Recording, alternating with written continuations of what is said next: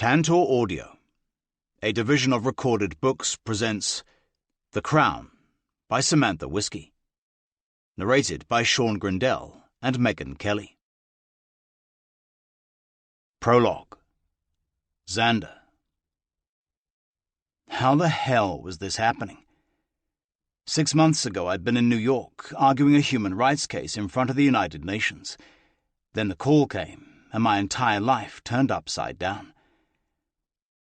I drew in a shaky breath as they slid the last piece of marble in place, effectively sealing my father's coffin in the tomb. It was as if my lungs had simply forgotten how to function since he died almost 2 weeks ago, as if I didn't know how to breathe in a world where he couldn't. I was 28 years old and drowning in a sea of regret. Had I learned enough from him? Had I listened when he'd asked, done as he'd wanted? Why hadn't I spent more time here in the last few years?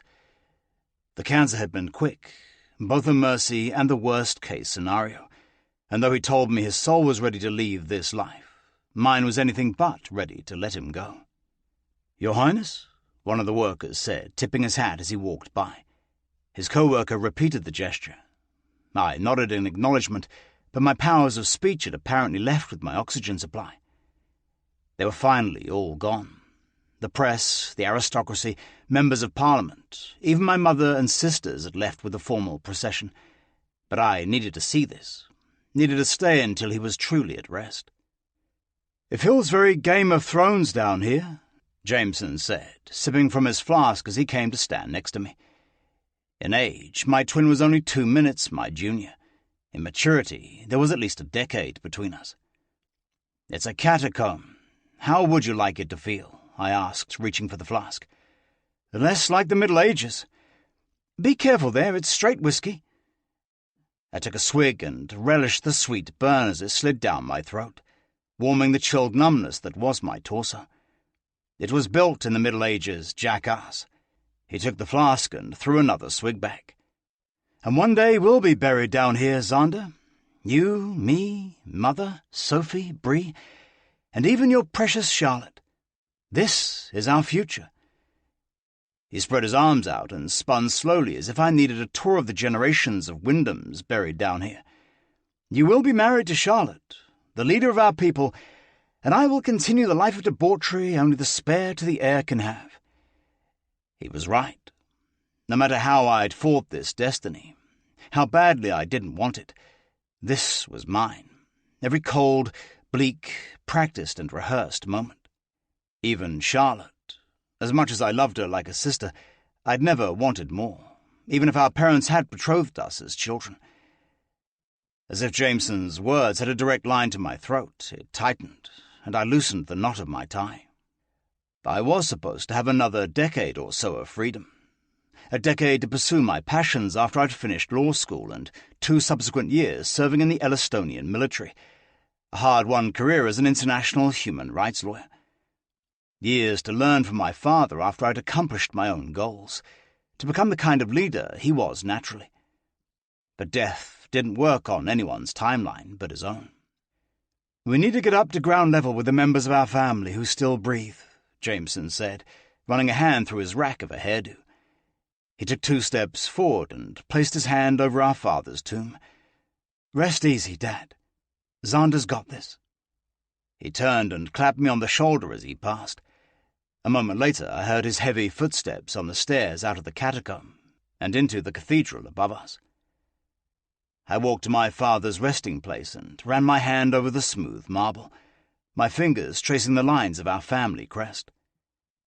One by one, I erased the items off my bucket list and tucked them away to the furthest corner of my mind.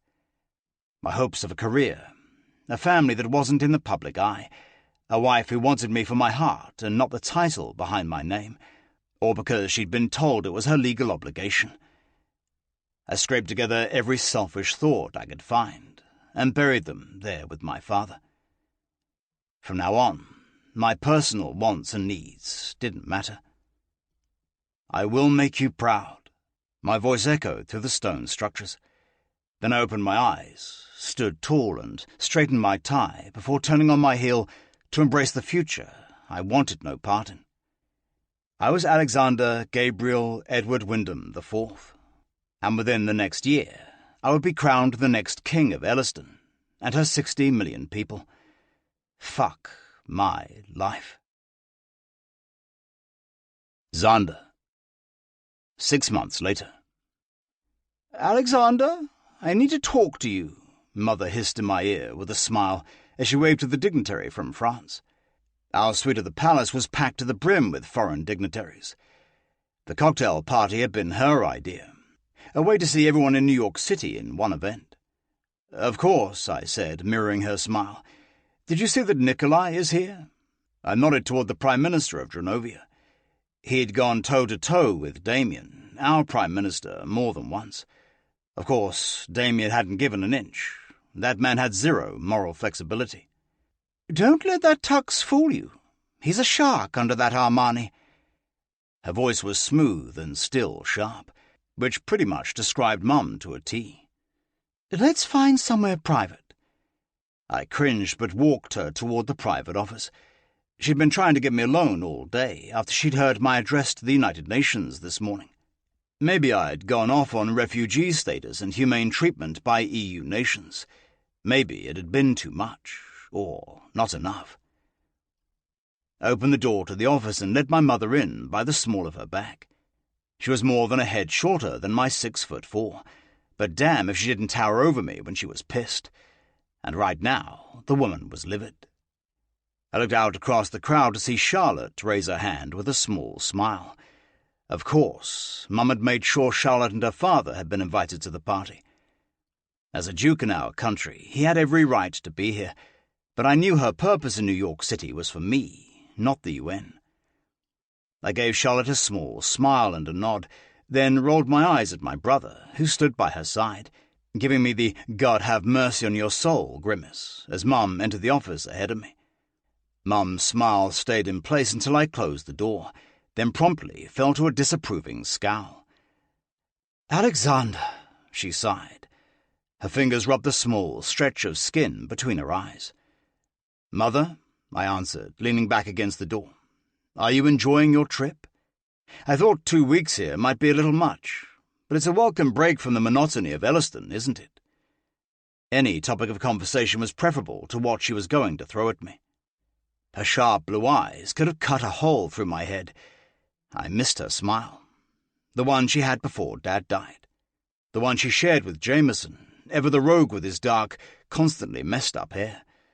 Mine was always respectably tamed. Though we were identical, it was as if our styles had taken on aspects of our personality, mine always within the limits of propriety, and Jameson's as wild as he was. And though our mother expected me to be the epitome of every etiquette class, she loved Jameson more for that wildness he was allowed to keep. "Enough. Alexander, it's been almost 6 months since your father passed.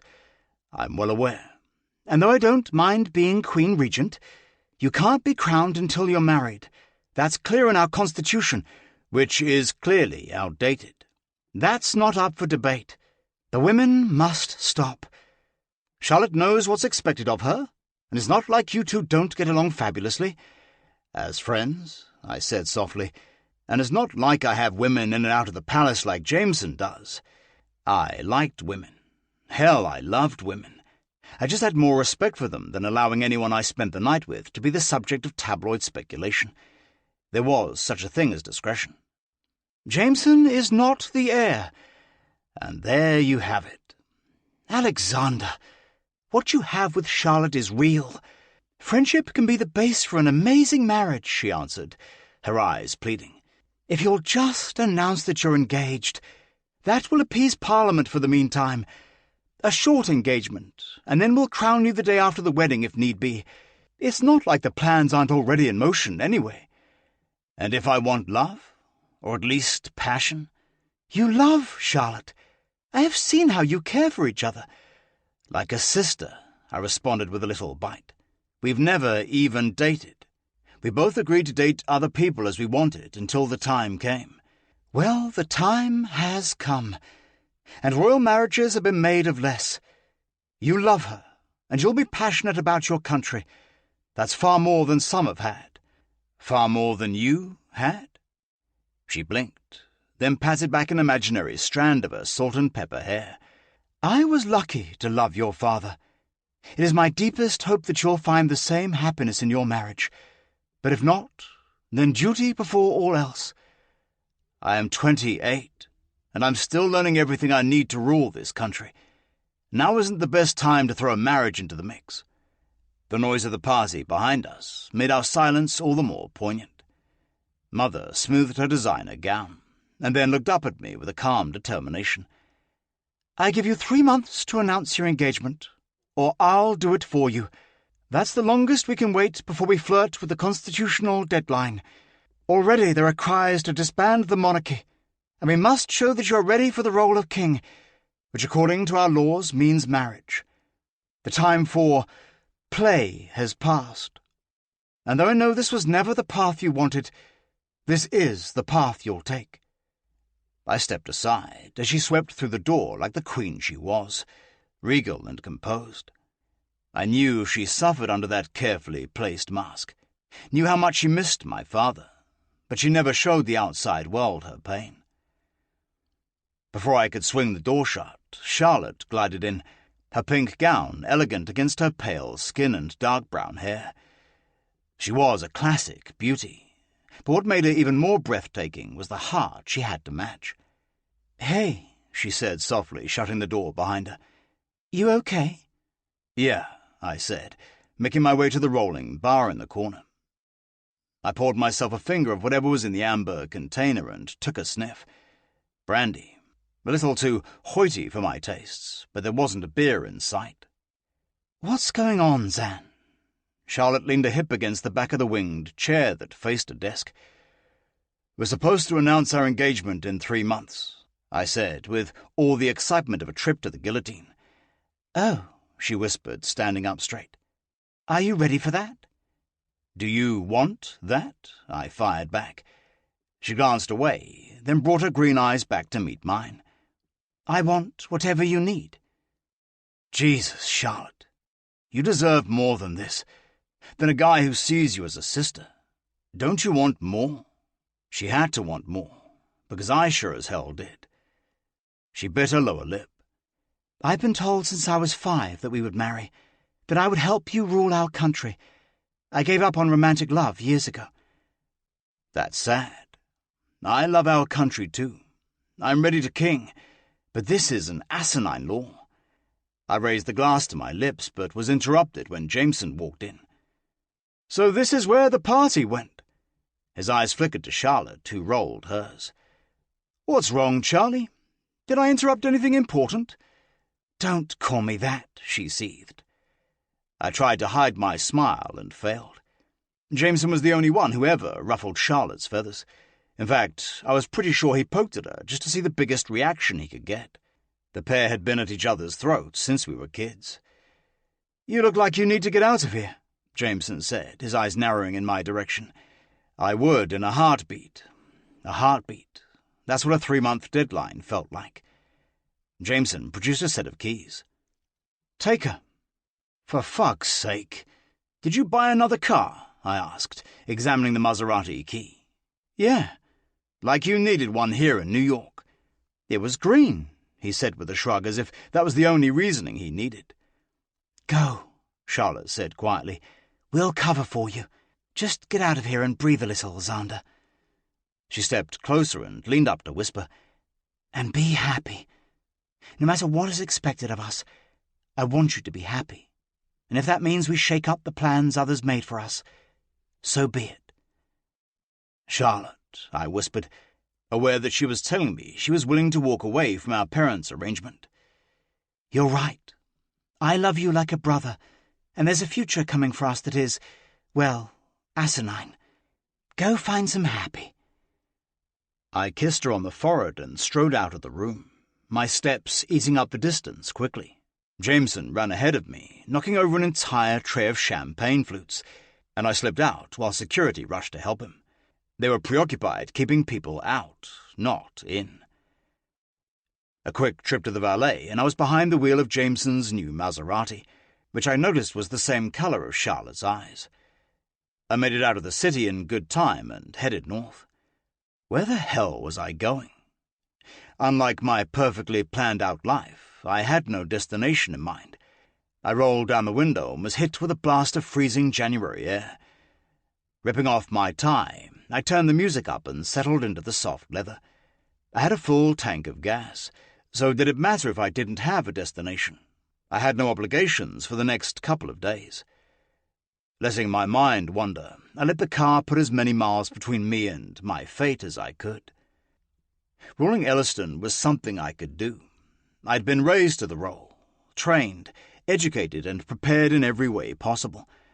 But marrying Charlotte, sharing my life, my bed, with someone I couldn't picture sexually, how the hell was I going to do that?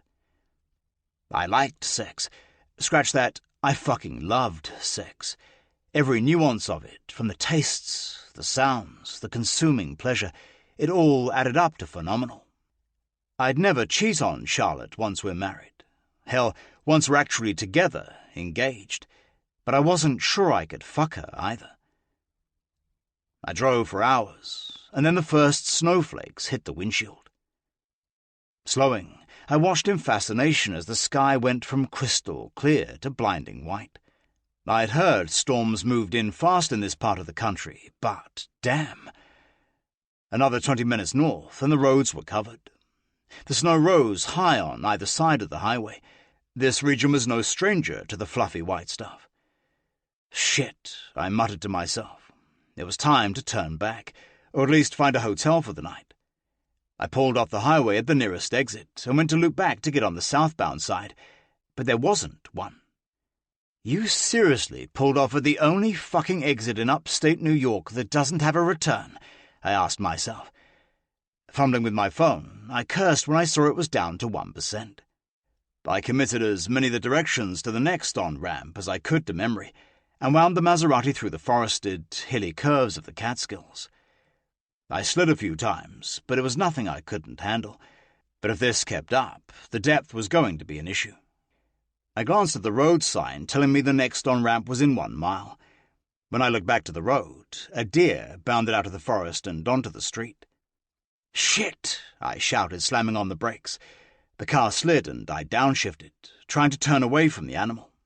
I missed the massive buck by only a few feet, sliding off the road and into a snowbank. The car slammed to a halt, and the seatbelt stopped my forward momentum with a snap, but not before my head hit something as the airbag deployed. A fine powder filled the car from the airbag, and I threw open the door, coughing as I stepped into the night.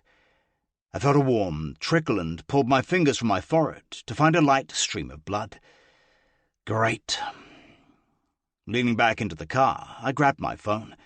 The fucking thing was dead. This is what impulsivity gets you, I muttered. The car was buried in the bank past the first set of tires, and the back had no traction on the snow-covered ground. There was zero chance I was getting it out of there. Couldn't buy an SUV, could you? I cursed my brother instead of my own stupidity. I was in nothing but a tux and dress shoes, about to walk a mile in sub-zero temperatures to the highway and pray that someone stopped. At least it would make for an interesting story. I put my hands in my pockets and started walking down the side of the road, ignoring the cold that seeped through my dress clothes and shoes. As I passed a smaller road, I looked up the hill and saw lights through the blowing snow.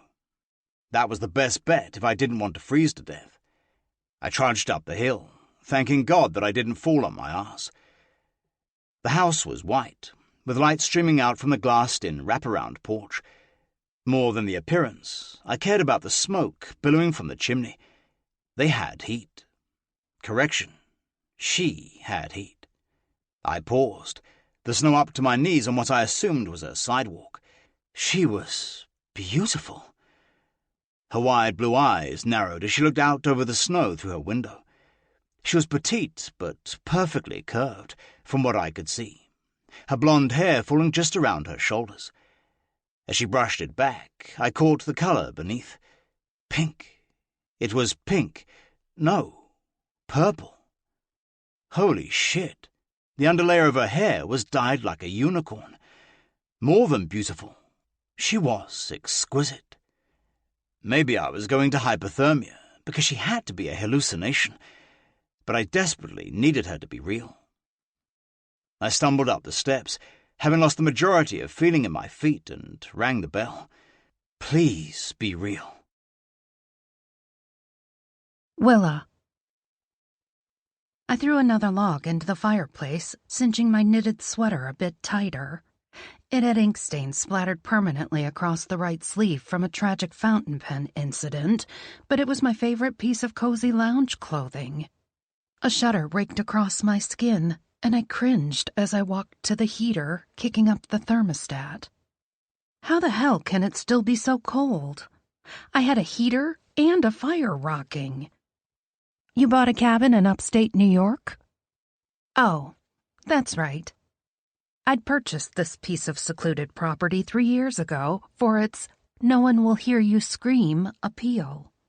Not because I was making people scream, or vice versa. Not in months, anyway. I picked it for its warm, rich wooden accents and the fact that it didn't have another house around it for miles. It was the perfect place to write my novels, both the innocent and the naughty. A place where I didn't have to worry about salespeople or the noisy sounds of the city distracting me from putting words on the page. Quiet, quaint, all mine. I'd bought it outright with the royalties from my last Allie's Alligator series book. This one covering the little girl's need for adventures as opposed to dollhouses. It was a massive turning point in my life, buying my own house, and I was pretty damned pleased with myself. That, and my ability to pick out a place I would certainly not be bothered, were 2 rewards I gave myself after selling my second series. My teeth chattered from another shiver, and I rubbed my arms to try and bring some life back into them. I turned on my slippered feet, sliding across the hardwood to my desk in an ice skater fashion, ready to clock in. The nightly exhibitions of Shayla Scotch weren't going to write themselves after all. I pulled out my desk chair, the hot scenes already taking shape in my head. I needed a chapter with dangerous spark. Something in an elevator, perhaps, or a penthouse balcony. Knock, knock, knock. The loud thwacks against my door startled me so hard I jerked against my chair and rolled 5 feet backward. Knock, knock. My heart leaped into my throat as I sprinted out of the chair and flung open the top right drawer of the end table next to my mudroom. In seconds, I had the small handheld taser gun I'd picked up right after signing the papers on this place. Can't hear me scream location and all that. The thing was pink, fit in my hand like a small gun, and was easily concealed behind my back as I timidly approached my front door.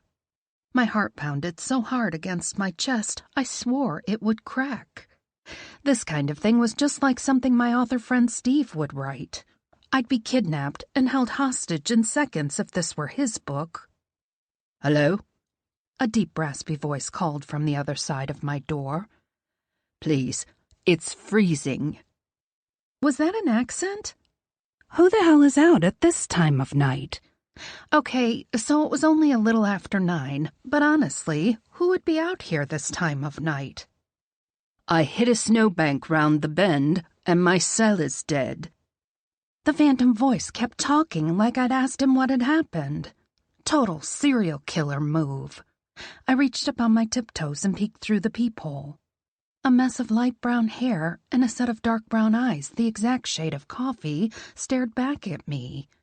My heart did another little thump, but not out of fear. I cleared my throat. "What do you want?" "Ah, so you weren't a figment of my frozen imagination?" That accent. British? Scottish? It was something in between and utterly delicious. "Nope, completely real, and completely wondering why you're at my door in the middle of the night."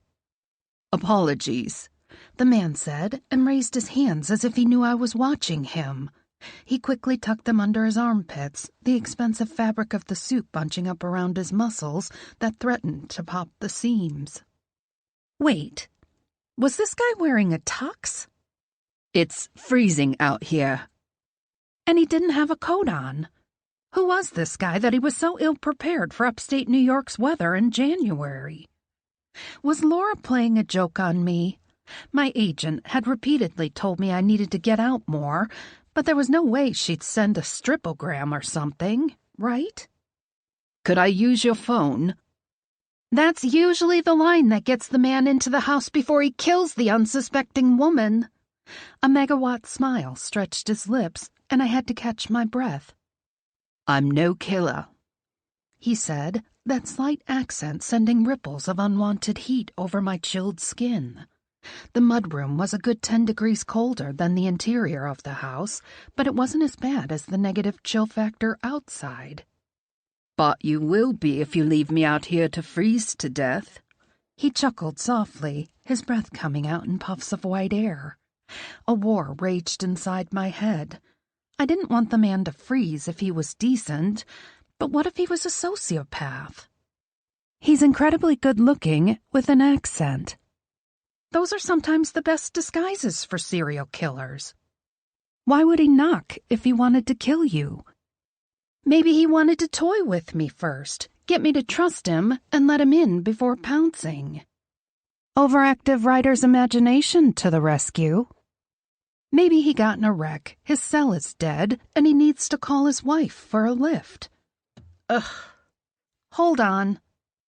I hurried back inside, grabbed my cell, and laid it gently in the middle of the mudroom's floor.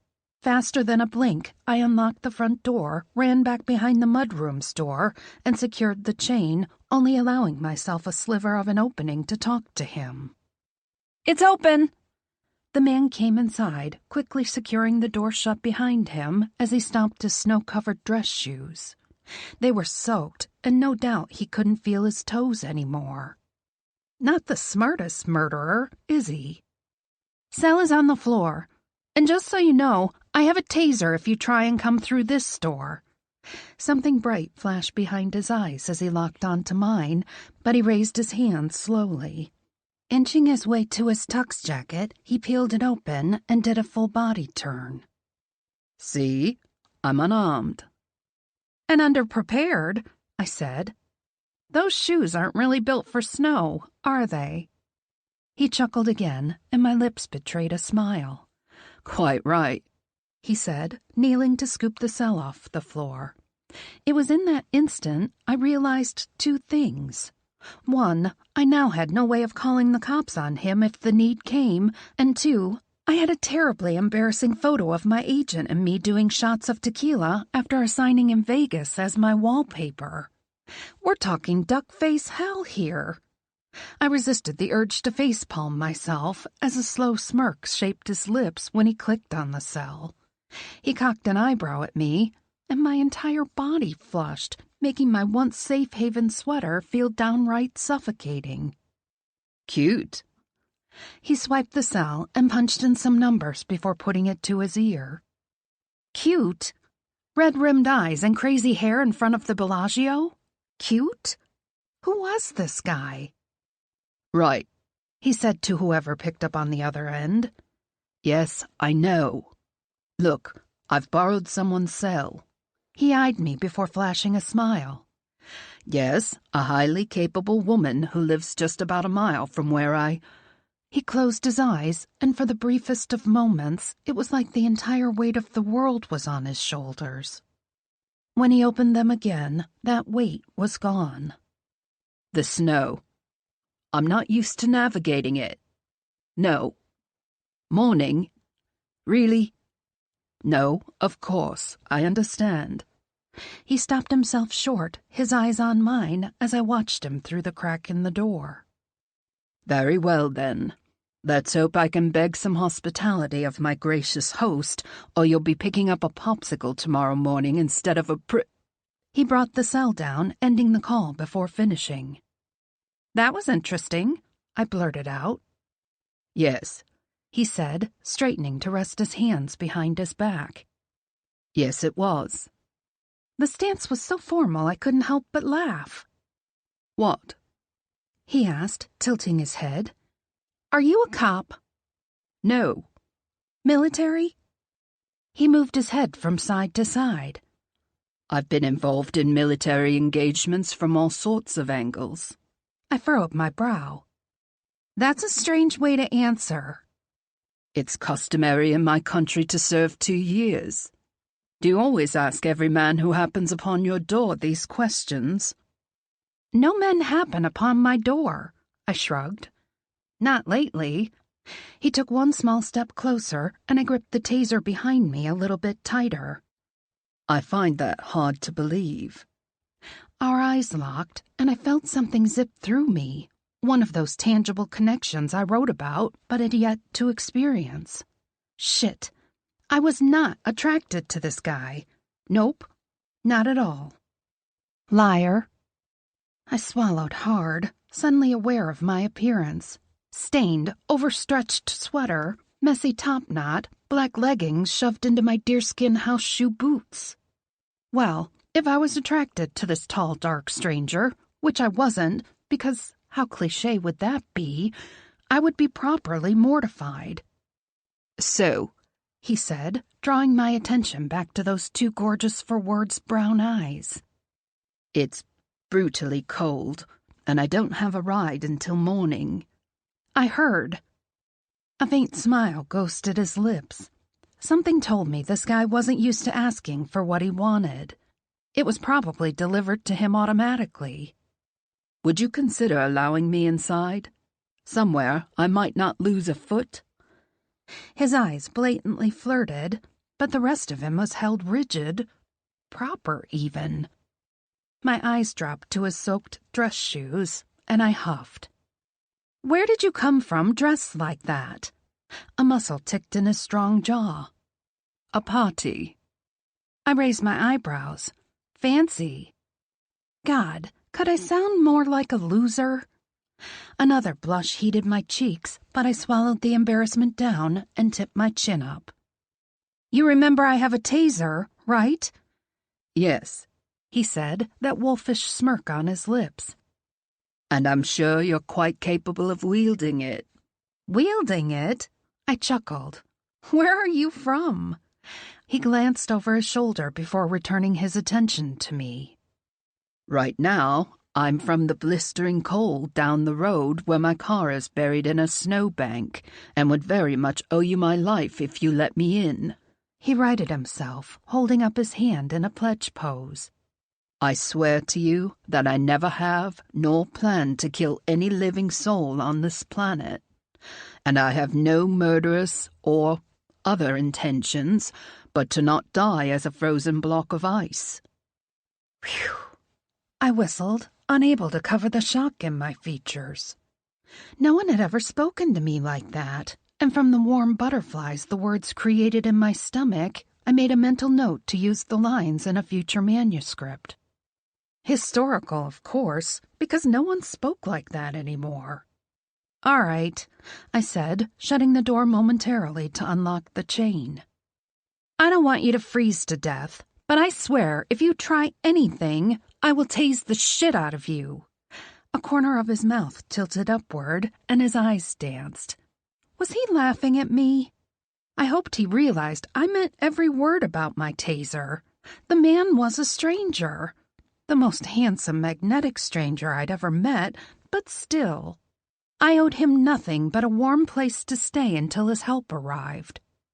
Which I couldn't help but wonder if it would be in the way of a wife or girlfriend. I eyed his hands as he warmed them over the fire, hating that a thrill rushed through me when there was a lack of a ring on a certain finger. They looked strong, capable. I kept a good firm hold of my taser and decided to sit perched on the edge of my desk just across from the fire and watch him. Oh, he moaned as he turned himself in front of the flames. The sound was like liquid velvet over my skin, and I tried desperately not to show the deep breath I sucked in. That is wonderful, he continued. Thank you. I motioned to his shoes. You should probably take those off and set them in front of the fire. I don't have any socks that will fit you, I said, walking to the linen closet in the hallway next to my desk. But you can throw this over your feet if it helps. I tossed him a thick Afghan my grandmama had made me when I was 12. It was bright orange and brown and lime green, hideous in the most perfect way, but also the warmest blanket I owned. A sharp pinch in my chest had me missing her like I hadn't in years, but I cleared my throat and focused on the matter at hand. Mr. Dark Stranger slipping his incredibly large dress shoes off in my living room. "This is marvelous," he said, grinning at the blanket as he held it up to examine it. "Did you make it?" "No," I said, laughing. "It was a gift." He sank onto the thick rug in front of the fire and wrapped the blanket around his legs. "My sister Sophie is forever trying to make these and would love to know how it was done. Again, I thank you." He took off his tux jacket and laid it near the fire to dry out. I nodded because I'd lost my voice. The man was magnificent, even sitting cross-legged in front of the crackling logs, half covered by my grandmama's Afghan. Who on earth could look that good? He totally had this disheveled playboy vibe going for him, with that undone bow tie hanging around his neck, and not the clip-on variety either. The real deal. Everything about him screamed opulence and sex. Really good toe-curling sex. Not that you remember what that's like. "So," I said, tucking my legs underneath me on the corner of my desk, "where are you really from?" "Does the accent give it away?" "A little," I admitted, "but I can't place it." It sounded British with a slight undertone of brogue, but I knew there were several countries whose accents were similar, and I didn't want to guess wrong and offend him. "It's a small little place called Elliston." "Oh," I said. "Elliston wasn't exactly small, about the size of the United Kingdom." "And you're visiting?" He cleared his throat, holding his hands before the fire once again. "Yes, business trip. I needed to get out of the city. That is how I ended up here." He let his hands drop and scooted back to lean against the coffee table. "Does Elliston have a king and queen?" I asked. "Like the United Kingdom?" He nodded. "We do, indeed." There was a sharpness to his tone that I didn't understand, and I instantly decided not to compare his country with the UK again. Maybe they were warring countries or something similar. Politics wasn't really my strong suit. After a few moments of silence, he trailed his gaze along my living room, eyeing my bookshelves that lined the walls. He pointed to one shelf in particular. "You have several copies of the same books up there." I squinted before focusing back on him. That was my stock shelf. "Those are mine," I said. His eyebrows rose. "You're an author?"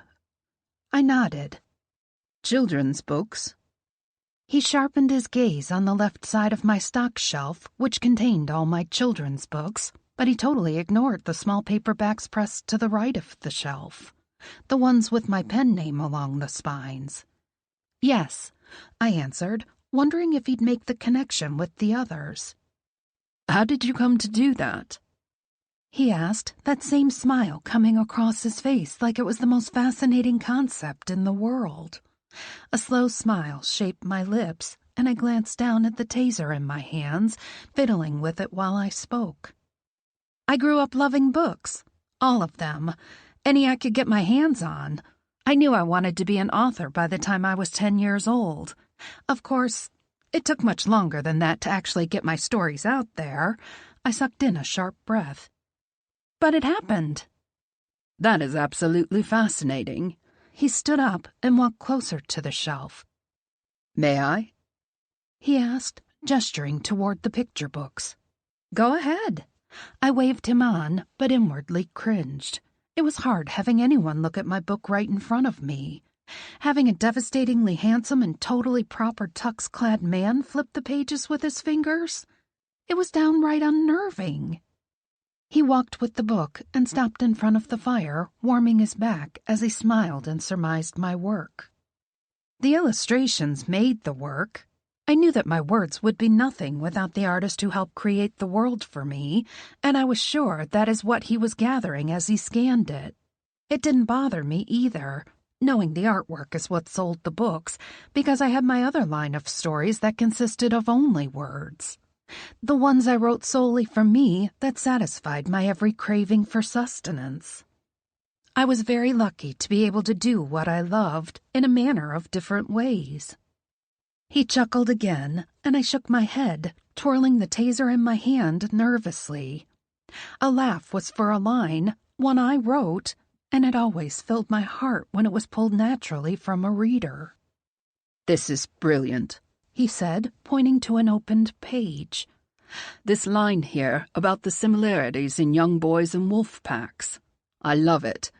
This alley girl is something." I grinned and shrugged and hoped he couldn't see the blush on my cheeks. "Thank you," I said. He closed the book. "You must love what you do." I nodded. "I'm one of the lucky few who gets to say I wake up excited to do my job every day." "I do wonder what that is like," he said, glancing down for a moment, and that same weight I'd seen before on his shoulders situated itself there again. I couldn't imagine what business he was in, but from the look of his clothes and the way he spoke, I'd bet my money on a multi-billion-dollar business. The kind of pressure amounted from that position must have been astronomical. "Well," I said, spinning the gun again, my nerves tightening with each compliment he gave me. "Mine is a job run on coffee and ideas." My fingers slipped on the last spin of the taser, and before I could blink, the prongs had shot right off and landed just beneath his chest. His whole body straightened, his muscles trembling, as if he tried to fight off the thousands of volts hitting his body all at once. A loud groan keened through his clenched jaw, and I leaped off the desk. "I'm sorry! Oh my God, I'm so sorry!" I instantly hit the switch, the cartridge popping off and ending the volts. He went down like a sharply cut tree, his head clipping the corner of my oak coffee table. I covered a gasp with my hands, my eyes flying wide as I waited seconds for him to get up. When he didn't, I dropped to my knees beside him, tugging hard on his massive frame to flip him on his back. "Oh, holy hell! I've killed him!" No. He was breathing, softly, strongly. His eyes were closed, and there was a tiny gash at the top of his head, but he was breathing. Knocked out. Brilliant. I tended to his cut, half hoping the alcohol swab would rouse him. When that proved ineffective, I smacked his cheek a couple of times. After a good 20 minutes of trying to wake him, his breaths turned to rumbling snores, and I gave up. There was zero chance I could move his weight. I tossed the Afghan over his broad chest, tucking it under his feet at the end. I propped up his head on a pillow, half tempted to try and kiss him awake like in all those fairy tales, but quickly thought better of the idea. Still, there was something incredibly enticing about his mouth. "No, no!" I retreated to the couch, pulled my sweater tighter, and waited. Leave it to me to stumble onto the most attractive man in upstate New York and then tase him to a stupor. Sanda. The crackling sound of the fire woke me up. I blinked the haze out of my eyes and shook my head as I sat up. Where? What? A quick look at my surroundings brought us all back. Upstate New York. The Unicorn Woman's cabin. The author. I turned and found her staring at me, her blue eyes impossibly, beautifully wide, and her lower lip pulled between even white teeth. "You tased me." My voice was surprisingly even, given the night's events. She winced. "In my defense, it was a complete and total accident." "You tased me," I repeated through the shock. "It was just a little tase." She held up her thumb and forefinger about half an inch apart. I fought the urge to smile through my bewilderment. "Right. What time is it?" The soft colours of dawn came through the window. I moved to stand, and my head throbbed to the beat of my heart. "Oh, I wouldn't do that just yet. You hit your head when you fell," she said, jumping out of her chair. My eyes dropped to her hands, and she held them out, empty. "I'm unarmed," she said with an apologetic smile. My security team would have had a fucking field day with her. I was never going to live this down when they came for me in the morning. I sat back down, my fingers gingerly feeling the goose egg on my head. "You're lethal.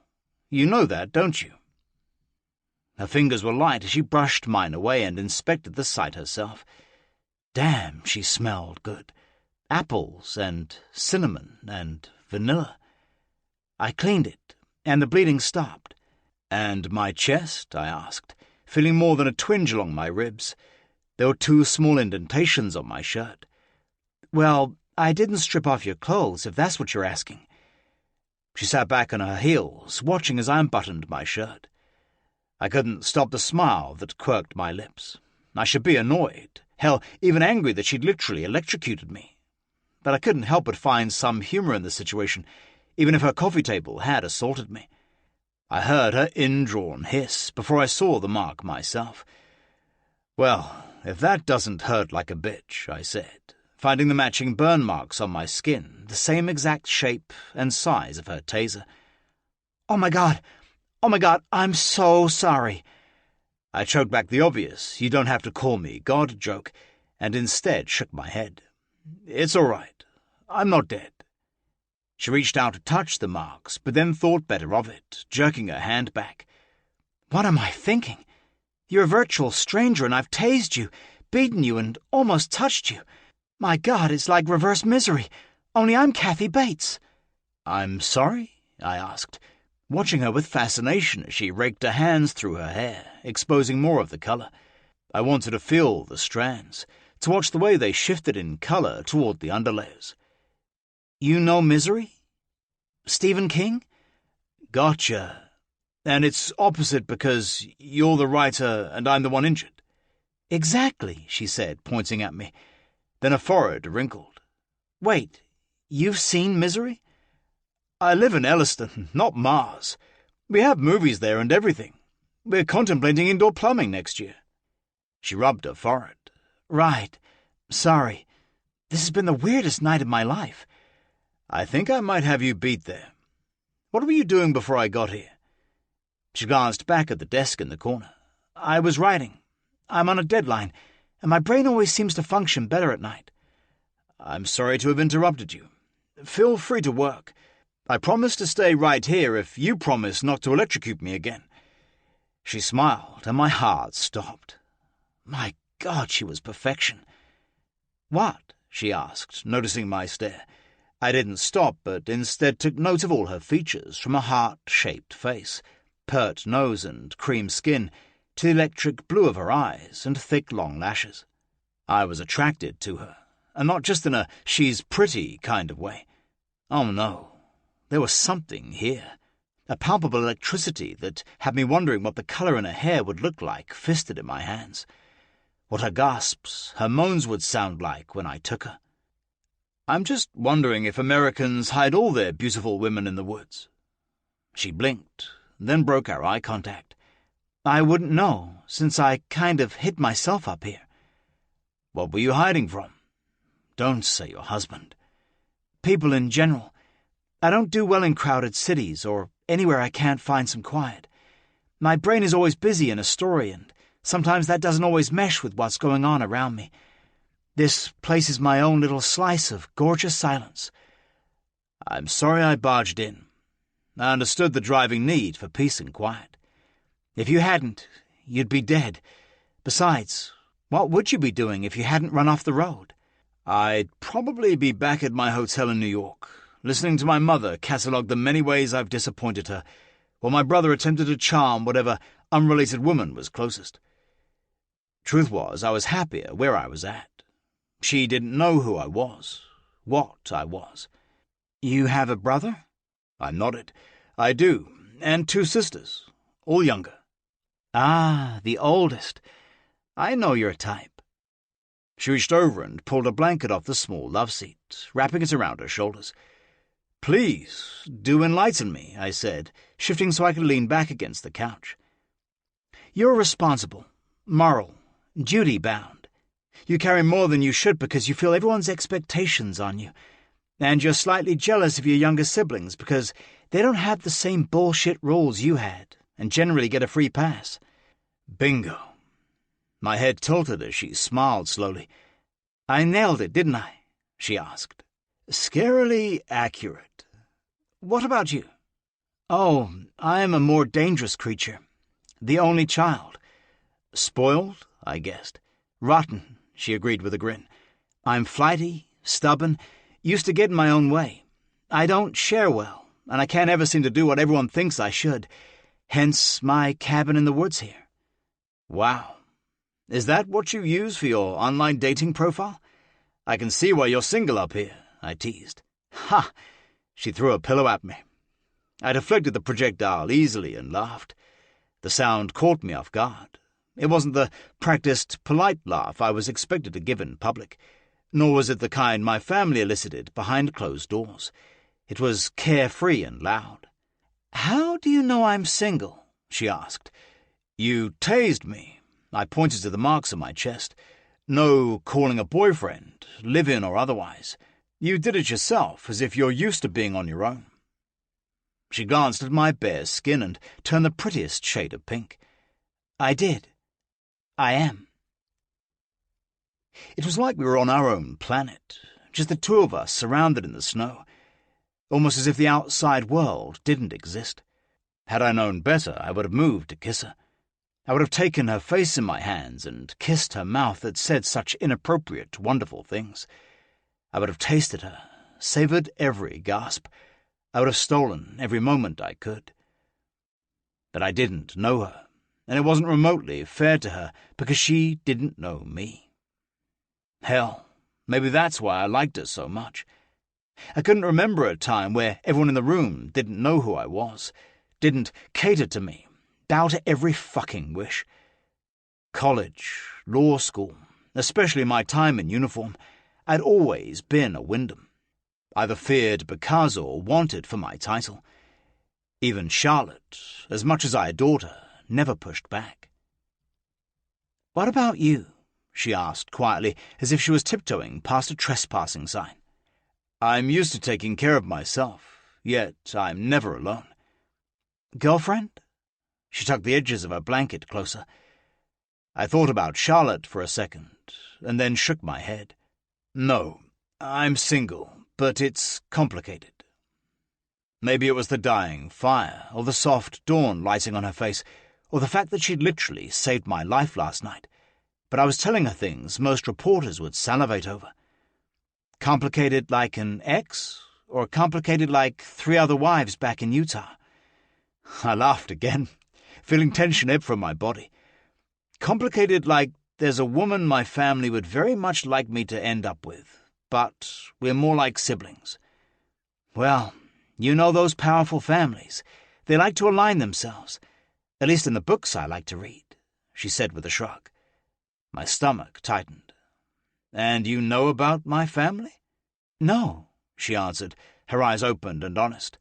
But you showed up at my house in a tux that costs more than my car, so I'm pretty sure your family business entails a bit more than my mum's embroidery shop in Kansas. Why? Do you know my family? Touché, I answered with a bowed head. The snow stopped, she said, looking up over my head to the very same window I'd seen her standing in last night. We both stood at the sound of a car making its way up the drive. And it looks like your ride is here, she said, her smile twinged with sadness as we spotted the black SUV parking in front of the house.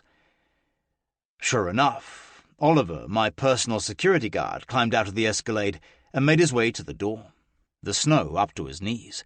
Then he turned and waved, and another guard appeared and began shoveling his way to the door. I shook my head and turned toward the fire, tucking on my still damp shoes and tying them as she answered the door. Sir? Oliver said, a subtle note of snark in his tone as he arched an eyebrow at me. Have a good night. I did, thank you, I told him, sliding my arms through my tux jacket. Needed some fresh air? I did. My eyes flickered to my unicorn rescuer. She'd been the breath of fresh air I'd been seeking. I just hadn't realized it.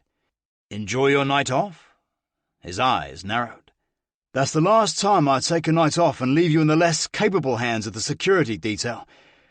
We need to get you back to the city. You're—" "Absolutely," I said loudly, cutting him off before he could whip out my title and ruin what I had with this woman. Oliver rolled his eyes, but got the point. "I'll just be outside, sir." "Thank you, Oliver." He shook his head, but walked out. "Oliver, huh? Holy crap. Are all the men in Elliston as gorgeous as you two? Because, damn." She shook her head slowly. I blinked.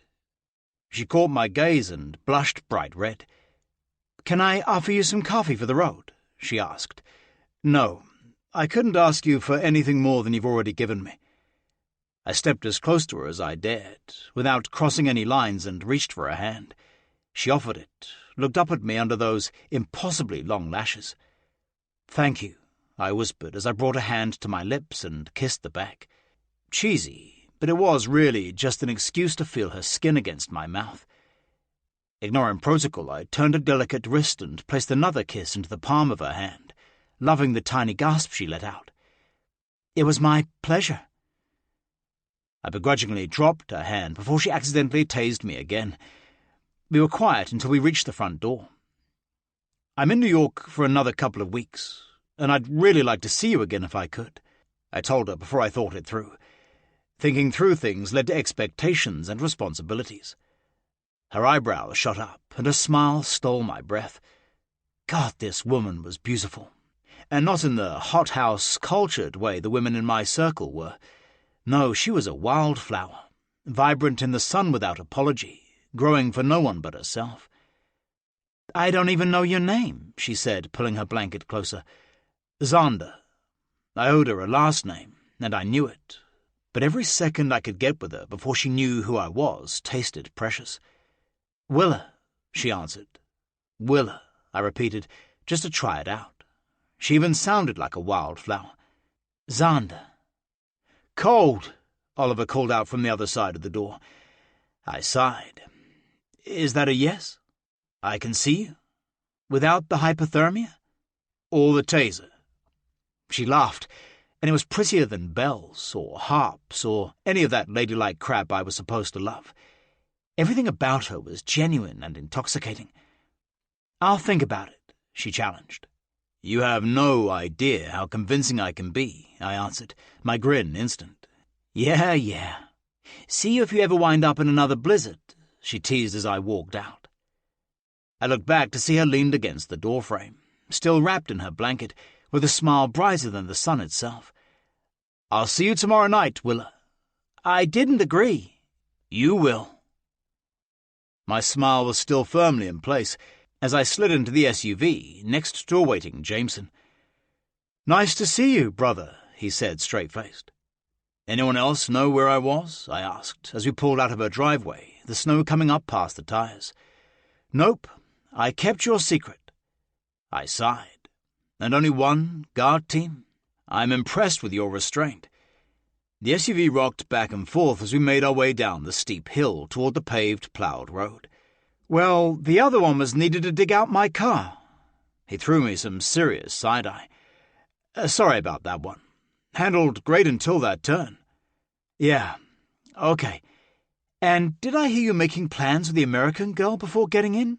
he questioned, sliding his sunglasses up so I could see his eyes, so like mine, yet so less burdened. "I did. Tomorrow night." "Tomorrow night is the concert at Carnegie Hall." "What? Why are you looking at me like that?" "You know the best part of having a twin?" "Being the better-looking one?" he fired back.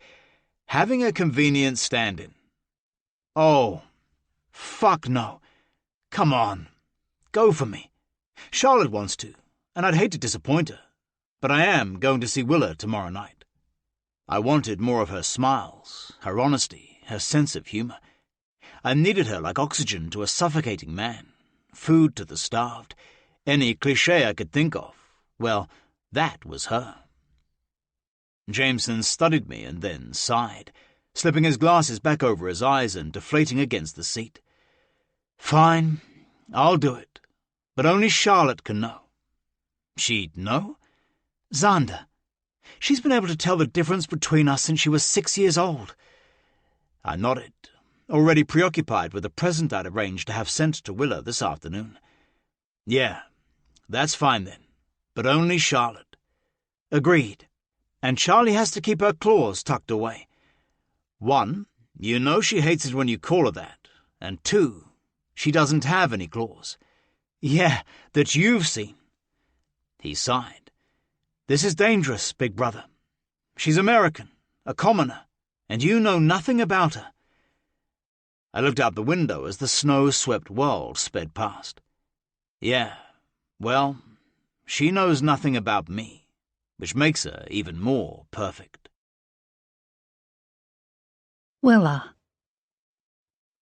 The crisp floral scent of the extravagant bouquet filled the cabin, and that damn smile returned to my lips as I reread the card. Please call me Xander. His cell number was listed below his name. I traced the X, loving the masculine way it slanted down and fierce, like his hand couldn't help but press hard against the paper. I was touched he'd signed the card himself, and he shut down my assuming thoughts of servants doing everything for him, from dressing to breakfast to thank-you cards. He's a billionaire. His expensive suit and the family business mentions had told me that much. Right alongside that, he was powerful. He was straight up out of one of my novels. I hadn't stopped thinking about that, not since he left yesterday morning. I'd even dreamed about him, those deep brown eyes, the cut line of his muscles, the tension in his massive shoulders. I couldn't have written a better specimen. How is it a billionaire had wound up stranded in the cold at my door? That was the craziest part. It was more like a plot point than anything I would ever normally experience, and the whole encounter had me questioning my sanity. And now he wanted me to call him? For what? Was there some legal matter? Some document I had to sign that equated to a formal apology for almost offing Elliston's most eligible billionaire bachelor? Or maybe it was a silence bouquet, a bribe to keep me quiet about our innocent encounter. He'd said there was a woman his family wanted him to marry. Maybe he didn't want it getting out that he'd spent the night with a colorful author, let alone one who currently had 2 books in the top 100 of the erotica category. The thought sent a nervous tightening through my chest, and I buried my nose in the beautiful bundles of lilacs, the lavender petals soft against my cheeks. No, he wouldn't have sent such a gorgeous arrangement if his family was about to sue me.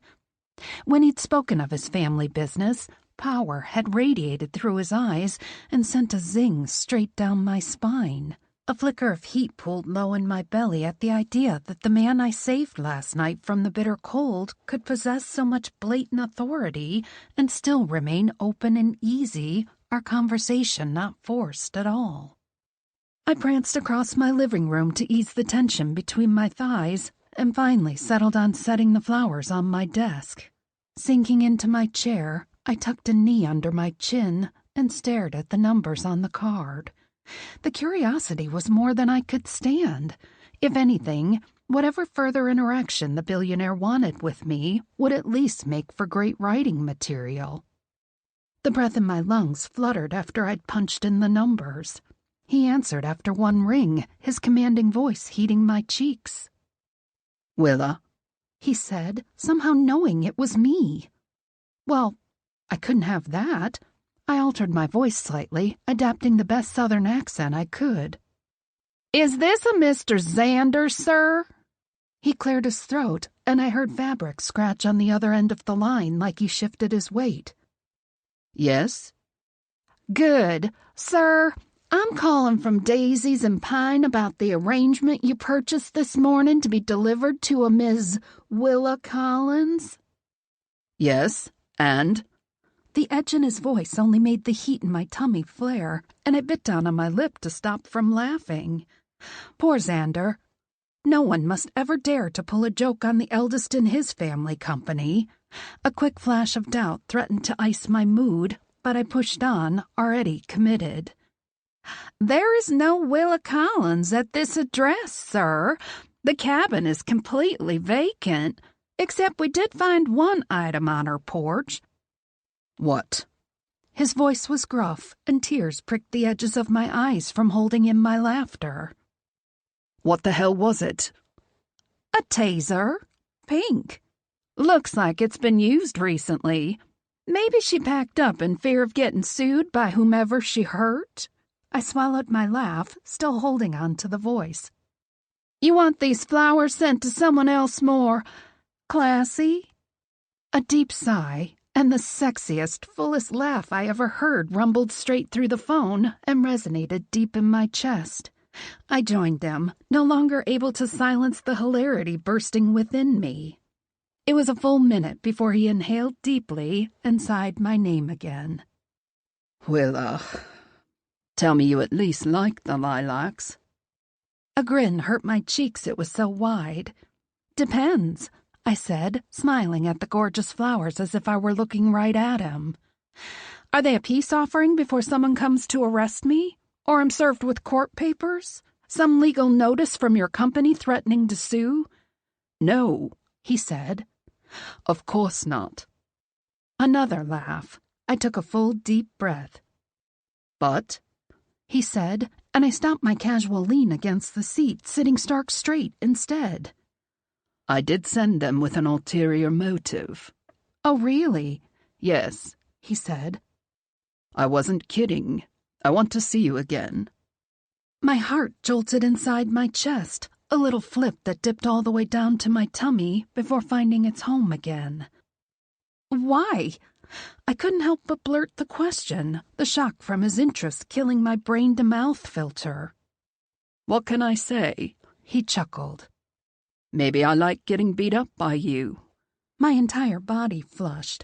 The playfulness in his eyes last night, as we'd talked after he'd woken up, had been bright and wild and almost seemed to shock him. Knowing how rich and powerful he was, I fully understood his reaction to the easy banter we'd had. Like the joke I'd just played, I doubted anyone would have had the gall to speak to him the way I had, or tase him either, even if it was an accident. The weight on his shoulders now made sense too, and my own sank, my heart heavy for the constrictions he must live under every single day. I couldn't imagine running a family company with so many siblings and responsibilities, let alone throwing tons of money into the mix. "Willa?" he asked after I'd been silent for a few breaths too long. "I was only joking." I blinked out my stare, my eyes still on the flowers. I played with a petal, tracing it over my lips. I knew he was rich and classy and totally out of my league, and that he was only here for a couple weeks on a business trip, but a part of me couldn't resist the chance to show him a good time. One that wasn't scripted or directly relating to the formal billionaire world he was used to. I'd already knocked the man unconscious and made him bleed, and with no legal repercussions on that event, how much more damage could I do? "Your heart?" The voice in my head hissed a warning, but I told her to relax. I wasn't about to fall in love with the billionaire who could have been my own Prince Charming with the way he made my heart race. No, I only wanted to see him again, maybe show him a good time, make him laugh some more before he had to return to running a small family empire. "Are you free tonight?" I asked, knowing he likely wasn't, but not caring to wait. "I am now," he said, a smile in his voice. "Well, if that didn't just melt me." "Perfect. I'll be ready at 7. "I'll pick you up," he said. "Maybe I should drive," I teased. "The roads are clear. My staff picked me up yesterday morning, and it hasn't snowed since." The image of the armed security guards flashed in my head. "Right," I said, twisting the pedal in my fingers. "Will they be joining us tonight, too?" I knew he was powerful enough to merit protection, but he'd been alone last night when he'd come to me for help, and my plans didn't really fit for a team of guys in suits with guns under their jackets. No, I'll make sure of it. Perfect, I said. See you then. I hung up before I could lose my nerve and call the whole thing off. My heart raced like I'd just run 5 miles instead of agreeing to a date. A fairy tale-like evening flitted through my mind, ball gowns and starlight and champagne, and while that image looked beautiful and fun and something I'd never gotten to do, I shoved it away. That was something he likely did on a weekly basis. No, tonight I would make sure Xander had fun. Real fun. And if I failed, well, he was never going to stick around anyway, and I'd know that I tried to show him something different while he was here. The thin layer of snow on my driveway crunched under the massive wheels of the black Escalade at exactly 6:58 p.m. I peeked through my curtains, my breath rushing out of my lungs in one full whoosh at the sight of Xander opening the driver's side door. My skin heated from the top of my head to the bottom of my toes that were snug in a warm pair of motto boots. He was alone, and he looked downright delicious in a royal blue sweater, black slacks, and boots. I smirked at the shoes, happy he'd worn something more appropriate for the weather as opposed to those ridiculous dress shoes last night. The man looked good in a tux, and he looked damn fine in casual winter wear, too. He had one arm concealing something behind his back, and I would have been content to watch him wrap his free hand against my door, the biceps flexing under the sweater, but he caught me staring through the window, and I jerked the curtain in front of my face. "Damn!" I hissed and ran my fingers through my hair. I'd braided half of it, wrapping it around the top of my head, allowing my array of color underneath to show. "Hello," I said as I opened the door. His smile was half wolfish and half sensual, but 100% breathtaking. Everything about the man was massive. His frame, the sharp angular lines of his handsome face, even his hands were huge. I had only just seen him yesterday, and yet it felt like my muscles both relaxed and tensed at just the sight of him. For you, he said, revealing the hand that he'd hidden behind his back. I gasped a laugh. "It's a mini! And pink!" I scooped up the offered taser, the thing easily fitting into the palm of my hand like a baby to the one I accidentally used against him last night. He chuckled. "Since I'd already sent flowers," he said, pointing at the tiny weapon, "I figured you could use another one. One with less voltage, but still as effective." I pressed my lips together to contain my smile. "It's like you know me," I said, slipping it into my small black purse and stepping out onto the porch.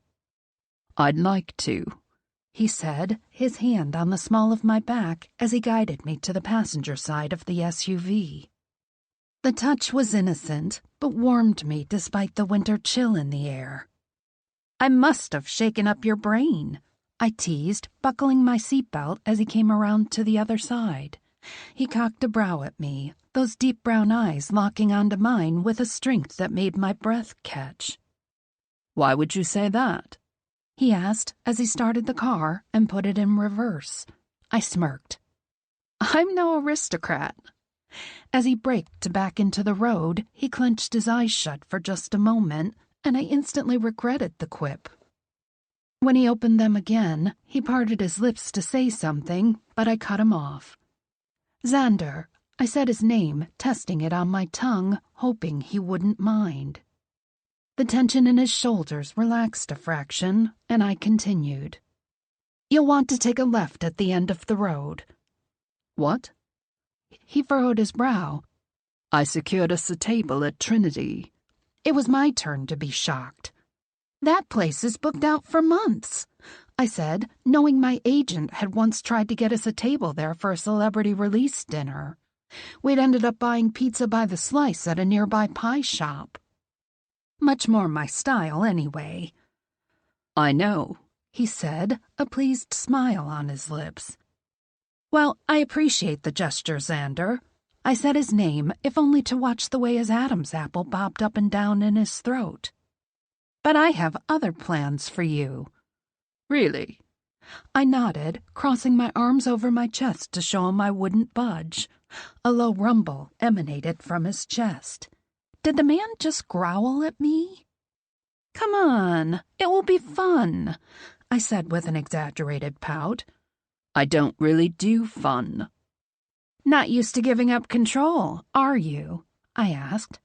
He shook his head slowly, his lips flat. But you're going to this time, right? Because doing it your way would be boring, and you didn't come all the way back up here for boring.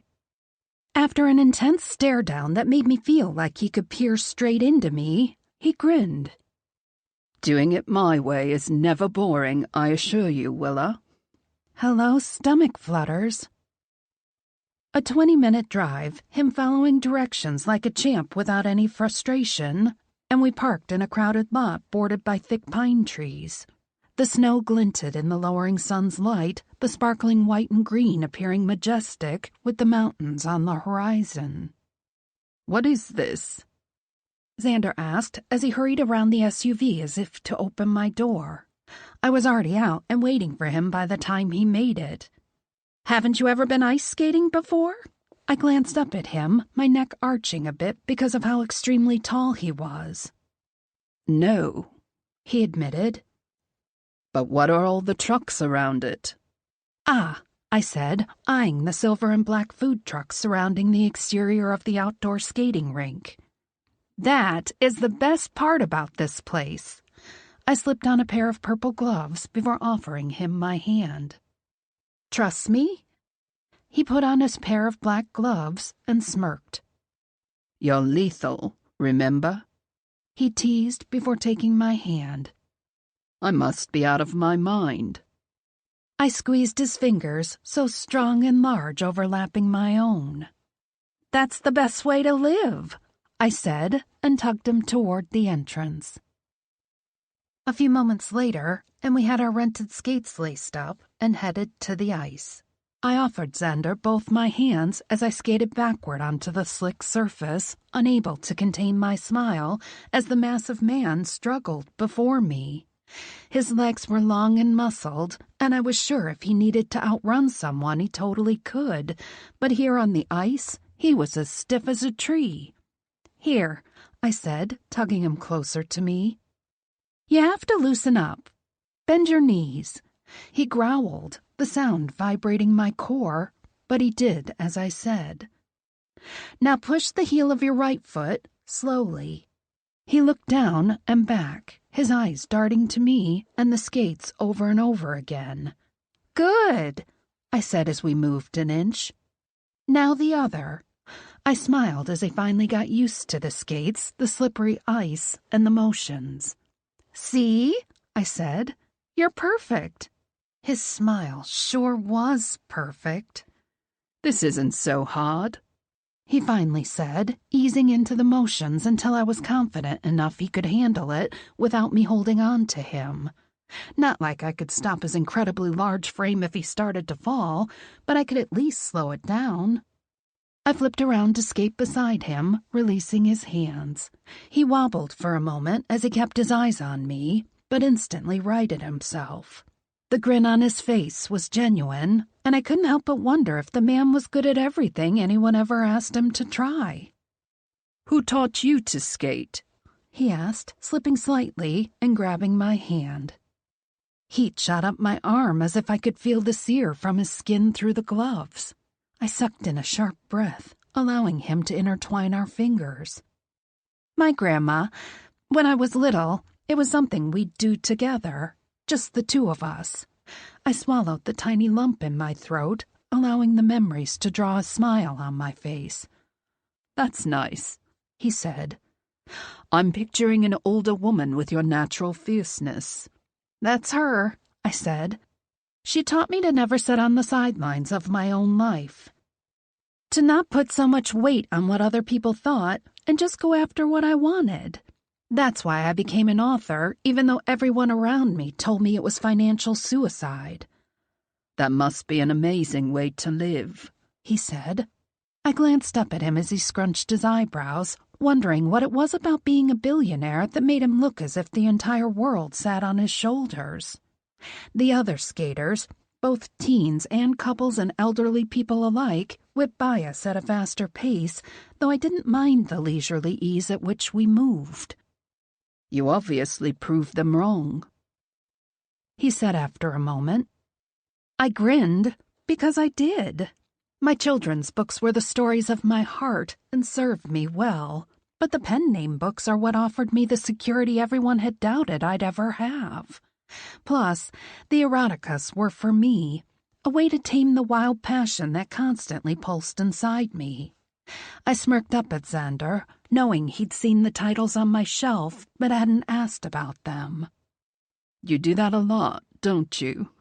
He asked when I'd only smiled at him. What? Prove people wrong.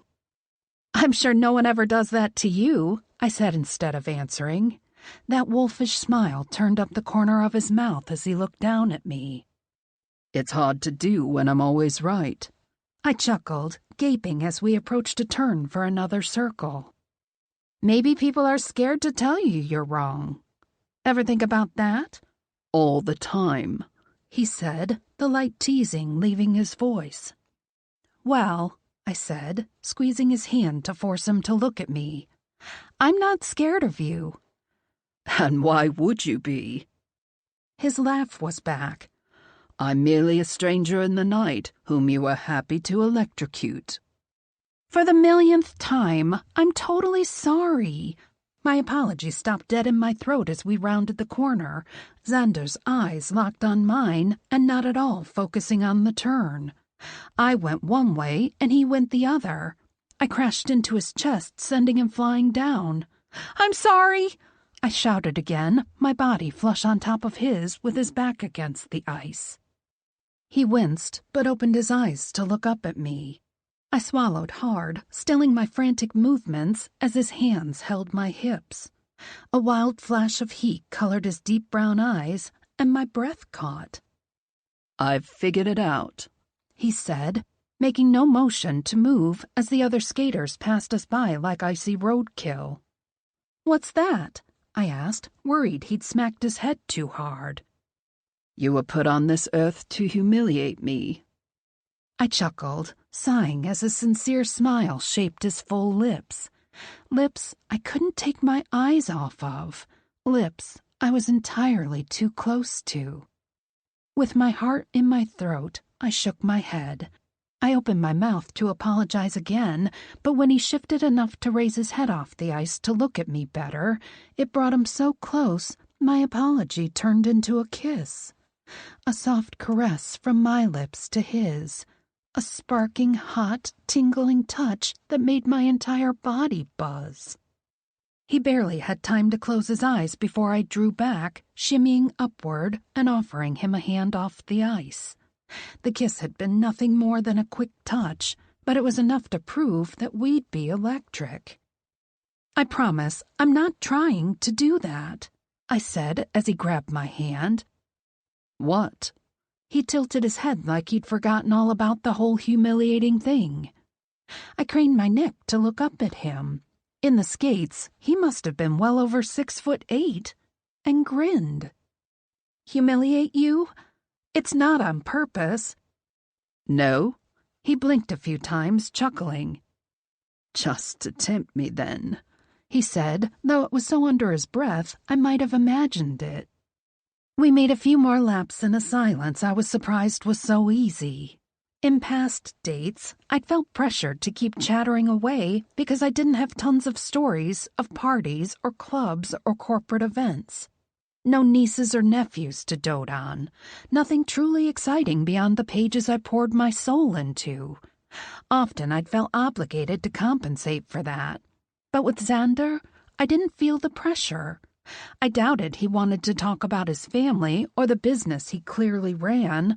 I'm sure he had to do that too often, so instead we found this pleasant and soothing rhythm that was as calming to me as a warm bath. That image immediately turned into one of him in the bath with me, his broad, muscled chest glistening with bubbles, the candlelight flickering over his tanned skin. It'd been too long since I'd been with a man, wanted a man, or even considered letting someone in again. I hadn't even known him more than 2 days. I'm losing it. Let's eat. I blurted out like that would help distract me from the flames licking the inside of my skin at the thought of him naked and wet.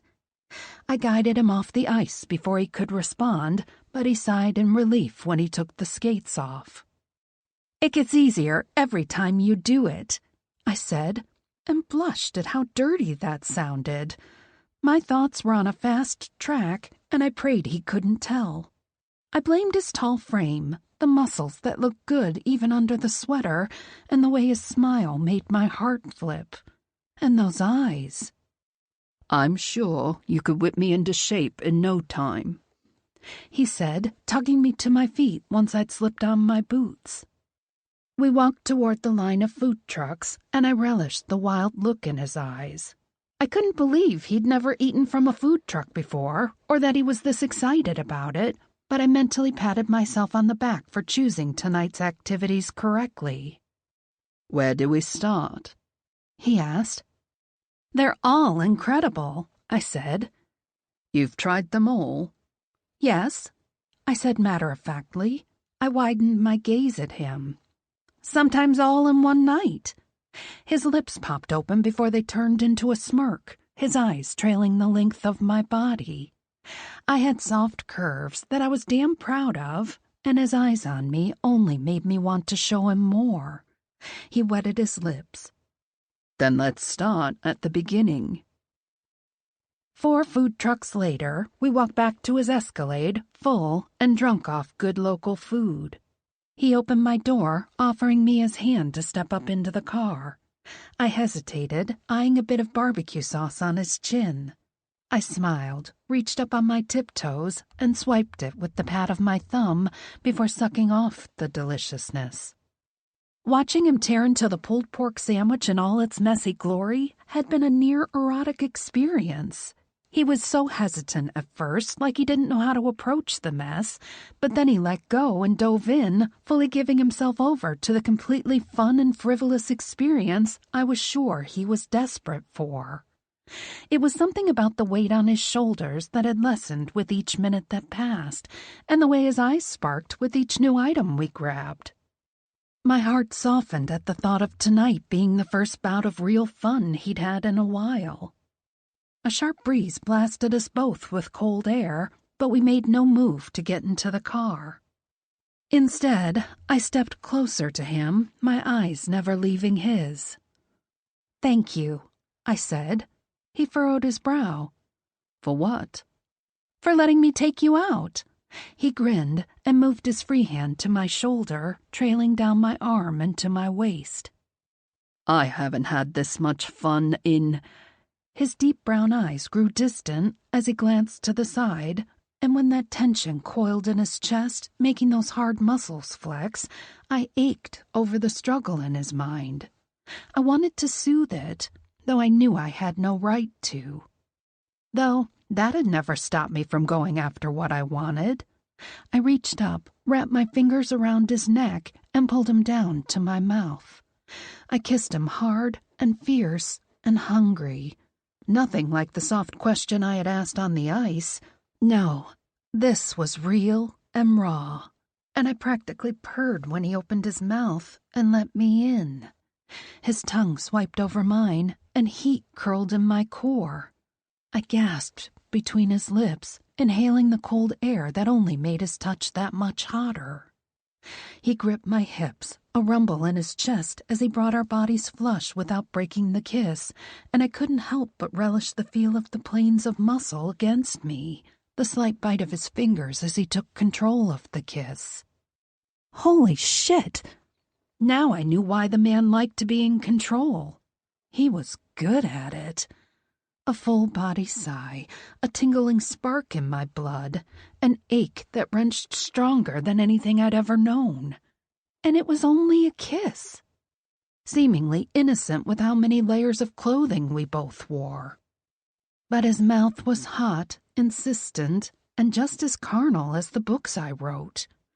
Too soon, he pulled back, cupping my face, his eyes staring deep into mine. I smirked at the wild flashes of gold in his swirling browns. In this moment, it didn't matter that he was a billionaire foreigner scheduled to leave in less than 2 weeks. It didn't matter that I was a writer with 5 different colors in my hair. All that mattered was that swirling tension in my chest and that burst of longing in his eyes that screamed he'd felt it too. Screw the taser, we were already electric. I curled around the sensation, tucking it away for later. Like I said, I climbed into the car. Thank you. Xander. I'm glad we could come to an agreement. The Secretary of State shook my hand, and I forced a smile. I loved Americans, but dealing with this particular one made me feel like I needed a shower. As am I. I gestured toward the door and inclined my head. He walked out with me and, with a nod, disappeared with the security into the elevator. I hated doing business in the suite, but Father had always told me that living rooms were the best conference rooms. As usual, he'd been right. The Americans hadn't wanted to budge, but neither did I. In the end, we both gave away things we wanted to get things we needed. The door shut, and I leaned back against the wall, taking a moment to myself. That took forever, I told Jameson from where he sat on the couch, reading the New York Times. Heavy is the head that wears the crown, he replied without looking up. Alexander? Mother snapped as she walked out of her bedroom. So much for that. Mother? Forcing a smile was becoming easier and easier, and I was starting to hate myself for it. The smiles, the relationship she wanted to force me into with Charlotte. Fake was becoming my new real. But Willa is real. Did you want me to have your things packed for the Los Angeles trip? I have no intention of going to Los Angeles, I told her. I have every intention of seeing Willa. Nonsense. She waved me off as her secretary appeared with Charlotte, planner in hand. We have 2 dinners and a charity event to attend. Charlotte raised an eyebrow at me, and I released a sigh that was probably heard down Fifth Avenue. We're leaving in a few hours, Alexander. See that you're packed. Mother walked out with her secretary. I'm not fucking going to L.A., I growled. Jameson looked at me from over the paper. Right. Charlotte grabbed the pillow from the couch and smacked him in the back of the head. Ouch! What the hell was that for? For being an ass. She turned her attention back to me. Of course you're not going. Jameson will take your place, and you'll have a few days here in New York to yourself. I never said... She smacked him with the pillow again. For fuck's sake, woman! Do something nice for him, she shouted. You don't think that if we go for 3 days, that our mother would know it's me? Charlotte tilted her head in a way that only she could. Highly unlikely. She barely looks at Xander when they're at those events. Besides, we pulled it off the night before last. For one engagement, not an entire weekend. So what? If she figures it out, it's not like she's going to out us. She wants the PR too badly to publicly say that the Crown Prince of Elliston stood up the entire West Coast. And you think you can fake it, Charlie? Be nice to me for an entire weekend like you are with Xander? Don't call me Charlie. Her eyes narrowed for a moment. If you can handle it, I can. Jameson groaned, but a few hours later I was alone in the hotel suite. Well, as alone as I could get with the security detail posted outside. The door opened and Oliver walked in. Shit. Well, sir? How would you like to spend your evening? Oliver asked. Shouldn't you be on the flight to L.A.? I asked, putting on my best Jameson face. Well, seeing as I'm not assigned to Jameson, no. I think I'll stay right here. Fuck. He laughed. Don't worry. They fooled your mother. Now about your evening. Willa. It was 7 p.m. Early enough for, well, anything. I have a few ideas. I stood in the lobby of the palace 2 hours later, my thumbs in my pockets, watching the door like a hawk. "Nervous much?" Oliver asked from where he stood just behind me. "Shut up." "You're risking a lot by bringing her here," he said softly. Had it been anyone else, I would have snapped. But Oliver had been my personal security for years.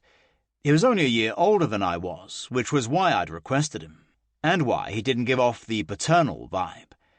Sure, he was my guard, but he was also one of the few people I trusted as my friend. Some things are worth the risk. I only have another 10 or so days here before we head home, and then I have a lifetime of... I shook my head, unable to complete the sentence. Today's meeting with the Secretary of State taught me that I was good at my impending profession, that I had the right head, the right heart, and the ability to be what my people needed. I would be a good king. I'd also be a damn good human rights lawyer. Top of my class, but I could let that go. After all, I could do far more good as king than I could as a simple lawyer. I could influence Parliament on refugee laws, or lobby the UN directly again. I could put the crown to good use. But in the last couple of days, when I pictured who would wear the crown next to me, it wasn't Charlotte's chestnut hair I saw. It was a blonde with unicorn colours, and the sharpest mouth I'd ever heard, and the sweetest I'd ever tasted. That kiss had knocked me on my arse, and apparently addled my brain a little. I was well aware that we could only be temporary, that I'd need to tell her about me. She could make the decision after she had the facts. In less than 2 weeks, I'd be back in Elliston. In less than 3 months, I'd be engaged. Before I could ride the self-pity train, Willa walked in. Her cheeks and nose were rosy pink, and snow still dotted the hat she wore that slouched to the back. She looked how I'd imagined Christmas time in New York was supposed to. Her smile was radiant as she walked toward me, pulling a small carry-on behind her. In that instant, I could breathe again. Every weight that held me down disappeared, and my chest expanded with air that smelled a lot like hope. I didn't question it, merely accepted the fact that she had the most damnable effect on me, and I liked it. She didn't pause, just walked straight up to me, let go of her suitcase and kissed me, both arms around my neck. Mine came around her in reflex, pulling a chilled frame against my warmer one. Her lips were cool and soft, and I barely restrained myself from begging entrance to her mouth. She tasted as happy as I felt. I hadn't realized just how much I'd missed her until she was in my arms again. "Sir?" Oliver's voice broke through my haze. It was a gentle reminder that we were in a very public place, regardless of the fact that it was assumed I was Jameson. I'd even ruffled my hair as much as I could stand. I broke our kiss, promising myself that I'd kiss her harder, longer, later. There was something to be said for anticipation. "Hey, you," she said with a grin as she pulled back. "Hey, yourself," I answered. "Don't get any ideas." She raised an eyebrow. "You did promise me my own room." I fought my smile and failed. I make no assumptions. "Good. And I'm famished." "I have dinner waiting upstairs," I promised, as I led her to our private elevator. "Are you eating with us, Oliver?" she asked. I adored that about her, that she'd remembered his name. How she spoke to everyone, making no assumptions about rank. "No, ma'am," he said as he pushed the button for the penthouse. "I only grabbed enough for the 2 of you. I actually have a date with a Clementine tonight." "Ooh, is she pretty?" Willa asked as the elevator carried us up. "Well, she's my 9mm, so I think she's gorgeous," he said with a wink. "She needs a good cleaning." "Oh," Willa said. "Have a good time?" "Oh, he will," I laughed. The elevator stopped at our floor, and the doors opened directly into our suite. Oliver walked out first, pulling Willa's suitcase with him. He left it by the couch and then went about his business, checking the rooms as usual, like there was some assassin bent on getting me for some random reason. After all, the anti-monarchist movement was a political threat, not a physical one.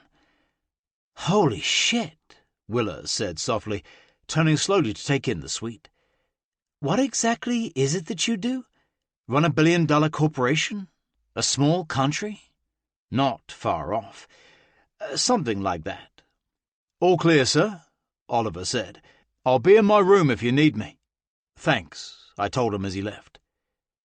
"Where is my room?" Willa asked, still studying our surroundings. "Right there." I pointed to the far door that led to an adjoining room. "Dinner or room?" I asked. "Dinner," she answered, already headed over to the dining room, where the formal table waited with silver serving dishes. She draped her coat over the chair, revealing a purple dress that I wanted to peel from her body. It caressed her curves in ways I was desperate to, tempted the line of her thighs that my tongue was eager to taste. "You are served, my lady," I said, removing the case off her plate as she took her seat. Her laughter was the best thing I'd heard all day. "You got us hot dogs?" Someone told me that local food was the best. I had Oliver track down the best hot dog cart in the city. I took the seat across from her after pouring us each a glass of wine and sat. "Oh my God, so good," she mumbled, devouring the hot dog. "Good thing I had him get us about a dozen then," I grinned, before eating my own. I loved how much she loved food, that she was never self-conscious, never worried about what people around her thought. In some ways, she was way more comfortable with herself than I was. "Why don't you want to run the family business?" she asked after she'd eaten her fill, leaning back in her chair, "especially when it keeps you flush in penthouse suites and hot dogs." I think to truly want something, you have to be given a choice, an opportunity to know it's what you desire. The choice has never been mine. I twisted the wineglass stem in my fingers, watching the soft lighting play over her smooth complexion and dance in her eyes. "The money? The perks? The Oliver?" she asked. There was no greed in her eyes, no calculation, just genuine interest. "I've never not had the money, but I know I could be happy with a lot less. The perks can be pretty fantastic, but they come at a price. And sometimes Oliver is that price. You give up your privacy for security and your choices for the good of the family. And I had a career I loved before I was called home." "And what was that? Batman?" "I'm a human rights lawyer by trade." Her eyes flew wide. "So, Batman. You're basically Batman. Could you be any more perfect?" "I'm hardly perfect. And what about you? Are your parents proud of their author?" She blushed prettily, her gaze falling away from mine. "Yeah, they're proud. Mum likes to haul my books to the local elementary schools. I know they wish I'd moved closer, but once you get that taste of freedom, of being on your own, it's hard to go back. Even when I go home for the holidays, I can only hack it a week before I'm desperate to get out of there and get back to where the only expectations I have are my own. I don't do other people's rules very well." She studied me for a moment before she pushed back from the table and walked around to my side. With those simple movements, the air between us charged to a palpable level of electricity. I watched her every move, my eyes drawn to the movement of her hips, the sway of her breasts beneath her plunging neckline. She motioned, and I moved back my chair just in time for her to straddle me. My hands flew to her hips, my fingers digging into the soft flesh. God, she felt good. Her curves were perfectly proportioned, and I knew without a doubt that she would feel like heaven under me, surrounding me. Her arms looped around my neck, her eyes locked onto mine, in a gaze more intimate than our current position, which was about to get a hell of a lot more uncomfortable really soon if she didn't get that perfect ass off my lap. "Willa," I asked softly. I hadn't brought her here to fuck her. Not that I was going to object if that was the way the night went. I wasn't Jameson. I didn't use my title to get laid, but I also never took a woman to bed who didn't know who I was. "Xander," she whispered, her hands threaded through my hair. "That's better." "What's better?" Her thighs shifted, her dress riding up, and it was definitely not better. I was getting harder by the second. "You always look like you're carrying the weight of the world." She kissed my cheek. The tender gesture hit me right in the chest. "Especially when I ask about your family, like right now. Maybe not the world." She placed a finger over my lips, and I quieted. "But when you kissed me, I felt that weight lift, and your concentration shift." A corner of my mouth drifted up. "You do tend to consume my attention. It was impossible to have her near, let alone this near, and not get distracted by her. "Good," she said softly. Her mouth met mine with a frenzy that I answered in full. I gave her control for a few seconds until I felt her tongue slide along mine. Then playtime was over. I threaded my fingers through her hair and slanted her head so I could kiss her deeply. She moaned in my mouth, and the erection in my pants was no longer a thought, but a full-blown demand. The kiss was hot, openly carnal, a combination of teeth and tongue, lips and sighs. Her hips rocked over mine, and then I was the one groaning, one of my hands sliding down her curves until I had a firm grasp on her ass. I moved my mouth along her jaw to the tender skin of her neck. She whimpered when I sucked on the spot that met her collarbone, and her hands tightened in my hair. There was no logic here, no reason. There was only Willa and the insane chemistry we had together. And she has no clue who she's really dealing with. I clung to the thought as I leaned back, putting a little distance between us. "Willa, stop," I forced out, even though it was the last thing I wanted to do. "What's wrong?" she asked. Her eyes were hazy, her lips swollen from my kiss, and I'd never seen her more beautiful or more fuckable. "Nothing. I just think there are things you should know about me." She pulled her lower lip between her teeth and smiled in a way that was going to land her in my bed before I could say another damn word. "Willa, are you a mobster?" she asked, flicking open the first button of my shirt. "No, but I do run an entire economy." "Are you a criminal?" "No, unless you listen to the anti-monarchists in Elliston." "A murderer?" "No, they keep me far from the front line." She picked up my hands and put them on her waist. "Then touch now. Talk later." Without breaking a gaze, I stood, lifting her against me. I balanced her weight with one hand under us, as the other swept the dishes down the length of the table. I set her on polished wood and groaned at the sight of her soft thighs, as the hem of her dress gave up the battle and headed for her waist. I kissed her, melding our mouths until we were both gasping for air. Then I unzipped the back of her dress, while my lips kissed a path to her neckline, and then the lacy cups of her bra as her dress fell open. "Fuck, you're perfect," I said in reverence, as I cut the round globes of her breasts. "More," she instructed, arching into my hands. In a world where I gave all the orders, I found myself willing to do anything she asked, just to please her. But touching her, damn if that didn't please me more. I peeled the lace of one cup down to reveal the pearled pink tip of her nipple and nearly groaned. Of course she'd be exquisite. Everything about this woman was designed to tempt and tease me, almost as if I'd conjured her from a fantasy. I had to taste her. My hand slid up her thigh as my lips surrounded her nipple and licked the puckered flesh. My tongue swept and laved as her hands held me to her moans urging me on. Her thigh was so soft, supple, and I nearly bucked against the table when my thumb swept upward and over a very lacy, very wet, very small thong.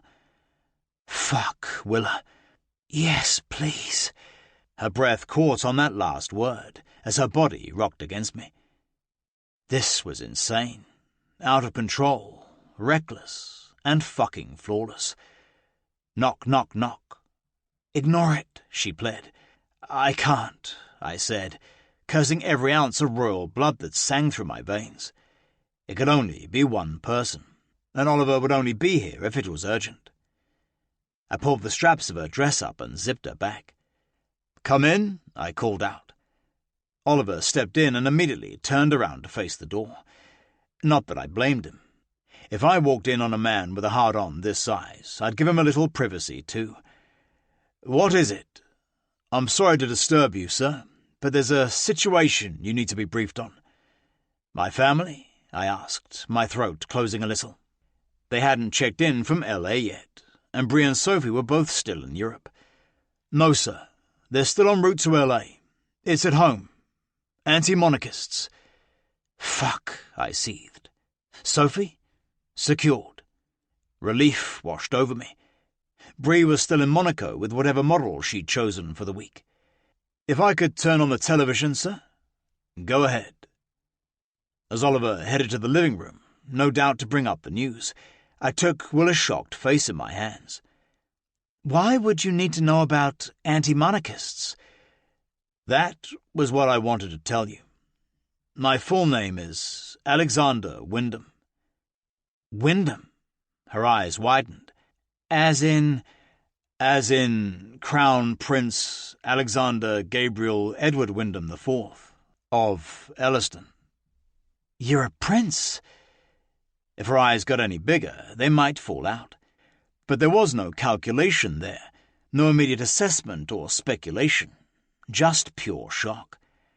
"I am a prince. Like a royal prince. Is there any other kind? I can think of musicians, anatomical piercings." I stroked my thumbs over her cheek, relishing the blush I'd brought to her cheeks a few minutes ago. "I'm the royal kind of prince."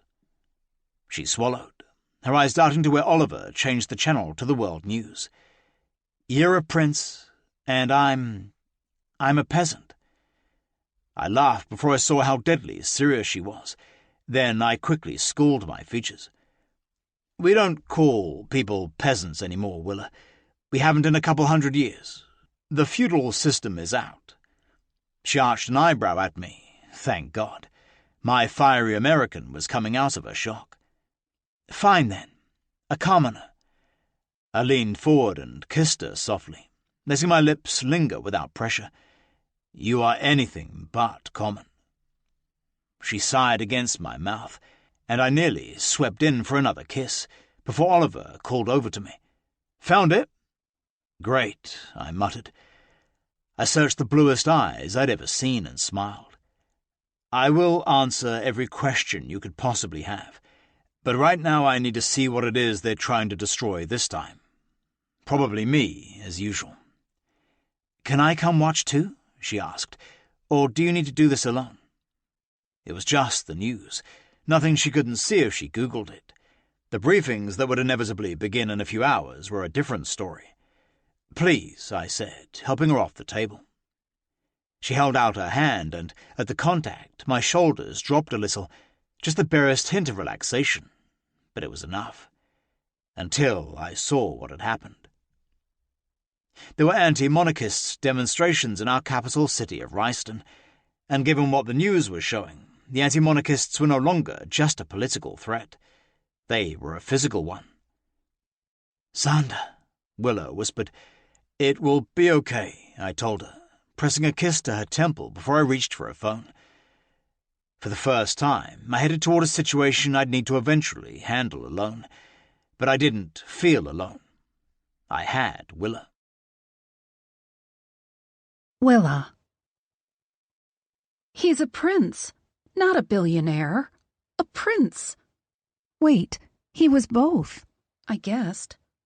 I sat next to him in the living room of the penthouse suite, only a small portion of me watching the news report on the flat screen. The rest of me, as if my heart had eyes too, watched Xander, Prince Alexander of Elliston, as he soaked in the knowledge coming from the television. The sound of his proper formal name rang through the speakers, and something twisted in the center of my chest as I watched the tension in his shoulders return. I sighed. My earlier moves to ease that strain in him had vanished, and now, knowing who he was, I better understood the weight that kept him rod straight, as if always bracing for impact. But also, now that I knew who he was, I didn't understand, couldn't even begin to comprehend the stress he endured on a daily basis. No longer the CEO billionaire type I'd pegged him for, he actually had people. People who depended on him, needed his family and his ruling, and... My head spun, the thoughts weaving a story closer to a fictional tale I'd write than reality. And right alongside the fantasy, fear fueled every beat of my heart.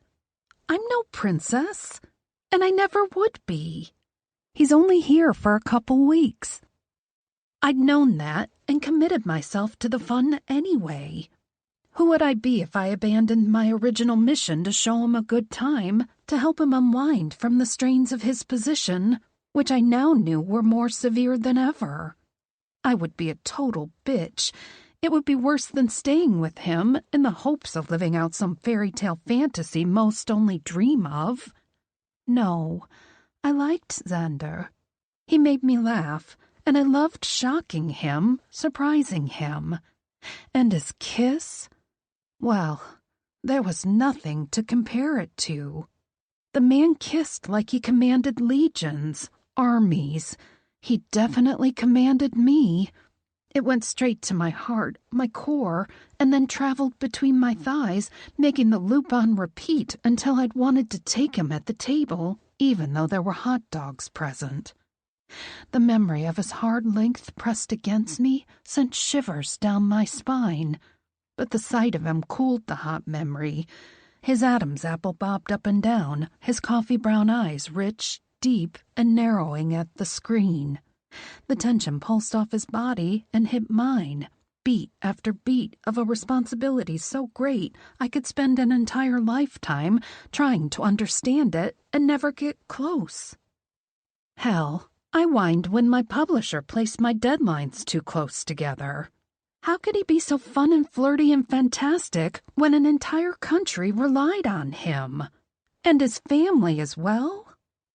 Some residents aren't sure that the Crown Prince will be able to fill the shoes his father left behind. I cut my eyes to the screen for only a moment to glare at the faceless reporter who said such things. Not that I knew anything about being royalty, but I knew Xander.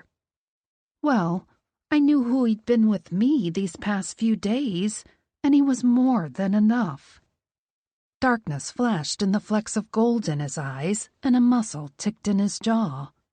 I both did and didn't want to distract him from the reports, but bad reviews sucked, and while mine were nowhere near as important as his, I wanted to soothe the sting. I reached up, trailing my fingers over his cheek, enjoying the tickle of light stubble there. A breath released from his broad chest like he'd been holding it, and he blinked before giving a nod to Oliver, who quickly turned off the television. "Do you need me to contact your mother?" Oliver asked, hands behind his back. Xander shook his head. "All of the calls I needed to make are complete.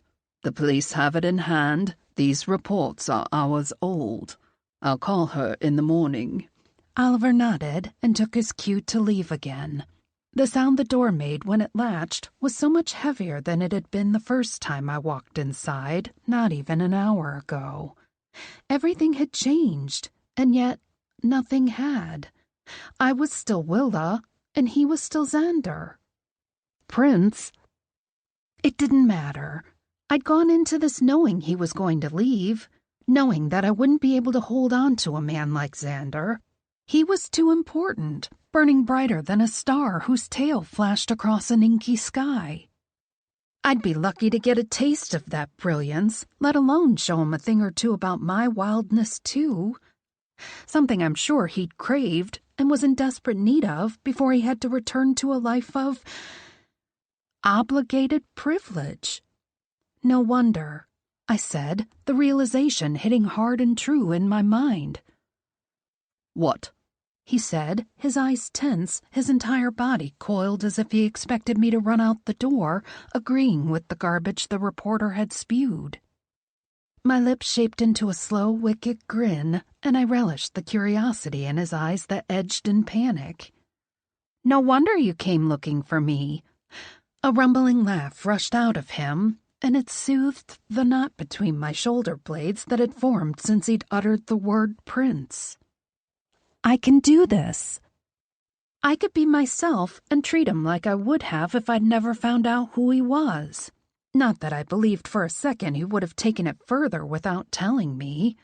He was too good a man for that, and I suddenly wondered if he even knew just how good he was. With the way he'd let every jab hit him from the TV, I doubted it. The depth in his eyes lightened with his laughter, but it wasn't enough. The weight was still there, and even though I knew one technique would be a surefire way to get him to loosen up, I knew tonight wasn't the night to unhinge the passion pulsing in my blood. He didn't need a good roll in the sheets right now, though the images of such a thing made me slick between the thighs. No, he needed a friend. He needed fun. He needed distraction. "Willa," he said, shifting to face me, his knee brushing mine. Delicious waves of heat curled up my core when he said my name, and it had me rethinking the friendly plan I'd concocted. "I want you to know that I was going to tell you before He swallowed hard. Before anything happened further between us." I grinned, snorting. I knew that. He cocked a brow at me. "Do you?" I nodded. You're a good man, Xander. And besides, I was kissing you without demanding to know your deepest, darkest secrets. You aren't in trouble. Another deep sigh, one long and hard enough to lower his stiff shoulders just a tad. "Well," he said, placing a hand on my knee, and though the touch was innocent, it sent sparks shooting across my skin. "Then I need to be honest with you." My throat closed up, choking on the easy air between us. He was going to dismiss me before I had a chance to help him, before I had a chance to unravel him. He wasn't even going to give me these 2 weeks, or whatever he had left in the States. "We spoke before about the woman my family wants me to marry." "Ah," I said, slightly relieved and irked at the same time. I told myself to calm the F down, as I'd just been schooling myself on the fling this would be. Nothing more. You said that she looked at you as more of a brother than a lover, and vice versa. "That is true," he nodded. "Though I changed the wording a bit." Oh? It was my turn to arch a brow at him. I do that all the time. Artistic liberties and all that. He chuckled, and the smile was enough to send my heart fluttering. Yes, fluttering. I resisted the urge to roll my eyes at my own ridiculousness. "Betrothed," I hissed despite myself. That is a word I could live without. I stared down at his hand on my thigh, shaking my head. I didn't know he was betrothed, didn't realize that whatever happened between us would reflect badly on him. I stood up, unable to handle the warmth of his touch for a moment longer, and doused myself with mental buckets of ice water. I didn't know it was already at that stage, I said. I'm sorry. About the kisses. I palmed my forehead. I had kissed him openly in the lobby. Outside the skating rink, anyone could have seen. "What could you possibly have to apologize for?" he asked, standing before me. "You've done nothing wrong.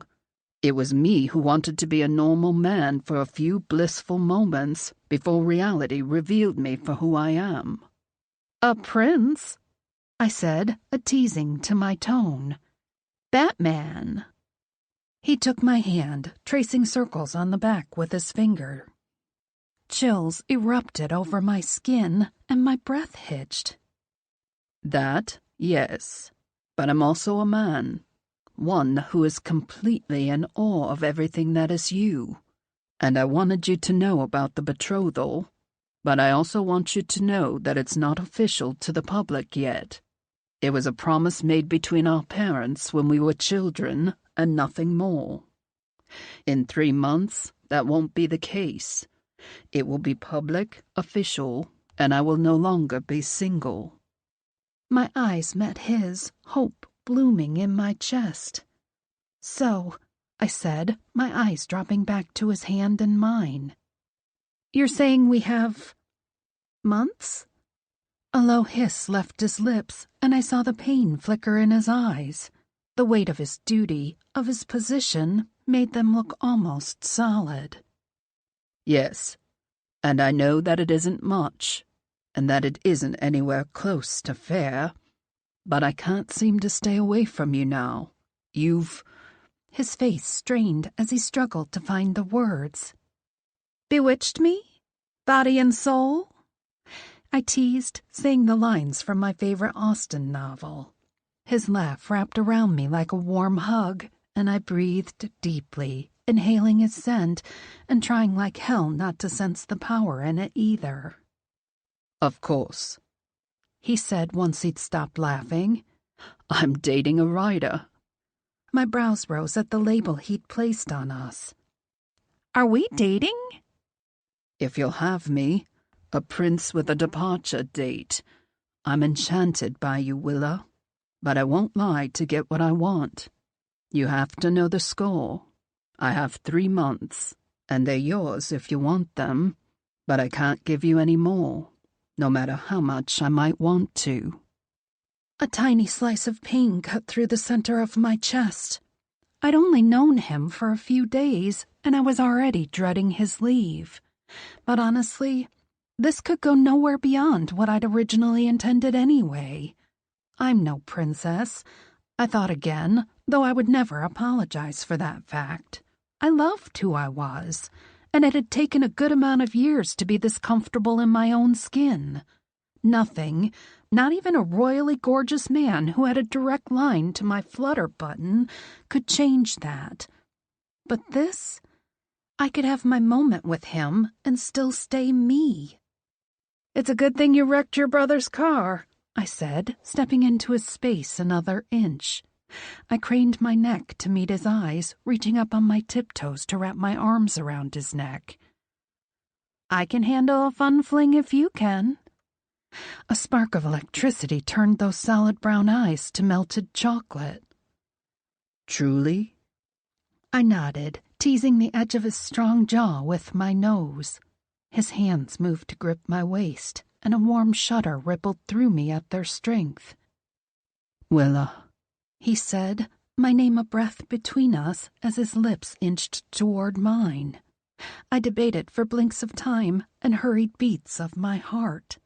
I could submit now, allow myself the end of torture in the chemistry between us, in the ache with his name on it between my thighs. But I was never one to submit easily, no matter how much I knew he could demand something of me in that growly voice of his, and I would be on my knees in a second. The image of him bare before me at knee level, all his gloriousness to behold, made my mouth water.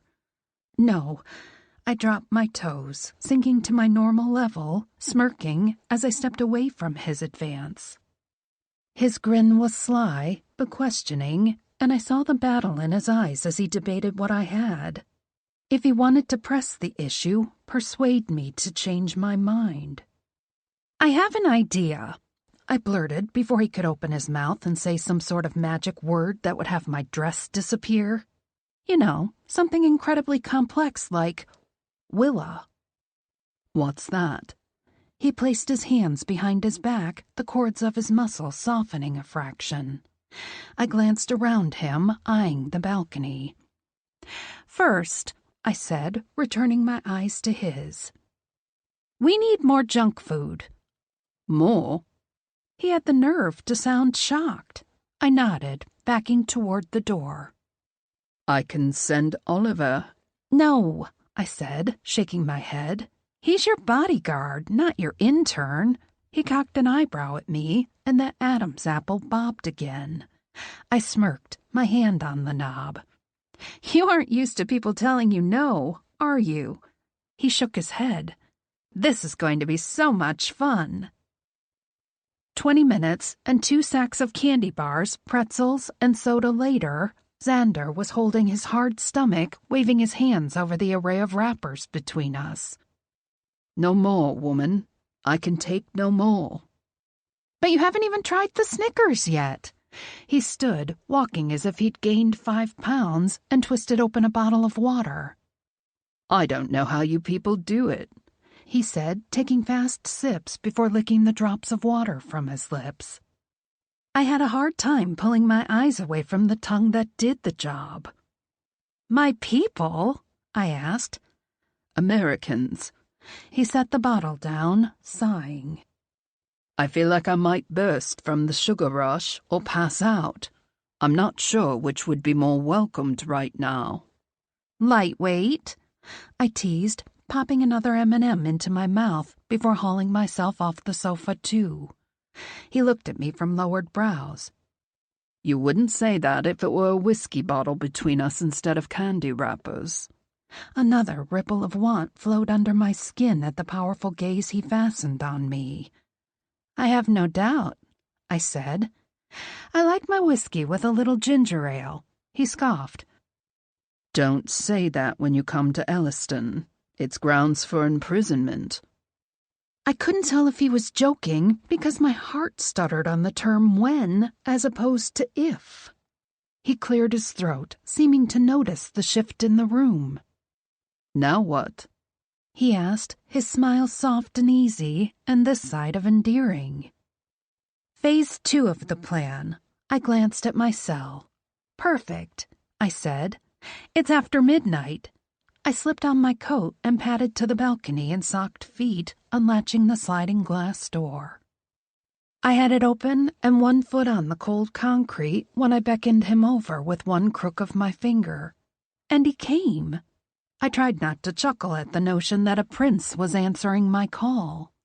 Tried like hell to not let it turn me on either, but I was only human. What happens after midnight? He asked as he joined me where I leaned against the railing. Puffs of air escaped our mouths from the cold, but our thick coats made it bearable. Everything, I said, waving an arm at the city beneath us. New York came alive at night, its array of buildings sparkling from their own source of starlight since there was none to be seen. And while my little cottage offered me the seclusions I needed on a daily basis, the city was wonderful for little pieces of stolen adventure when desired. People hustled and strolled, some alone, some in groups or couples, but everything was alive and pulsing. The noise barely filtered up to us on the 20th floor balcony, but echoes of the night hummed around our bodies, fueling the growing heat between the inches that separated us. There, I said, pointing toward a girl pacing on the corner of the street where she appeared to be waiting for someone. The way she stomped her boots with each pass on the small, slightly crowded corner made me chuckle. You see the brunette with the cell gripped in her hand? Xander narrowed his eyes, resembling a hawk as he used his whole body to shift to where I pointed. Yes? Her boyfriend was supposed to pick her up an hour ago, but Todd has never been one to be on time, and she's contemplating paying him back by heading to that club over there. I pointed a block down the street where if we listened hard enough, we might hear the thump-thump of bass echo from the club's doors. She knows a bartender there, Jake. He'd help her drown her anger in vodka tonics the rest of the night, free of charge, of course. Xander squinted at me, a tilt to his head. You're friends with them? I laughed, shaking my head. No. But you know them. I snorted. No. This is one of my favorite games to play when I stay in the city. He surveyed me for a few seconds, likely determining if I was crazy as the colors in my hair. Glancing down at the street, he pointed to a pair of college-aged guys who'd stopped in front of a bodega. One was helping the other secure a thick rope of gold around his neck. And them? He challenged.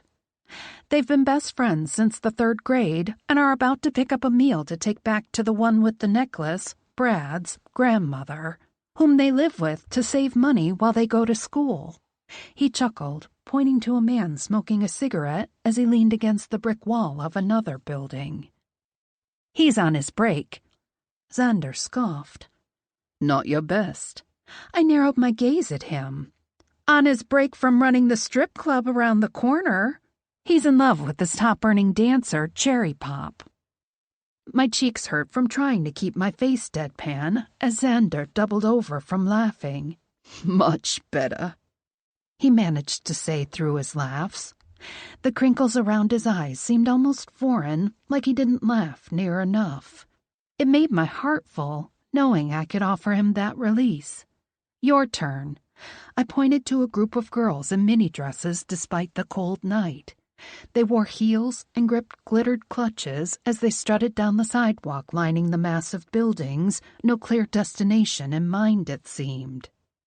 "Oh," he said, leaning his elbows further over the railing, the motion so casual and relaxed it made my stomach melty. "The Giavatti sisters? They're on their way to their eldest sister's fiancé's restaurant. They'll dine for free, naturally, and drink several bottles of house wine before heading to the bodega where Brad and his friend will have returned to get the dessert they forgot for his grandmother. The youngest Giavatti will fall madly in love with Brad, and they'll live happily ever after." I laughed so hard tears gathered in the corners of my eyes. "Not bad," I said. "You are a romantic." "Why do you say that?" he asked, turning his full attention to me. "Because you gave them a happy ending." "As an author, I thought you'd appreciate it." He smirked. "Are you telling me the owner of the strip club in Cherry Pop don't get a happy ending?" The stripper's name sounded hilarious with his accent coating it, and the tears now rolled down my cheeks, which ached. I swiped them away, sucking in breaths of city night air. We played the people-watching game for another hour until our sides hurt so much we returned inside. In the bathroom, I changed into soft cotton pajama shorts and a fitted V-neck tank top and totally ignored the couch as I headed for the king-sized bed in his room, the double doors open and inviting. I crashed against it, exhaustion settling deep in my bones from the night. He came out of his own bathroom dressed in black silk pajama pants and a white cotton tee that strained against his broad, muscled chest. I swallowed hard. "You certainly take loungewear to an entirely new level." He licked his lips, eyeing my bare legs. "I could say the same about you. Did you forget it's winter?" "I'm a hot sleeper." He swallowed hard, sinking onto the edge of the bed. "Are we going to sleep?" "I don't want to go to my room just yet," I admitted. "Can we talk some more?"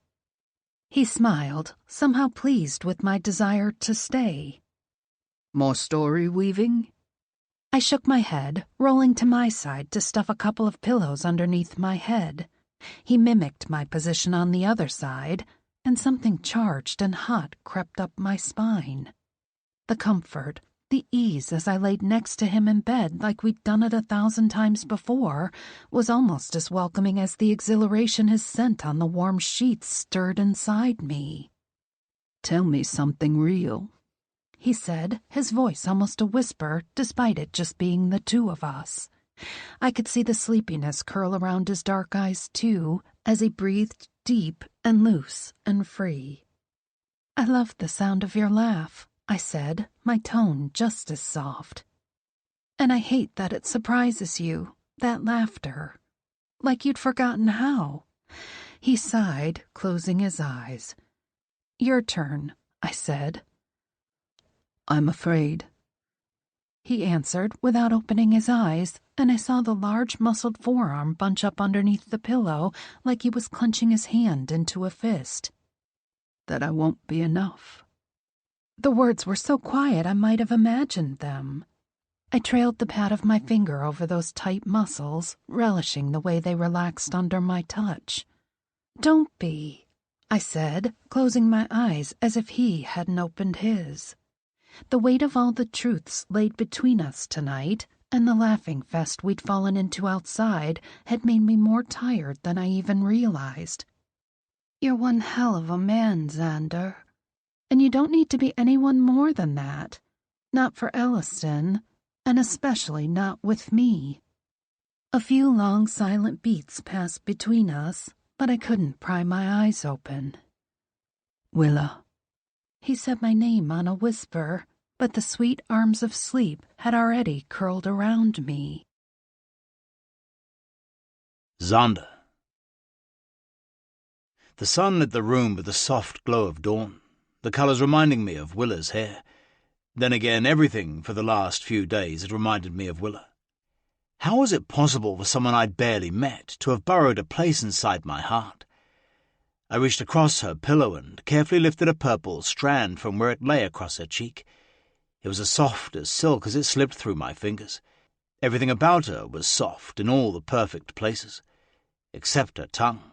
That was sharp, unless it was in my mouth. My fingers trailed down her spine, bare between the straps of the tank top she slept in.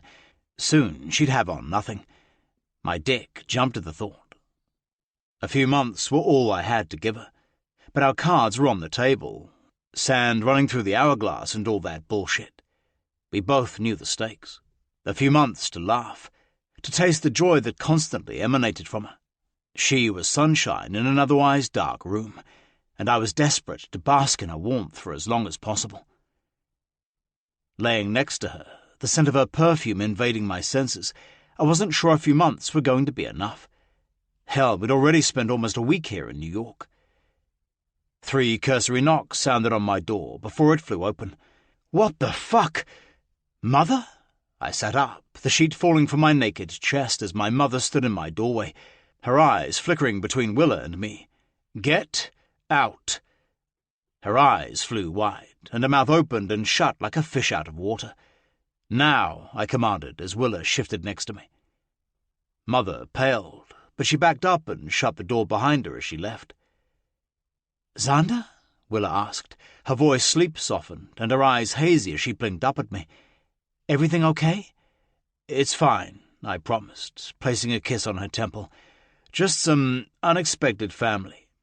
Stay here and I'll take care of it. My feet hit the floor, and I pulled a shirt on, grateful I'd spent the night in sleep pants. I'd needed as many layers between us as possible. Do you want me to leave? Willa asked softly. I turned to see her sitting up in bed, the sheet clutched to her chest as if she was naked. I wish she was naked. Please don't. Stay. Let me sort this out and I'll be right back. Don't move a muscle. She nodded, but there was a twinge of fear in her eyes that I needed to alleviate. I crossed the room and kissed her, my lips clinging to hers a moment too long and letting go way too soon. I like you in my bed, I whispered against her lips. Then I left in search of my mother. I didn't have far to go. She, Jameson, and Charlotte sat at the dining room table. Well, Charlotte and Jameson sat. Mother was pacing. Jameson, Charlotte, good to see you, I said as I took a seat at the head of the table. Coffee appeared at the hand of a skittish maid who kept glancing nervously at where Mother was wearing a path through the carpet. Thank you, I told her gently, and took the pot before it ended up in my lap. To what do I owe your early return? To what? To what? Mother snapped. The news of the anti-monarchist riot reached us as we landed in L.A., Charlotte said calmly. She sipped her coffee and raised her eyebrows at Mother. We figured we needed to cut the whole trip short, Jameson added, leaning back in his chair with his hands behind his head. Want to tell us what's got Mother in freak-out mode? What's got me? Mother yelled. Her eyes flew wide and she cleared her throat, visually composing herself. First, you skip out on L.A. and send Jamie in your stead. And now you have an American in your bed? The American? Jameson asked, leaning forward. Yes, I do, I told Mother. Charlotte gave me a thumbs up until Mother scoffed in her direction. Jamie, how about we leave these two to their discussion? She asked. You don't feel this involves you? Mother asked her. He's your betrothed. Charlotte tilted her head in a regal way that spoke more of her training and breeding than any gesture could have. Our parents signed a piece of paper, yes, but neither Xander nor I have indicated that we would ever want to be more than what we are. Dear friends, if he can find his happiness, I will be the first to champion it. She stood from the table, as regal as a duchess should be, and walked out, her head high. Now that, my family, is how you make an exit. Jameson shoved back from the table and followed her out, leaving me with my mother. Alexander. Mother. She rubbed the skin between her eyebrows and sat in the chair nearest to me. You cannot go on with this woman. Why the hell not? I asked, my voice even and calm. Why should it matter who I decide to sleep with, to spend my time with? It has no bearing on my ability to rule. It's a matter of public perception. At this moment there are riots in one protest, which is legal, I might add. Does not a riot make, Mother? The anti-monarchist movement is growing, and I'll deal with it. But panicking helps no one, and it's not like Willa caused any of it. Willa? That's her name? Mother's eyes narrowed. Does Willa know how much money you're worth? She's not after the money, I said with a sigh. God, that felt good to say. Willa had wanted me more before she knew who I was, or what I was worth. Oh, then what exactly could she want from you? It's not as if you could marry her or make her the next queen. She crossed her arms in front of her chest. My time. She wants my time, Mother, and I'm going to give it to her. Every single second until I'm physically unable to. That's impossible. We need to return to Elliston and deal with Parliament and the anti-monarchists. I didn't utter a word. I'd already drawn my conclusions and come to the same one she had. But I sure as hell wasn't going to let her dictate that to me. We do, and I have no intention of going back alone. Are you saying? Her eyes narrowed. I'm saying that I deserve this time. I'm going to spend my life in service to the country I love, the people I love. But until that moment arrives, I'm going to shove enough happiness into my memory to last. You're being melodramatic, Alexander. She waved me off. You will be happy enough as king. I will be fulfilled. There is a vast difference, and if you don't know that by now, I can't help you, Mother. This is my life. I pushed back from the table and left her without excusing myself. Making my way down the hall quickly, I counted the reasons this fling was a bad decision, and still couldn't bring myself to care. I wanted Willa in my arms, my bed, and my life until I could no longer keep her, or she no longer wanted me. The thing about being born a prince? I'd never been denied anything I wanted, and I had no intention of discovering disappointment now. I pushed open my bedroom door and stopped short. Willa was gone. Nothing but a note card on her pillow. Fuck, even her bag was gone. Running my hands over my hair, I crossed the distance to the bed and read the note. Room 539. Come alone. Naked preferred. Batman mask acceptable. I couldn't stop the smile that spread across my face. Whoever was lucky enough to spend their life loving Willa would never be bored. A sour feeling struck my stomach. That person would never be me. I shook it off. There was no point focusing on what I couldn't have. I threw on jeans and a tee, determined to be as far from Prince Alexander as I could be, and once my shoes were on, I headed through the quiet suite for the door. I opened it to find Oliver there, a bored, resigned look on his face. "Going somewhere, Your Highness?" "Cut the shit, Oliver. You know where she went." "Room 539. He hit the button on the elevator. "You couldn't keep her here?" I asked as we waited. "What did you want me to do? Throw her over my shoulder? Tie her to your bed?" Either of those would have been acceptable. He arched an eyebrow at me as the doors opened in front of us. After we walked in, Oliver hit the button and we descended to the 5th floor. "We need to leave for Elliston," I told him quietly, voicing what I'd known since last night. "Today?" he asked. "Tomorrow." I hated the word the moment it was out. "I'll make the arrangements," he said as the doors opened on the 5th floor. He stepped out first, and then I took the lead once his subtle head nod gave me the go-ahead. "I swear, Oliver, you're acting like there are assassins on every floor on the off chance I might decide to wander." He threw me a little side-eye, but that was the only reaction I'd get out of him. We reached her door, and I raised my hand to knock, but didn't make contact. "Sir?" Oliver asked. "Check into her passport. Make sure it's valid, or pull whatever strings you need to make it so. I'm not leaving her here if I have anything to say about it." "Miss Willa?" he asked, his face expressionless. "Yes."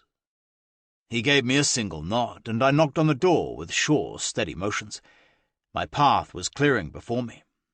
I had only a few months with her, and I intended to make the most of them. Willa opened the door, wearing a bathrobe from the hotel. The humid air from a recent shower smelled exactly like her still damp hair. She smiled at me, then looked at Oliver. Scram. He snorted a laugh under his breath. "I'll be posted at the elevator, Your Highness." Shaking his head, he turned and left us. "Still not used to that," she said, stepping back so I could walk in. "What, Oliver?" I asked, taking in the room.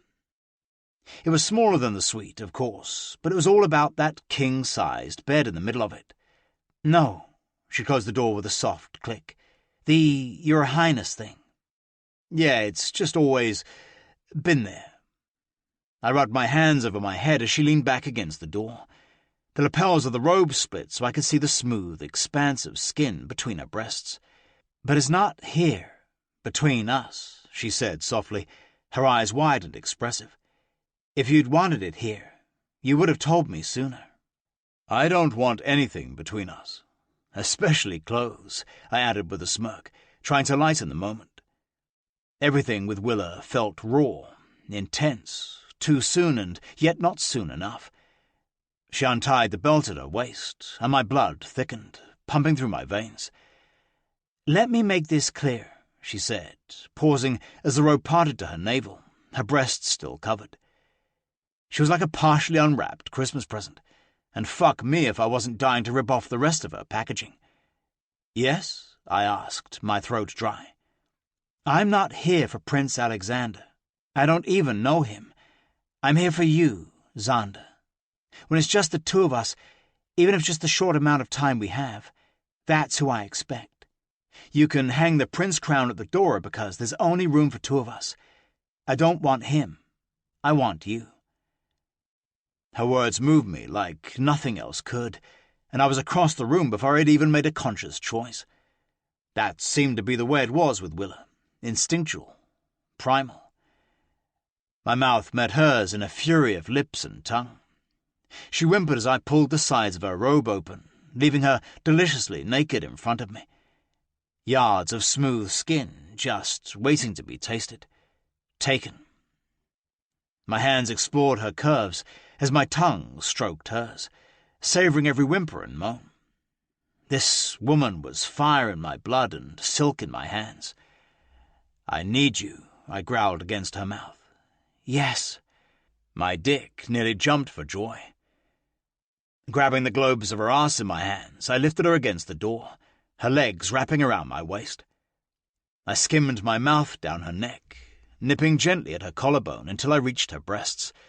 Fuck, I loved them. Perfect, round, so damn sensitive. Her hands tightened in my hair as I took her nipple into my mouth, laving the butt with my tongue. "Xander," she moaned. I backed up until my knees hit the bed, then sat. She rose up, her knees on either side of my thighs, and let the robe fall away. She was every fantasy I never knew I had. She searched my eyes as a small smile spread across her face, and as much as I wanted to deny it, I knew this was more than sex, more than scratching an itch or a conquest. She felt like a new beginning, even though I knew we already had an expiration date. I needed her under me now. Grabbing her hips, I flipped her over and laid her across the bed, every luscious inch of her open and ready for me. I gripped my shirt behind my head and pulled it off. Damn, I loved that little gasp she made. "Seriously? You have a body like a Greek god and literally rule a country. I'm not sure that's fair to the rest of the male population," she said with a grin, as her fingers ran down the ridges of my abs. "I really don't care about what's fair, as long as it gets me you," I answered, after I slipped out of my shoes and socks, then slid back over her. The contact of our skin sent a current through my nerves that I felt through my extremities. "You've got me," she said softly, nearly a whisper. Our mouths met, and the words were over. I kissed her until her nails dug into my back, coaxing every response I could before moving lower to her breasts. Her thighs moved restlessly along my hips as I settled into the cradle of her hips.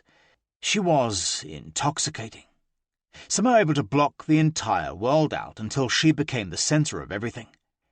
My lips brushed the skin of her stomach, worshipping the curves with reverence. She twisted under my hands, arching as I neared the apex of her thighs. "Xander," she moaned when I swept my tongue through her slit, her taste exploding on my tongue. God, she was sweeter than honey, a flavour as addicting as she was. Her hands tugged at my hair as I worked her clit over, relentlessly pushing her toward the edge. With every whimper from her lips, my dick grew harder, until my jeans were painfully constricting. I'd never wanted, scratch that, needed a woman so badly in my life. Just Willa. Her hips bucked as she rode my mouth, and I slid lower, using my thumb on that bundle of nerves as I fucked her with my tongue. Her muscles went rigid as I pressed in with both, and then she arched, screaming my name. She shuddered as I gave her one long lick, careful with the hypersensitive flesh. I could watch you do that all day. Her eyes were gorgeously hooded, the look of a woman who'd been well satisfied.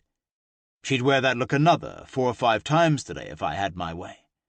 "Sounds like a plan," she agreed as I kneeled between her thighs. She sat up and flicked the button on my jeans. "But not before I get to watch you." I stood for a moment and discarded my jeans and boxer briefs before sliding back between her sweet thighs. Fuck, her skin was so soft. My pulse beat wildly in my ears, my body demanding what I'd wanted to prolong. I skimmed my hands up her curves, cupping her hips, shaping her tiny waist, worshipping her breasts. "Xander, now," she demanded, pulling me into an openly carnal kiss. Her tongue took every thought from my head as her hips rocked against mine, the friction between us almost to bear. This wasn't chemistry. That wasn't strong enough of a word. This was primal, necessary, destined, or some shit. The head of my cock nudged for her opening, and I fought every instinct to push inside. "Fuck, I need a condom. Hold on." She locked her legs around my hips. "I'm clean. I'm on birth control, and I trust you. Condom next time, but if I don't get you inside me right now, I'm going to combust." My head rebelled. I'd never fucked a woman bare, but Willa wasn't any woman, and my heart screamed louder than my head. My body overpowered everything, and I pushed inside her in one smooth glide. I watched her eyes widen as I thrust home. My thoughts exploded, obliterated by her. Fuck, you're tight. Warm. Perfect. Her whimper was my only answer, but those nails bit sweetly into my ass as her knees rose up to take me deeper. In that moment, a thought fired off in my brain. I would never find someone who fit me this perfectly again. There was nothing better than Willa. We locked eyes as I began a slow, steady rhythm. I watched with fascination as hers glazed, passion taking hold of her again, and I concentrated entirely on her pleasure. Each thrust was measured, my hand reaching between us so my thumb could stroke her clit lightly. Her pussy clenched around me, her body wordlessly telling me how much she liked it. My world narrowed to Willa, and I lost myself in her eyes, her body, her arms. I wasn't anything more than Xander, because she stripped away all the unnecessary bullshit and left me raw. My thrusts increased, my body screaming for completion. She met my thrusts, giving back as good as I could give. When she tightened around me like a vice, I groaned and watched her come. The arch of her throat was elegant, my name torn from her lips. Then I lost it. My hips swung freely, taking her like I'd wanted to since I'd first met her. Uninhibited, I thrust home again and again, until my body exploded in an all-consuming orgasm, spilling into her. My heart thundered in my ears as I collapsed next to Willa, pulling her with me so I could hold on to her for a few minutes longer. Holy shit. "Yeah, that about covers it," she said between breaths, still catching hers. "Are you okay?" I asked, cupping her face and kissing her swollen lips gently. "More than okay. I'm perfect. Stupendous. Pretty much dead. I laughed, hugging her to me. This was all I wanted to do for the rest of the day. The rest of my months, Stop right there. My mind was already trying to make plans that my obligations wouldn't let come to fruition. But I had now. Willa. Xander, she said, sarcastically serious as she shifted to fold her hands over my chest and rest her chin. There's unrest at home. I know, she said, all teasing gone from her eyes. I tucked a strand of hair behind her ear. I have to go. Oh. Her face fell and took my heart with it. I know we agreed to these months. It's okay. She stiffened and forced the fakest smile I'd ever seen. I kissed her silent, using my tongue to melt her long enough to listen to my words. Damn, the woman was headstrong, and more than her share of stubborn. Pulling back, I stroked my thumbs over her cheeks as her eyes opened slowly. There was too much worry there, but I knew it was mirrored in my eyes. There was no way to step gently into this water, so I dove in, head first, eyes closed. Willa, I want you to come with me. Her eyes flew impossibly wide. I'm sorry? You want me to go where with you? Lunch? Dinner? The shower, maybe? No. I want you to come back with me to Elliston. Willa. Would you care for anything to drink, Miss Collins? The impeccably dressed flight attendant asked as she stopped in front of my seat. Xander's family naturally had a private jet, and while I couldn't deny the luxury in having an entire seat to myself, I hated that he was an aisle away. I'd love a whiskey and ginger, I blurted, rubbing my palms on my jeans. I thought choosing denim over yoga pants would make me appear more put together, but even the flight attendant's starch-pressed pencil skirt and blouse put me to shame. The woman's hair was gorgeous, silky brown, and I seriously wanted to know how she made it look downright shimmery. Jameson, Xander's brother, who sat across from him and in a double seat, the beautifully stunning and equally intimidating Charlotte right next to him, laughed at the same time Xander's mother cleared her throat. Xander had said Jameson went through women like I did M&Ms, but he looked pretty content next to Charlotte. I wondered if there was anything happening between him and the family friend who looked more elegant than the Queen herself. The Queen sat directly across from me, a sleek table the lone thing separating us. She'd selected her seat before Xander could sit in front of me, and had likely made the choice in an effort to apprise every single thing I did, or at least that is what it felt like under her hawk-like gaze. Moving hadn't been an option unless I wanted to make my discomfort obvious. Now, she watched me with something like disgust, but nothing severe crossed her delicate features. I could see it in the slight way she held her chin tipped up, the way her legs were perfectly crossed, and her shoulders were in the proper position. She'd never approve of me.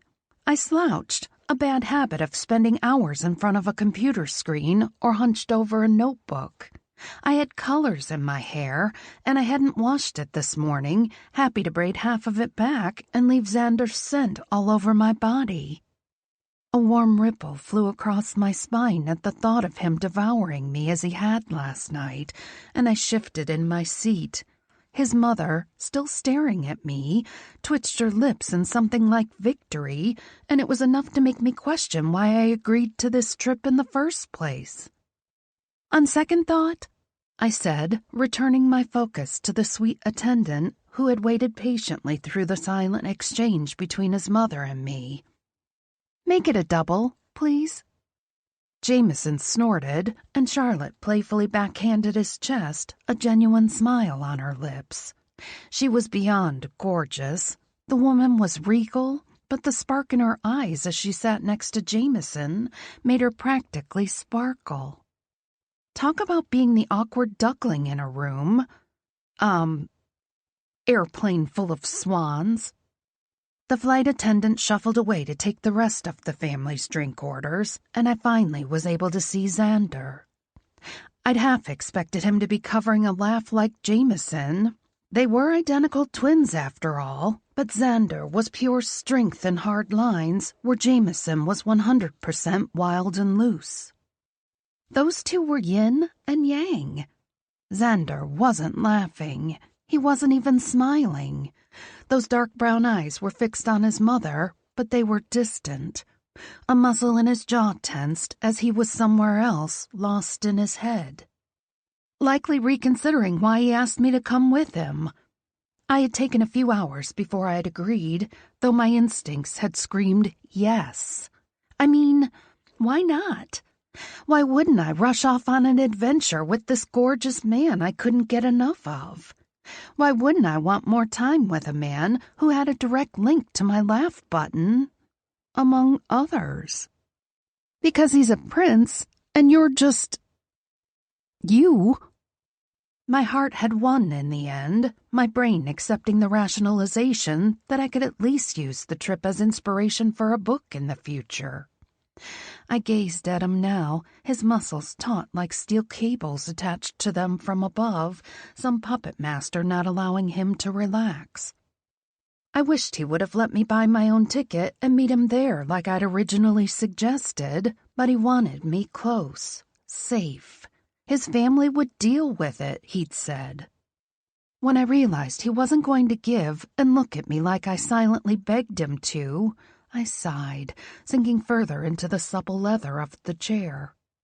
Charlotte flashed me a sympathetic look, and if the Queen wasn't sitting right across from me like a strategically placed lioness between her cubs, I might have ventured over and asked her what she thought of all this. Her response, if anything, might help me get a better handle on what was in store for me once we reached Elliston.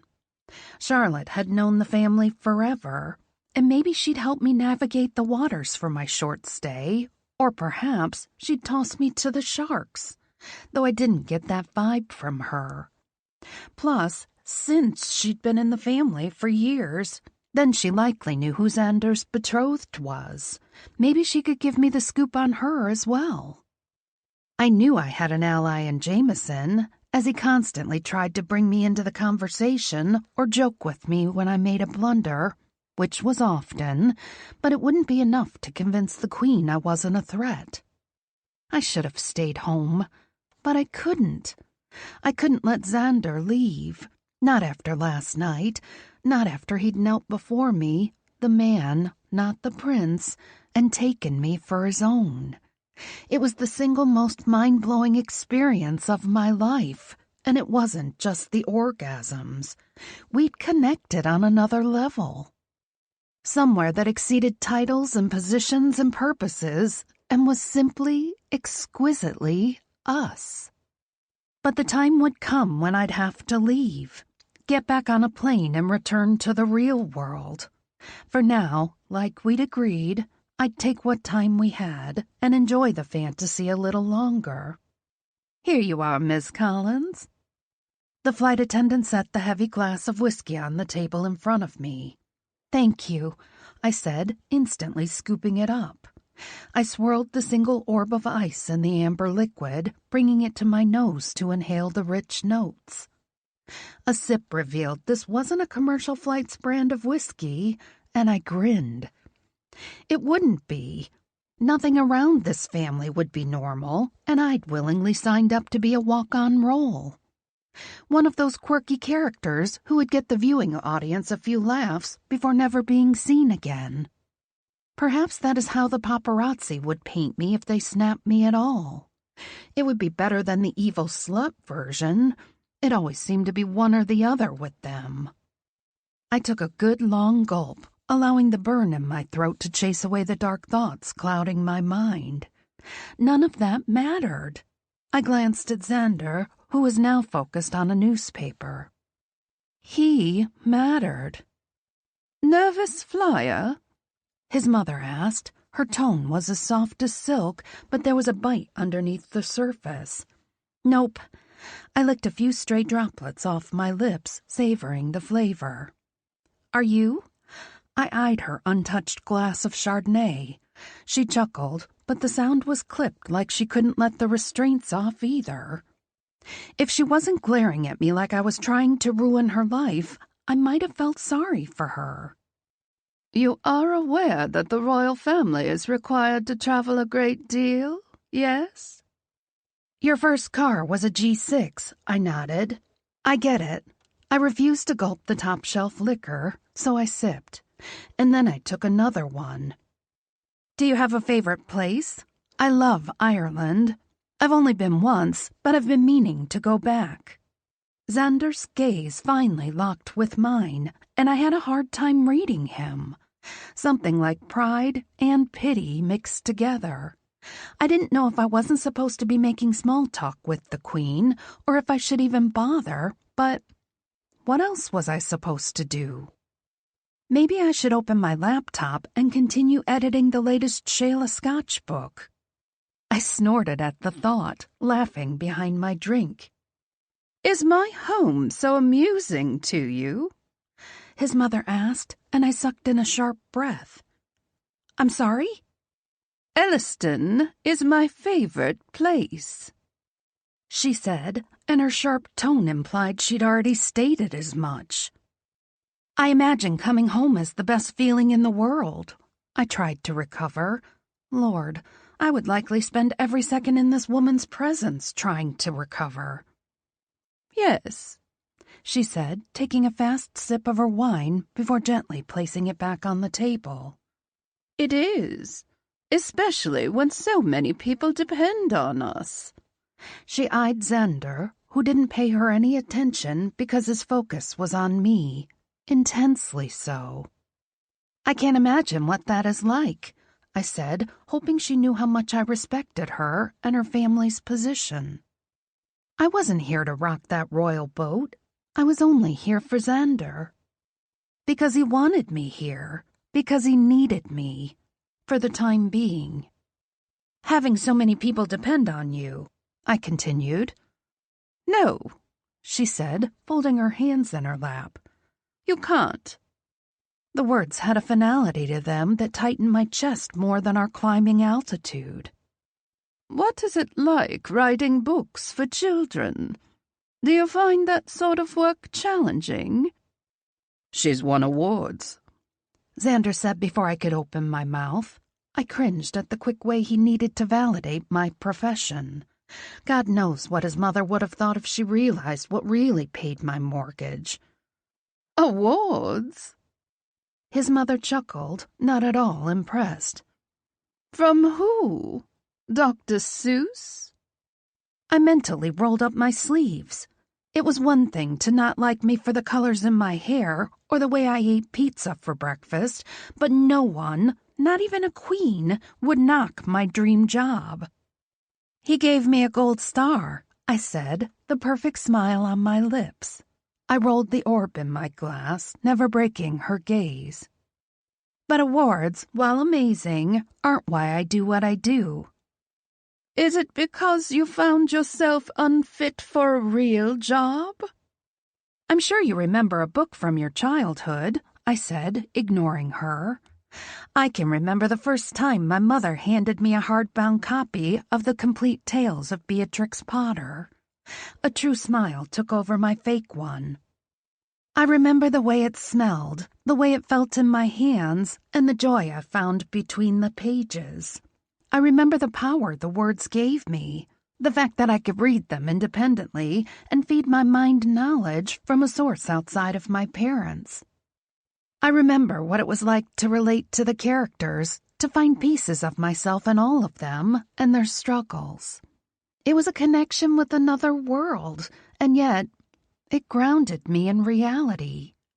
Some of my most favorite memories as a child come from the adventures I had in books, and I can revisit those friends whenever I feel like it. Those early works shaped my mind, primed it for the demands of adulthood, and being part of that, offering children a similar experience, I sighed. Well, it's a dream I've had since first reading Potter's Animal Tales. Xander's deep, rich eyes were wide and churning, and it worked a flush over my skin. I'd gotten carried away.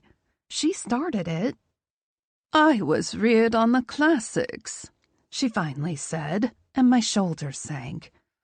I don't recall anything with pictures. It was going to be a long-ass flight. 3 hours later, after the Queen had lost the battle with herself and fallen asleep, I unbuckled myself and stretched. Xander was focused on his iPad, hard at work. He'd told me he was still trying to help out with the caseload he'd left with his law firm, so instead of interrupting him directly, I slipped a note onto his lap and flashed him a smile as I headed toward the restroom. The walk felt great after being seated so long, and butterflies flapped in my stomach. The thrill was from the feel of Xander's eyes on me, and the words I'd left on the note. It seemed an old-school form of communication between us, but it was ours. And it was a dangerous game we played, especially with his mother sharpening her fangs for me, but I couldn't stop now. It only took a few movements before the door flew open and Xander slipped inside. His massive frame filled most of the space, his broad chest grazing mine. Heat flared across my skin as he wrapped his arms around me, the move so natural compared to the tense version of himself he'd been the whole flight. You're incredible, he said. I apologize for subjecting you to my mother this way. I wasn't thinking. I should have chartered our own jet. I raised my eyebrows, thinking of what we could have done without an audience and hours of time to kill. He traced my bottom lip, leaning down. Where did you just go? I smirked, shifting my hips to brush against his. You? Me? A couch in the sky? The possibilities would have been endless. He fingered the loose strands of my hair, the braids shifting on the top of my head. I love the way your mind works. He pressed his forehead against mine. I'm sorry about Mother. Don't be, I said. She's trying to protect you and your country. She's being spiteful and not listening to my wishes. A deep sigh rattled from his lips, and I ran my hands over his coiled muscles. I pushed, forcing him to spin until his spine was against the wall. Elliston is more important to her than listening to reason. Xander, I said, curling his name around my tongue. I didn't ask you here to talk royal politics, or to talk about your mother. He cocked an eyebrow, running his hands down my sides. No?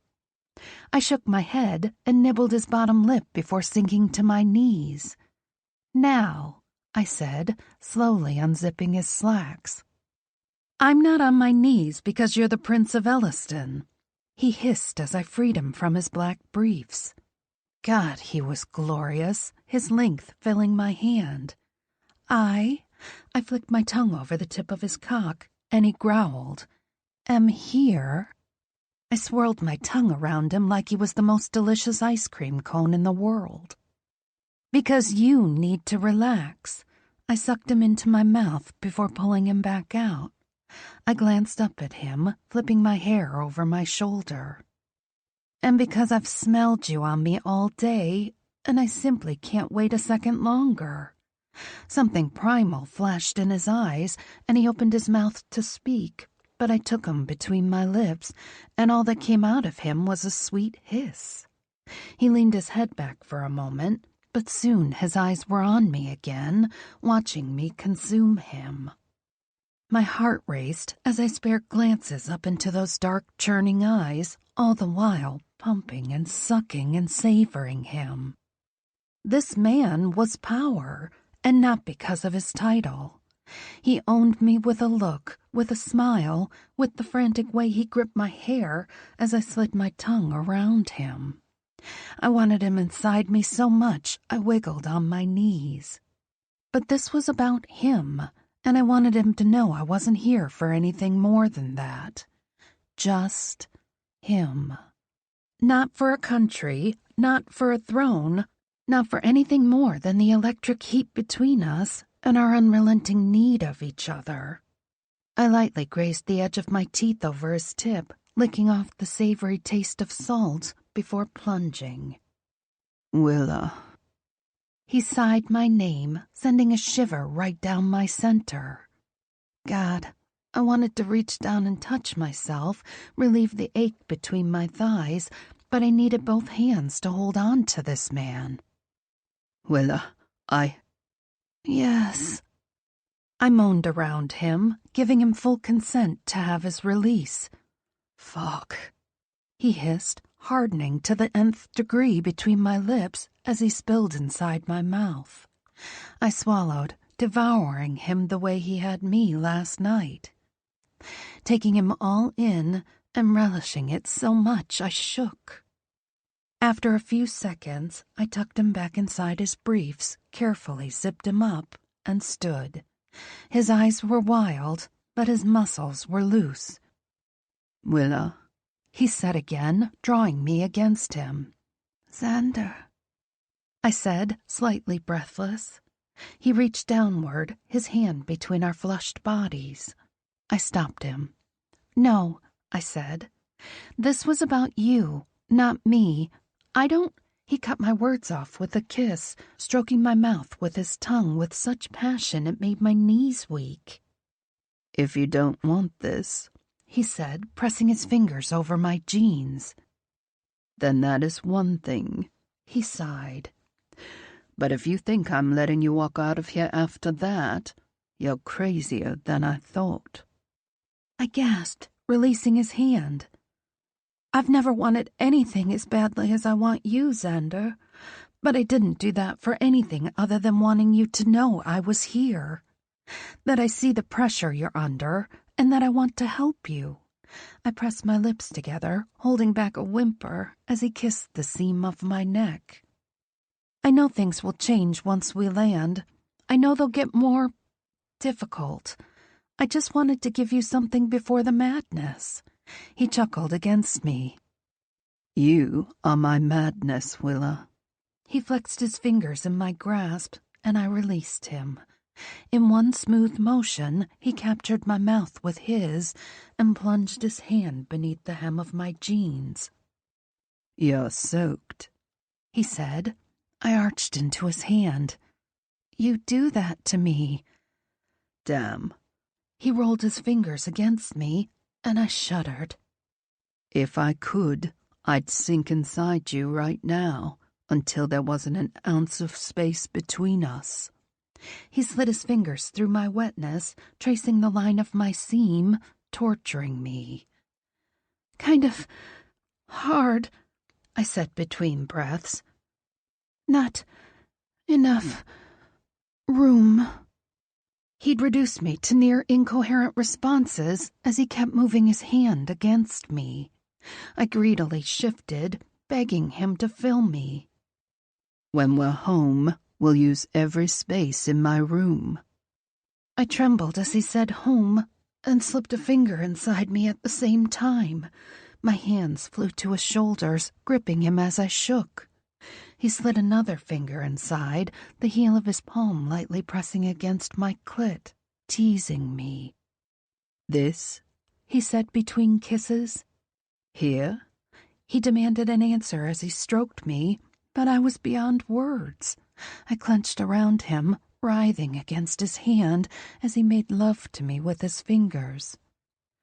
God, you're so wet, so tight, perfect. He increased his pace, but lightly moved his palm over the hypersensitive bundle of nerves, working me into a frenzy of aching tension. Xander, I keened, trying like hell to stay quiet when all I wanted to do was scream. Yes, he smirked and pushed the heel of his palm against my clit, giving me the pressure I needed as I shamelessly rode his hand. My orgasm rippled through me, jerking and melting my muscles at the same time. Thank God he had one arm around me holding me up, or I would have been on the ground. Oh, my God. He swallowed my moans, his tongue stroking my mouth in sync with his fingers. I shuddered around him, flying apart despite holding on to him with all that I had. Willa, he said after I'd caught my breath. There was barely an ounce of space between us as he slipped out of me, careful with my electric flesh. He sucked the pads of his fingers, and I swear the action almost made me come a second time.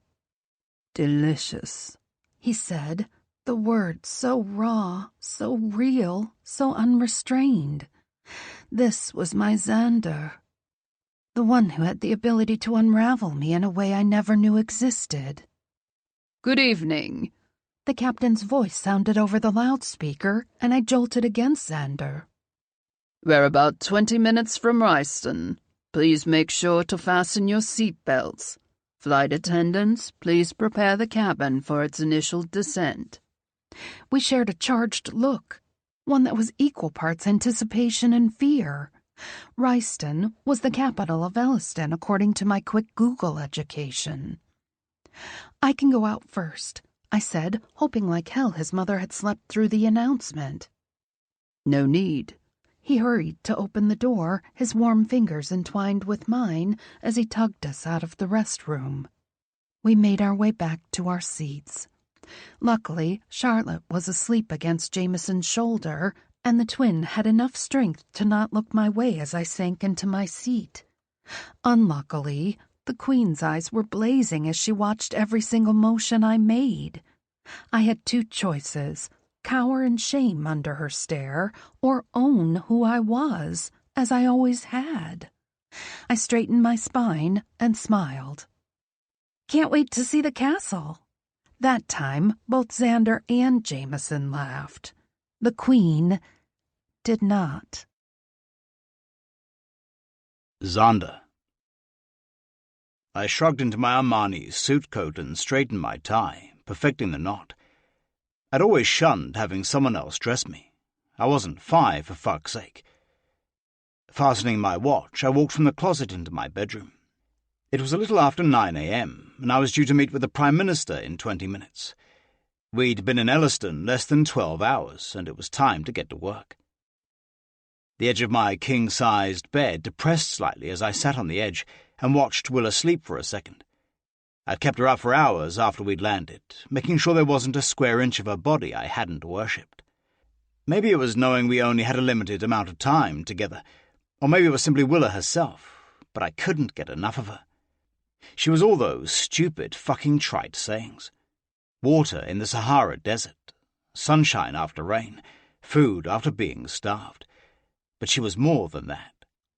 She made everything disappear until my very universe centered on her. For someone who usually had the world on his mind, she was capable of the impossible, quieting my soul. "Good morning," I said gently, running my finger along the soft skin of her cheek. I stayed away from the rest of her naked, sleep-warmed body, knowing I'd miss the meeting if I didn't. Her eyelashes fluttered as she woke, still drowsy and unbelievably sexy. "Hi there. I have to go to a meeting, but I'll be back in about an hour. What time is it?" "A little after 9. Sleep off the jet lag and I'll wake you when I return." I pressed a gentle kiss to her forehead and pulled back. If I was leaving, it was now. "I adore you, Xander," she muttered as her eyes drifted shut. Had she even woken fully? Her confession hit me in the heart. She hadn't said that she wanted me, needed me, or even desired me. She adored me. "Not as much as I adore you, Willa," I whispered to her already sleeping form.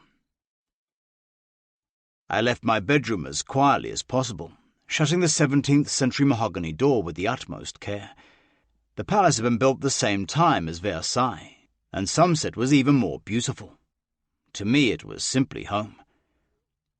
"Looking well rested, Your Highness," Oliver said, keeping pace as I headed down the hall that led out of the residence wing. "Shut up, Oliver." "Yes, sir." I didn't miss his smirk. We crossed into the sitting room, and I was met with all 120 pounds of my baby's sister. "Xander!" Sophie cried, her arms tight around my neck. "Sophie," I sighed and hugged her tighter. "Are you okay?" I waited until she loosened her grip and then set her back on her toes. She brushed her auburn hair behind her ears and blinked those green eyes up at me. Sure, she was 22, but she'd always be the baby to me. We're okay. Well, I'm okay. Bree's fine, of course, because she isn't here. Where in the hell is Gabriella? And why the fuck wouldn't my younger sister stay put? Not that Bree did anything she was supposed to. They were black sheep, and there was Bree. Monaco, I think? Sophia shrugged. Still? Great. We have a near riot on our hands, and Bree is gambling. Fantastic. Can't wait to explain that one to the Prime Minister in 15 minutes. 10, Oliver corrected from behind me. Fuck. I cringed as Sophia scrunched her nose. If one of us was ever meant to live out the royal fairy tale, it was Sophie. She was kind, smart, well-educated, soft-spoken and beloved by our people. I half expected woodland creatures to put her clothes away for her. Sorry, I apologized for swearing. She rubbed my arm. It's okay. I'm not 10 anymore. 9 minutes, Oliver said. I threw him a glare. Got it. I have a secretary, you know. Actually, you don't. She quit just before we left for America. Oliver corrected me. Damn it. Salary? I asked. Jameson, Sophia answered quietly. Motherfucker can't keep his cock in his pants. Got it. Sophia, I hate to cut this short, but I have a meeting. Get to it, she ordered with a smile. Then she turned and nodded to Oliver. Oliver? Her voice softened. Your Royal Highness, he said with a curt nod of his own. Sophia, she corrected him. Or even Sophie, Oliver. Yes, Your Royal Highness, he confirmed, leaving me with an arched eyebrow as we made our way to the conference room, where the Prime Minister was waiting. I'd met Damien McAllister when he was running for office, and had always been impressed with him. Hell of a resume, too. Best universities and graduate programs in Elliston. Foreign internships in England and the United States. A moral compass that didn't steer far from centre, and quite the specimen if the gossip rags had it right. He also leaned left, into anti-monarchist territory, which made him a threat, no matter what his title. His Royal Highness, Prince Alexander... I walked through the doors into the conference room, blowing off the rest of the introduction from the footman. Jesus, it's not like the man didn't know who I was. Mr. Prime Minister, I said, shaking his hand with a firm grip. He raised an eyebrow and met my grip with one of his own. Your Royal Highness. Got it. You have a big dick, but mine is bigger. Please, call me Alexander. We're going to be working together for quite some time, I said, taking my seat across from him. Or at least until the next election, he said with a grin. A corner of my mouth lifted. He could have meant a vote for a new Prime Minister, or a vote to oust the monarchy. I wasn't stupid. Or until then. And please, call me Damien. His eyes were clear and blue, his hair a Nordic shade of blonde. At only 30 years old, the minimum age for Prime Minister, he looked far more suited to an Abercrombie ad than as Prime Minister. But that was probably why he was Elliston's number 3 most eligible bachelor. I was number 1. Tell me, I said as he took his seat, what exactly is this uproar about? You mean the rioting while you were in America? Leave us, I directed every servant and secretary in the room. They scurried to do so. Protests, I corrected Damien. Riot is a word I would use very carefully. And yes, besides wanting the dissolution of the monarchy, what are they upset about? Other than the royal family spending millions of tax dollars with no direct benefit to them? They'd like a democracy, he asked straight-faced. This man didn't pull his punches. That's not going to happen. So they've gathered. Our response was measured. No civilians were hurt. And other than gathering worldwide attention, your country is much the same as how you left it. They marched on the opera. I lowered my voice, where my baby sister was in attendance. They did. I was also there, and Princess Sophia was not harmed. Her guards removed her, us, quickly. The police force monitored the protest, and after a few arrests for destruction of property, You mean the police car they set on fire? They disbanded after midnight. So what you're saying is that, other than setting a car on fire and generally demanding that my family not be the royal family of Elliston, there's nothing we can help them with? No policy suggestions or demands? They have only one demand, and that is to dissolve the monarchy. In their statement to the press, they see this transition period between the king's passing, God rest his soul, and your ascension to the throne as a historic opportunity to move our government to a democracy. In that moment, I missed my father more than ever before. He would have known what to say, what to do to appease a group of people who simply could not be satisfied with less than the impossible. And you side with them? Damien swallowed, his first sign of weakness since I'd walked in. Your Highness, as Prime Minister, I side with this government and all that she entails. I've done my research, McAllister. I'm neither deaf nor blind. You have always leaned against the monarchy. He opened his mouth, but I stopped him with a single uplifted finger. Now, if we were to judge everyone by what they did while at university, our world would look a bit different, wouldn't it? He nodded his head once. There was a little give to this man. It was how he'd risen politically so fast, and as much as I admired him for it, I also knew how dangerous youth and inexperience were. I was walking proof. Unless you've brought me something that I can do for you, Prime Minister, I believe this meeting is over. I'll look over the reports. I rose, as did he. What would you like me to say the official position is? He asked, his gaze unwavering. I looked to my right, where our family portrait hung. Tradition, honour, duty, loyalty to our people and our name. My father had embodied all of those qualities, and now it was my turn. Prime Minister, Elliston has been ruled by the Wyndhams for 1,000 years, and a constitutional monarchy since 1692. You formed this government in our name, and only with our permission. Last time I checked, we have the power to veto laws, advise new ones, and, when absolutely necessary, disband Parliament at our discretion, to include the seat of Prime Minister. We are nearly self-sustaining from our vast holdings, and what tax dollars we do collect fund millions in charity. Does any of that seem as if I'm willing to throw centuries of tradition down the drain because a group of university students think they'd be better off voting for their representation? Oh, wait. They can already do that. Prince Alexander, unless you have a list of demands that I can help with, or a way in which our government has failed these anti-monarchists, then our discussion is done. His eyes blazed, but he nodded. Yes, Your Highness. I sighed and rubbed the back of my neck. Damien, if they have a legitimate grievance, I'll hear it. If not, they're acting like petulant toddlers. His posture softened. I'll see what I can do. Okay. Give me something to work with. I reached across the table and shook his hand, never one to abide by the hands-off-the-monarchy rule. Your Highness, in light of these protests, I wonder if it might be prudent to— His lips pursed. Spit it out, Damien. There's no room for vagueness between us. I wonder if Princess Gabriella might show a bit of temperance. My eyes would have widened if I hadn't been taught to control my facial expressions.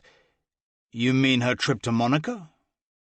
He reached into his briefcase and laid out 4 different tabloids, all dated yesterday, all showing a different picture of Brie and whatever bar she was dancing on. Fuck my life. Headlines ranged from Fiddling While Rome Burns to the Princess Gabriella. I sucked in a quiet breath and then smiled. I'll take your advice under consideration. Without another word, I left the conference room. The door shut behind me, and Oliver was quickly on my heels, as we walked through the crowd I had dismissed from the conference room. Find my mother, then get Brie on the fucking phone, I said, once we were out of ear range of the Prime Minister's entourage. Or I could get you a secretary, Oliver muttered. Not today, Oliver. All I wanted was to crawl back into bed next to Willa, to sample the peace she brought me, to fuck her senseless and find myself in the process, then show her this country I loved so much. Instead, I'd already put out one fire, and another one had popped up in its wake. I held my temper until I reached the residence wing, and that was by sheer force of will. "Sander?" Sophie asked, the worry evident in her voice as she rose from the sofa and placed her coffee on the end table. Her secretary stood. I'd obviously walked in on a meeting. "Where's Mother?" "She's dressing," Sophia answered. "What's happened?" "I need Bree on the phone. Now." "Then use your cell phone.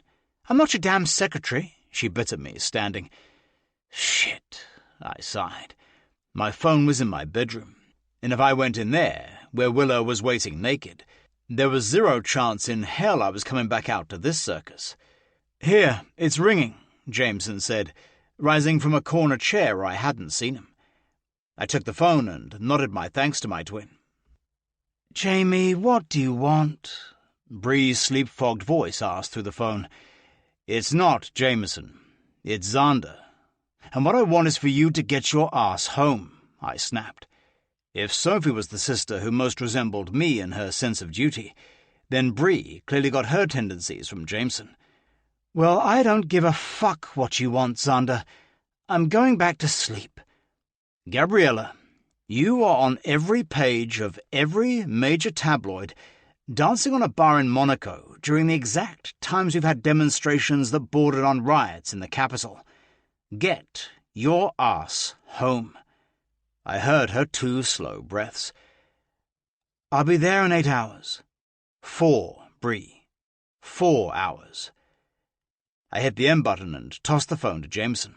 "Look, for the next few months, while we get the anti-monarchist movement under control and the coronation in place, do you think maybe we could all not act like assholes? Maybe?" Mother cleared her throat behind me, and I slow-turned to face her. Impeccable timing as always. "Mother, good morning." "Zander." She was dressed impeccably in a skirt suit, Chanel, no doubt. "If by assholes you mean not bringing back American girls and installing them in our beds like the latest foreign concubines, I couldn't agree more." Sophie's eyes flew wide and flickered between mine and Oliver's like he would tell her the truth. I almost laughed when I saw him shake his head at her, but I was out of patience for the day. "She's not a concubine, Mother, because she's not my mistress. She's my... well, shit. She's my girlfriend. And until you slap those royal marital handcuffs on me, she'll stay in my bed." "And when the public learns that you have some rainbow-haired, low-class American in your bed instead of your betrothed?" She looked up at me with reserved emotion as always. "And that, ladies, is our cue to leave," Jameson said. Within a handful of breaths, the room was clear, save myself and my mother. Even Oliver had fled to stand guard at Willa's door. "She's not low class, and I don't need to defend our relationship to you. And my betrothal isn't public knowledge, Mother, just a rumor. A decades-old rumor that has never been refuted in this house. It's as good as fact. You think you're a normal man, don't you? Capable of screwing whomever you'd like, having a fling, an affair. Capable of dating? Yes, I do. And I intend to right up until the law says I can't. That damned law. And how does your American feel about that?" My eyes glanced back toward the hallway where Willa slept. "She knows the score. We both do. But I have a limited time to be with her, and I'm going to do just that. I couldn't care less if the public knows we're dating. That would be a disaster," Mother snapped. "We are in the middle of a crisis. You're not crowned yet, and with Gabriella being Gabriella, the public opinion could turn against us. You are the one they will look toward to follow the rules, to do as your duty dictates. And what of love? Love. Oh, this isn't love, Mother laughed. You dear boy. This is lust, an infatuation, and I'm tolerating it only because I know you'll do it anyway. But she must be removed from your bedroom. No. I'm sorry? I fixed a glare on my mother. No. I said no. And if you push it, I will take it to the nearest hotel, where she and I will share a suite for as long as we damn well choose. I am 28 years old, and you have no control past that damned betrothal agreement you signed. Her hand flew to her chest. Xander! No. She is the one thing you will not take from me. We'll be discreet, because I understand my duty, but I'm not giving her up. What will you do, Alexander? Fall for this woman? Love this woman? It will be twice as painful to let her go if you continue than it would be to end it now. Spare your heart the pain. Spare the monarchy the scandal. The thought of letting Willa go cut me to the quick. To never see her again, never touch her, never hear her laugh or watch her devour junk food. To never feel her body under mine or kiss her sweet mouth. It was unfathomable. She was mine. I'm not letting her go, I said in a near whisper. Her eyes drooped in sadness before her customary nonchalance took over. Shaking my head, I left her standing in the sitting room. Passing Oliver, I threw open my bedroom door, uncaring that it slammed shut behind me. The quarters were as they'd always been, a sumptuous bedchamber, a small sitting area, a massive walk-in closet, all decorated in various shades of mahogany and blue. But no Willa. A faint splash came from the bathroom, and I stripped off my clothes, leaving a trail all the way to the French doors of the bathroom. Dropping my boxer briefs to the marble floor, I found Willa in my massive jacuzzi tub, bubbles covering everything I needed to claim. The soft swells of her breasts floated in the water, and my body hardened. Xander? Her voice was soft as she sat up. Is everything okay? I didn't answer her, simply stepped into the tub and lowered myself into the water.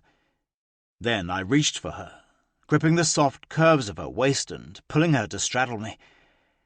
I kissed her hard, my mouth almost punishing her, me, both of us for what we'd done, offered ourselves the taste of the other, knowing we weren't a possibility. She softened immediately, and so did my mouth. My tongue tangled with hers, rolling, sucking, claiming the recess. I kissed the skin beneath her ear as my cock rose between us against her belly.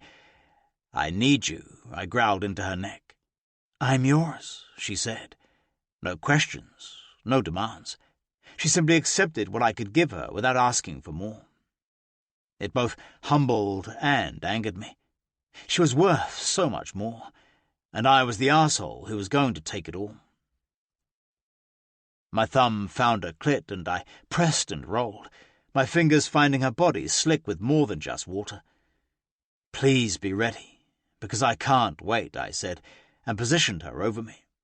I'm ready the minute you walk in a room clothed, let alone naked, she panted, with her forehead braced against mine. Her arms looped around my neck as her body undulated against mine, her pussy riding my hand. I moved my hand and thrust through her tight folds, savouring her gasp in my mouth as I kissed her. This was what I needed, to bury myself in Willa, to brand her as mine for as long as I possibly could, because she'd already left her mark on me. The water sloshed over the sides of the tub as she rode me, her tight pussy squeezing my dick like a fiery vice. She pushed me back against the tub and kissed me hard as she took me over and over again, our bodies slippery and wet. I worked her clit with my fingers until she arched against me in pulsing waves as her orgasm took her. Fuck, the woman was perfect, gorgeous, sexy, funny, smart, and mine. So mine. I growled that sentiment into her neck as I came, spilling into her in rhythmic thrusts, as pleasure clouded my brain and cleared it at the same time. "Yours," she agreed with a soft kiss to my temple. Our breathing slowed as the temperature of the water cooled. Willa sprawled on my chest. "Oh my God, Willa. I'm sorry, that was animalistic. That was fucking phenomenal." She smiled up at me.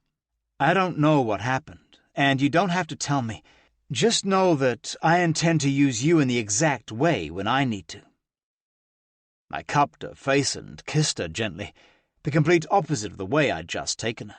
Or let her take me, whatever. A knock at the door sounded. "Fuck," I muttered.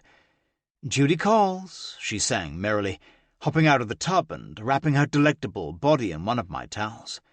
I loved the sight of her in my things. Apparently a few days with Willa, and I was going caveman.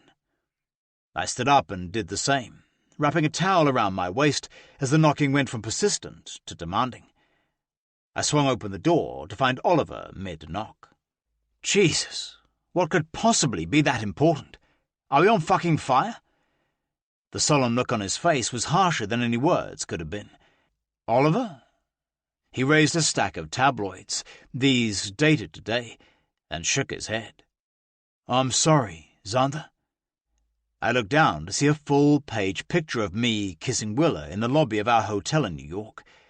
Our faces were clear, as were the other pictures of us walking hand in hand.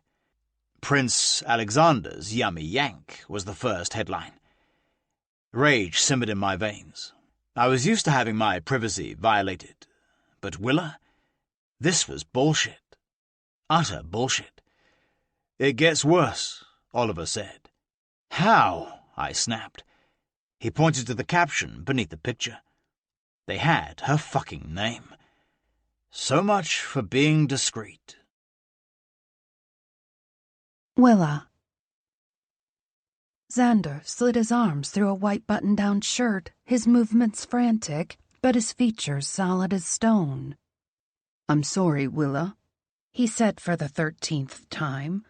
I tucked my knee under my chin and sank into the leather chair in front of the desk in his bedroom. I'd quickly changed into a pair of silk pajama pants and top, not wanting to fully lose the luxurious feel the bath and the mind-blowing sex had offered me. "You have nothing to be sorry for. I'm the one who should be apologizing. I'm compromising everything." "Stop." He cut me off, and a warm tendril rippled over my skin as he dropped to his knees before me. He slipped his strong hands over mine, looking up at me with those stunning dark eyes. "I'm used to the lifestyle. This isn't something I wanted for you. And I'm so—" "Don't!" It was my turn to interrupt him. I motioned to where I knew Oliver stood outside the door, waiting. It had been a full 10 minutes since Oliver showed him the tabloid. "Go." He flashed me another apologetic look. "I didn't intend to rush off after—" I smirked. "After you fucked me senseless?" His mouth dropped, a churning in those deep brown eyes. I pressed the tip of my finger under his chin to close his mouth. "Yes," he finally said, standing. I craned my neck, following the tall length of his body as he towered over me. Damn, the man was exquisite, naked, clothed, wet, or dry. It didn't matter what he wore, what mood he was in, or where we were. I wanted him. "I'll be back as soon as I can," he said. "Don't worry about me." I put on my best smile, not showing him how much I worried I was totally screwing with his royal life. "I've got my laptop and an international adapter. I need to work." A quick kiss on my forehead, and he was out the door. Once I heard his and Oliver's footsteps fade into the distance, I let my shoulders drop. Damn it. Xander and I thought we were being so smart, careful, not going public, keeping what we were quiet, understanding that there was a time limit to what we had. Something sharp twisted in my stomach, a sour tang filling my mouth. I was bad for his image, and now there was proof of it all over the front page of the hottest-selling tabloid in the States, and here, apparently. His mother hating me was one thing. She had some lioness-like instinct to protect her cubs and her pride land.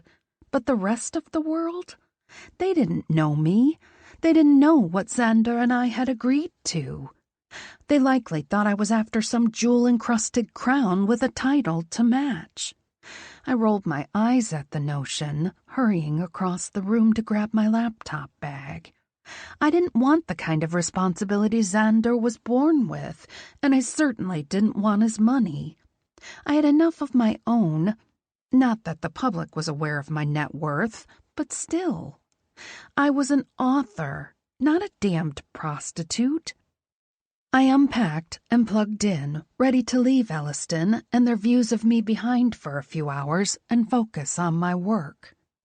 Lifting the screen, my latest work in progress popped up, and I reread the last paragraph I'd written to reorient myself.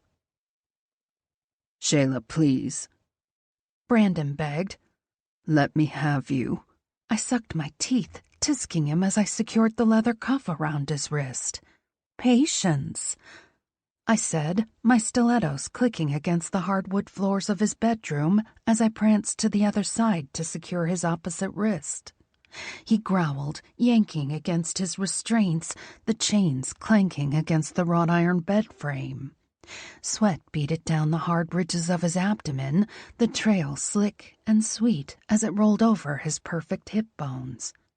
I'd tortured him for an hour already, sucking him into near completion before chaining him to the bed. Situating my knees on either side of those glorious hips, I glared down at him. "Tell me again how bad you want me." The sharp buzz of my cell vibrating on the desk jolted me out of the scene, and I groaned when I saw the number. The one person I could never ignore.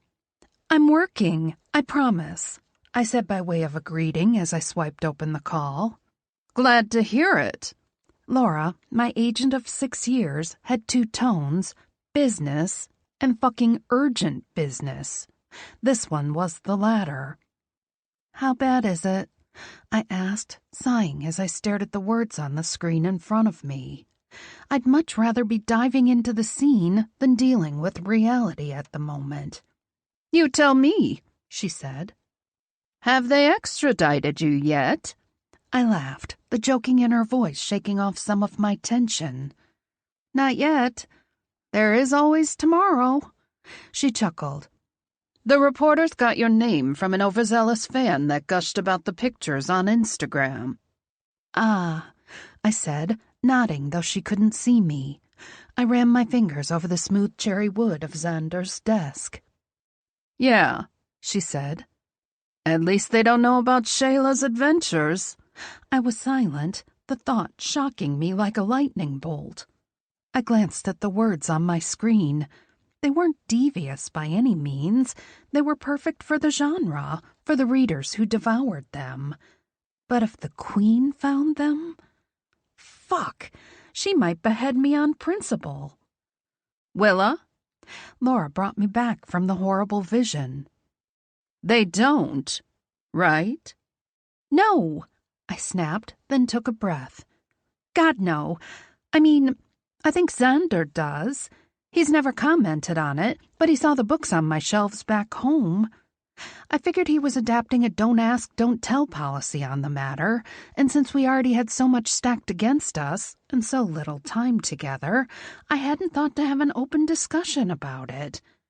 Now that the tabloids had painted me as a crown-hungry Yankee, though." "Good," she said. "We've worked our asses off, me especially, to bury that part of your life in order to keep it from connecting to the other. Shayla should stay well hidden. But I can't promise anything, Willa. I've never been up against goddamn royalty before." I chuckled again. "You almost sound excited about the prospect of a challenge." Laura was one of the top 10 literary agents in the United States, and she had taken my brand to a level I'd never dreamed.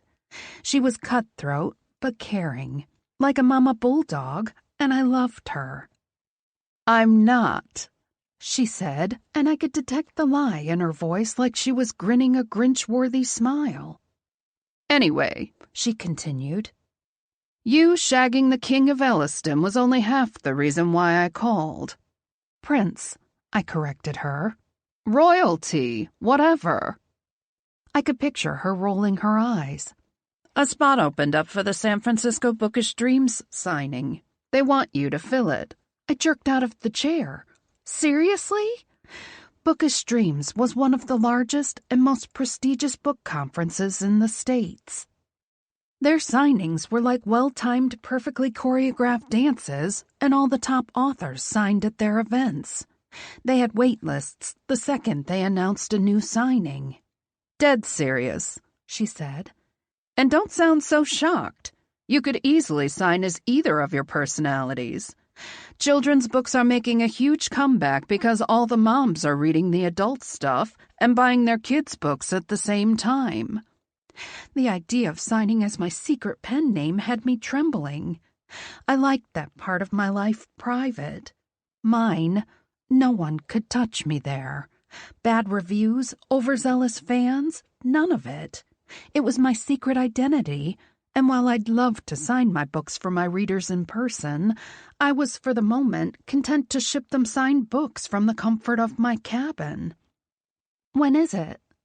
This weekend, she said. I've already checked flights.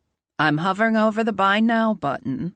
I hissed, my eyes darting to the giant closed door across the room. Bookish Dreams was incredible, but Xander, I wouldn't get another shot with him. Once he became king, I'd have to go home, completely aware that what we had was something we both needed, but weren't allowed to keep. Willa? She chided. I can't. I blurted the words, my decision final and fast. I'm not sure how long I'll be here, but I'm not leaving 1 second before I have to. Bookish Dreams. I know. Trust me, I get it. It's a fantasy signing, and any other time I would have dropped everything to be there. But you can't boot the prince. I sighed. I can't, I said again. I rubbed my palm over my face, hating how hooked I already was. We had weeks left. That was it. And I was turning down a dream signing for just the shot at being with him for a few extra days. A few extra laughs. A few extra chances of letting him be Xander instead of Prince Alexander. A few extra sweet sighs as he came inside me and pushed me beyond so many planes of ecstasy I didn't remember my own name anymore.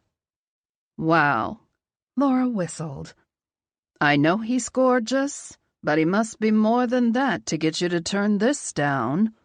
He really is, I said, unable to stop the smile on my lips.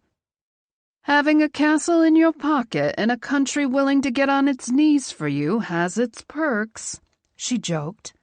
It's really not like that, I said.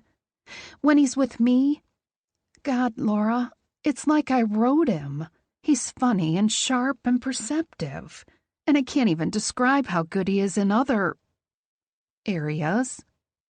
A flush raked over my body with just the thought of his mouth on me, of the animalistic way he'd taken me in the bathtub. The way he needed me on a primal level, I was more than happy to appease. But, I said, coming back down, he is the prince, too. There are 2 sides to this coin, and I'm just learning how to play. I need to be here, for him. What about what you need? She asked, and I pressed my lips together. She'd always looked out for me, always forced me to take care of myself so I could take care of my career. She'd even shut me out of writing for 2 weeks so I could catch up on sleep when I'd written back-to-back Shayla Scotch books for a marketing push. Xander is what I need, I admitted. I've never experienced anything like this before, and even though I know it's limited, I can't stop it now. Wow. Well, she said, just stay safe, okay? I know you're smart as hell, Willa, but I don't want you coming back home a puddle. Got it? Yes, ma'am, I said, trying to laugh but unable. I couldn't promise her anything. With the way I craved Xander, I wasn't sure how I'd survive when we had to cut things off permanently. I wanted to write him off as this great chapter in my life, one that filled my inspiration tank for years to come, but never turned into an actual book. Something easy to say goodbye to and look back on fondly. Not something I'd regret or desperately try to rewrite. I'll let Bookish Dreams know you're sad you can't make it. Thank you, Laura. I really am sorry. You know that. I do. She laughed. The man has to be something special to miss out on this. I hope he knows you're one hell of a woman, too. He does. Trust me, I said. Xander treated me like something precious, yet acknowledged my fierce independent side was one of the reasons why he was drawn to me. Good. Love you, lady. I'll talk to you soon. Try and crank out another 40,000 words while you're there. Maybe start a new book about sexy princes? Ha ha. I shook my head. Love you. We hung up, and I sat there, silently staring at the words on the screen. I was no longer in the mood to write about sex. I didn't want to dive into Shayla's most recent conquest and explore all the ways in which he could drive her wild. I was too preoccupied with the man who still smelled on my skin, whose slickness I could still feel between my thighs.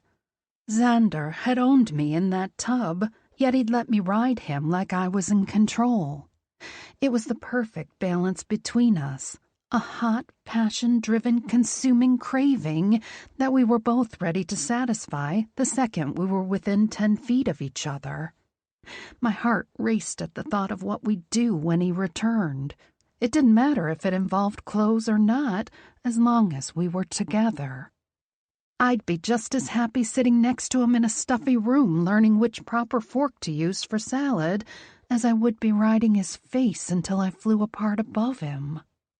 Okay, maybe almost just as happy, but the realization was enough to knock the breath from me. Xander was transforming from a fun, much-needed fling with an expiration date into something that sunk its teeth into my soul, the bite bordering on pleasure and pain, and exploding stars over my eyes.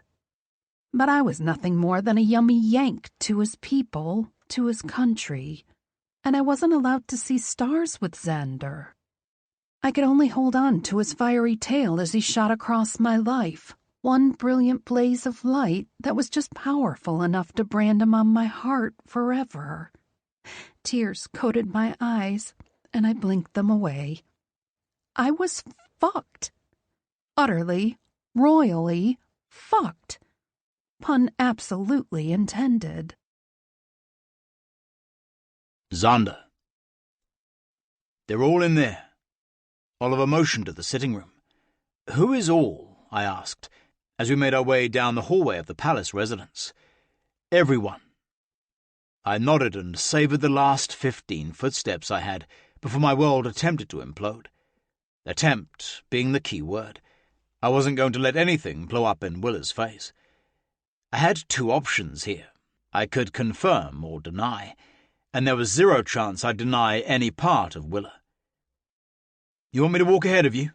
Your mother might be armed. Ha! Very funny.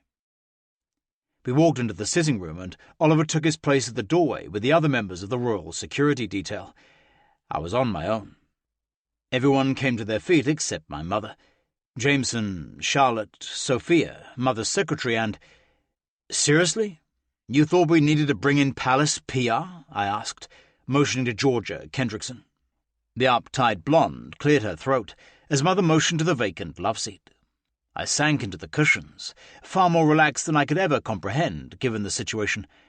Charlotte gave me a tight smile from her armchair. Discreet.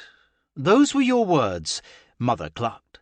Not a half-hour later, these are littering the doorstep. She pointed to the spread of tabloids on the coffee table. I hardly think they littered anything. Chances are they were delivered and never had a chance to meet our actual doorstep. You know what I mean, she snapped. And then you left us sitting out here for almost 4 hours waiting for you to what? Consult on matters of national interest with your American? I ignored her jibe. "Jameson, where is my secretary?" I asked my brother, who was lounged in the corner of the couch, his head resting in his hands like he was bored. "How would I know?" he answered with a shrug. "Seeing as you slept with her and she then left my employ, I was hoping you might be able to locate her." "Yeah, I didn't exactly get her number." "For God's sake," Charlotte muttered, folding her hands in her lap. "Is it possible for you to keep it in your pants?" Jameson smirked. "Why would I?" "What is the point to this?" Mother started. I leaned forward, bracing my elbows on my knees. "The point is that a royal having a sexual affair is nothing new, and nothing newsworthy. You're all upset for the entirely wrong reason. You are the heir to the throne, only a few months away from your coronation, and you think this is acceptable? The entire population of Elliston expects to see you with Charlotte, and you're seen grossly handling an American girl in the middle of a hotel." "We can spin this," Georgia began, reaching for a tabloid. "We're spinning nothing," I said. "You're angry that the reputation of the monarchy is at stake. Where is your compassion?" "Compassion?" Mother's head jerked as if she'd been slapped. "Willa's just been outed. Her privacy violated," Sophia said softly, uncurling her legs from under her on the opposite end of the couch. "We may have some political fallout, but hers is very personal." "Thank you," I nodded toward my little sister. "I don't give a good goddamn what her fallout is.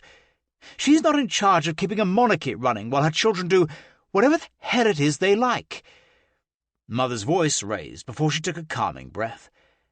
"Georgia, what do we do?" "I think we deny the relationship and go public with the betrothal to Lady Charlotte. We can stage a date, make sure the press is there, and sweep this right away. If we announce an engagement is forthcoming, that will go viral, and I mean viral. The public won't be able to get enough once we confirm these rumours." "Yeah, that's not going to happen," I said. "Alexander! Imagine how Charlotte feels." Mother was turning red. "Charlotte feels just fine, Your Majesty," Charlotte answered for herself. She met Mother's stare without flinching. Charlotte was born and bred to be royal, a true queen. She just didn't feel like mine. "Xander and I talked. We agreed to give each other as much time as possible before we had to commit to one another. You know this, if anything." She turned to smile at me. "I'm just happy that he's happy, even if only for this moment." Before I could thank Charlotte, Mother stood. "I've had it. Official position is that Alexander and Charlotte are happily exploring their possibilities, and this is actually a picture of Jameson. No one will bat an eye at you having a little fun." Jameson laughed in a sad, self-deprecating way. "Damn! Now I'm getting blamed for the women I don't even get to fuck? Jameson!" "Sorry, Mum." I stood, having had just about enough of this bullshit. "The official statement will be as it always has been. The palace does not comment on the love lives of the royal family, be they factual or insinuated. I've never risen to the bait, and I won't now. I'm not throwing Willa to the wolves because she had the misfortune of taking me in during a snowstorm. I've bulldozed into her life, quite taken it over, really, and there's zero chance I'm letting you put her in any compromising position." "Looks like you've done that all yourself, brother," a voice called from the doorframe. "Bree!" Sophia jumped from her seat and raced to the doorway to hug our sister. Bree wrapped her arms around Sophia and hugged her before they broke apart. "Looks like I'm not the only one making headlines around here," she said, smirking at me. Her makeup was heavy, her jeans skinny, her tank top low cut, and her leather jacket as black as her straight hair that fell nearly to her waist. She was Bree. I crossed the distance between us and hugged her, just happy to have all of my siblings together. "Yeah, well, I'll handle this one. You just stay off the damn bars until we stabilize the monarchy, shall we?" "Hey," she shrugged. "I'm the same person I've always been. It's you who's throwing everyone for a loop." I shook my head and walked toward my bedroom. Oliver already posted outside the door. "Xander." Mother's voice stopped me cold with her softness. Mother? I turned just outside my door to find her on my heels. I love you just as much as I love this country, but what do you expect? Her face fell in sadness I hadn't seen since Father's death. I'm sorry. This girl, you know nothing can come of this. Parliament would never allow you to marry a commoner, let alone an American. What you're doing, it's short-sighted and unlike you. I urged you before, but now I beg of you, let the girl go home and lick her wounds, before you scar her in a way she'll never recover from. For the first time since I was a boy, my mother had rendered me speechless. Oh, my God. Willa turned slowly in a circle, the light from the stained glass windows catching in her hair and giving it even more colour. What is this place? It's the National Archives of Elliston, I answered, loving the way she took in every detail of the rotunda. Books and books for days, she said. Is this some kind of Beauty and the Beast moment? She asked, quirking an eyebrow in my direction. If you're asking if I'm giving you this library, then the answer is no. That would be slightly illegal. She laughed, the sound echoing off the large marble walls. I'd had it emptied this afternoon so we could visit without prying eyes. There were perks to being a Wyndham. Besides, after all I'd put her through yesterday with those fucking tabloids, she deserved something spectacular. Are these? She ran her hand along the shelves, not disturbing the delicate spines of the ancient books. Are these all first editions? Mostly, I nodded. Whenever I'm not attempting to do my day job. You mean running a country? She threw a smile over her shoulder.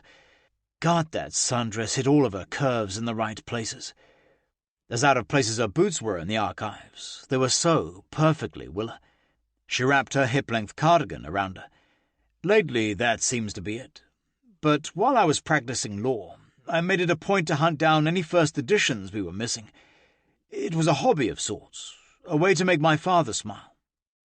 She paused, turning back toward me. You made it a point? Past tense? I shoved my hands in the pockets of my trousers and shrugged. Doesn't seem like I'll have a lot of spare time once I take the throne. Several things will have to be left behind when the prince becomes the king. Like us. She walked back toward me until her hand rested above my heart. I felt her heart through the linen of my button-down shirt. At least I'd neglected the tie and rolled the sleeves after my meeting with Damien this morning. Just because you take on the duties of king doesn't mean you lose who you are, she said softly, looking up at me with eyes that saw way too much. It's who you are, not what you are, that makes you exceptional, Xander. Don't leave that behind because of a shiny piece of jewelry. You are capable of such amazing things. But at the end of the day, you have to be you. Promise me that you won't change. Willa, no, promise me, she begged, her hands fisting in the fabric of my shirt. Because I won't be here to make sure. I won't be here to see that you find your books and smile on the dark days. I won't be here to see who you become. My heart split in two. The thought of losing her is simply unimaginable. I cupped her face in my hands and kissed her. She tasted of desperation and fear and emotion I was too scared to name. I moved my tongue along hers, promising her wordlessly all I could in this moment. This was who I wanted to be, the man who took this woman to libraries and kissed her in the stacks. She leaned up on her tiptoes, wrapped her arms around my neck and kissed me back for all that she was worth. My hand slipped up her thigh, under her dress, to cup the perfection of her ass. A throat cleared behind me, and, for a moment, I considered a royal decree of death to whomever it belonged to. "Someone had better be dead, Oliver," I said without looking. I did, however, remove my hand from Willa's dress. The last thing I wanted was to share any part of her with anyone else. "You're going to want to see this, sir." Willa's arm slipped from my neck, and we walked the small distance to where he stood in the doorway of the rotunda. "What is it?" "Press conference." My eyes narrowed as I took his cell phone and hit play on the video he'd queued up on ENN.com. Georgia came into view, standing on the steps of the royal palace. "I'll take one question," she said with a smile. "Can you tell us about the American Prince Alexander was seen with in New York? We had been under the assumption that he was seeing Lady Charlotte Carlyle." My stomach clenched, and Willa laid a head on my arm to watch. Georgia's smile resembled the Cheshire cat. "Now that's two questions." The crowd of reporters laughed. "I can say there are absolutely no problems with Prince Alexander. Our favourite couple is going strong, and at this moment discussing plans to seal that commitment." She waggled her ring finger with a wink. I was going to go fucking ballistic. "But that picture," a reporter called out. "Oh, come on, guys. Can't you tell the difference between Alexander and Jameson? Do you ever in a million years think your crown prince would put on such a public display of affection? Trademark Jameson. It's all in the hair, people." Every muscle in my body locked. My hair hadn't been tamed. It had been up and unruly, just like his, because I was supposed to be him. He'd been on the plane to L.A. Fuck. "It's okay," Willa said, squeezing my arm as I gave the phone back to Oliver. "It's anything but okay. Did you hear what she said?" "She didn't really say anything that wasn't true," Willa said as Oliver backed away. The man was always good at knowing when he needed to make himself scarce. "You are still betrothed, whether they know it or not. Making out with an American woman in public is Jameson's M.O., not yours. She didn't lie." "Maybe that's why I fucking hate it," I snapped. "God, Willa, I'm sorry." She didn't back away, didn't flinch, just gave me the same accepting smile. "You can't hate what your life is, Xander. They think he touched you." An irrational jealousy flared in my chest, turning my stomach sour and heating my blood. Willa was mine and mine alone, not Jameson's. I wouldn't share her, even if only an insinuation and rumour. "Look, this is good. Everyone knows I'm the one in that picture, but this clears you. We both know Jameson hasn't so much as breathed on me. It doesn't matter what anyone else thinks." I stroked the soft skin of her cheeks. "It matters to me. You are mine. I don't care how chauvinistic it sounds, or utterly ridiculous. I can't keep you. God, I know that. It's killing me to know that we only have less than 3 months left, that I'm already wild about you. But you're like a fucking hurricane. You came out of nowhere and you brought me to my knees. I might not be able to keep you in my life forever, but you're here now. You're mine, not his. I won't let you be some dirty rumor that gets swept out like tomorrow's garbage. Xander, I've never minded what other people think about me.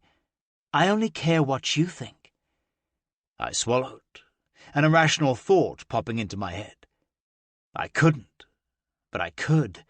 We could. "Do you trust me?" "I flew halfway across the world with a man I've known for about a week, so yeah, I trust you," she said with a grin. My heart slammed in my chest as I took her hand and led her toward the front door of the National Archives. The massive double doors were guarded by Oliver and his team, who all stood at attention as I neared. "Given the situation, I think the back door might be best," Oliver said quietly. "A crowd has gathered to wait for entrance since you shut the place down temporarily." "Open the door," I ordered, Willa's hand tucked securely in mine. "I'm sorry?" Oliver asked. I looked down at Willa, her eyes trusting and so full of acceptance and honesty that I couldn't help but kiss her softly. "Take a leap of faith with me?" "Even if it burns you?" she asked, her eyes wide with concern.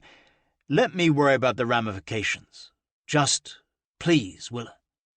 She worried her lower lip with her teeth, but eventually nodded. "Open the fucking doors, Oliver. No one knows we're in here. There's no assassin lurking on the off chance I'm at the archives." "You're going to be the fucking death of me, you know that?" he snapped. "Open the doors. That's an order from your prince." He openly glared at me, but turned to his men. "Open the doors." Head out first, Littleton. You take the left side of the crowd. Rowan, you take the right. Standard sweep as quickly as possible." He lifted his wrist and spoke into his mic. "Bring the limo around to the front. Now. Yes, that's what I said. Now." The doors flew wide and sunlight streamed in. It was a brisk day in the 40s, but I'd have her back in the car in a matter of no time. We walked hand in hand out of the doors and onto the marble steps, where the crowd had lined up to gain entrance to the archives. There were 2 lines on either side of us, for the entrance booths no doubt, and a perfect path down the centre. I heard gasps in the crowd and the telltale click of cameras. A quick glance showed people fumbling with their phones, no doubt trying to snap a picture or a video. Willa swallowed, but then smiled up at me. "What's your plan, hotshot?" "Hello there," I called to the crowd with a wave. "I'm Prince Alexander, and I'm so very sorry to have kept you out here waiting in the cold." From the corner of my eye, I saw the limo pull onto the street in front of us. Oliver was going to have my head if I didn't move soon. "Prince Alexander, who are you with?" a woman with a cell phone asked. "I'm glad you asked. This is Willa Collins." I looked down at Willa, and for a millisecond, it was just us. I had a feeling it would always be like this with her. Whether we were in New York or Elliston or Siberia or apart, she would always make the world disappear for me. She's my girlfriend. 100 flashes went off as I brushed my lips over Willa's. Now that's how you go viral. Willa. "She's stunning." I blurted the words, stopping Xander as he led us toward a set of wide double doors. He followed my line of sight, his features smooth and unreadable. "Charlotte?" He said her name like a question. "Yes," I said, gaping at him. "Look at her. She looks like a queen, only less vicious than your I cut myself off, whirling my head around to make sure the queen wasn't behind us, then quickly glanced upward in case she decided to rappel from the ceiling. Xander chuckled, shaking his head. "Are you nervous?" "No." That was such a lie. My pulse raced, my hands were sweating inside the silk gloves they'd given me to match the dress, and my hair wasn't as I would normally wear it. The 2 ladies who'd come to my room with dress options had made sure to do my hair in a way that wouldn't show my colors. I would have rather enjoyed the process if they weren't trying to turn me into something I wasn't. Xander may have announced to the world that I was his girlfriend last week, but that didn't magically turn me into a princess. My knees wobbled at the memory of his declaration, and heat flared between my thighs. He was all in, even if it was for the last couple of months we had, and I really couldn't ask more than that. He'd given me so much already. "You're stunning," he said, holding my arm a bit tighter. "Though," he said, sighing, "I do wish those colors were on your shoulders instead of hiding underneath this knot." He traced a finger over my cheek, and I grinned into his touch. At least we were on the same page, as usual. It would make it 1,000 times harder to leave him when I had to. "Thank you." I smoothed my free hand over his broad chest, enjoying the feel of the luxurious fabric of his suit. "You're enough to drive me crazy in that suit." He cocked an eyebrow at me. "And here I thought you liked me naked and wet." Memories of our time spent in his massive tub sent tendrils of heat down my center. My skin flushed, and I forced myself to focus. "Are you sure you want me to do this?" I worried my lip between my teeth. "I honestly have no problem staying in your room." Hiding like a coward. That wasn't me, but this was my first public royal event, and I wasn't exactly on everyone's favorite list. "Of course," he said. "I want you with me." A muscle in his jaw flexed. "For however long I can have you." I gazed up at him, wondering how words were clogging in my throat when I was paid to write them. "Alexander?" Charlotte's voice was as delicate as the silk gown she wore. It was white, pristine, and with a subtle sparkle like some inner light radiated her every move. "May I have a moment with Willa before we all go in?"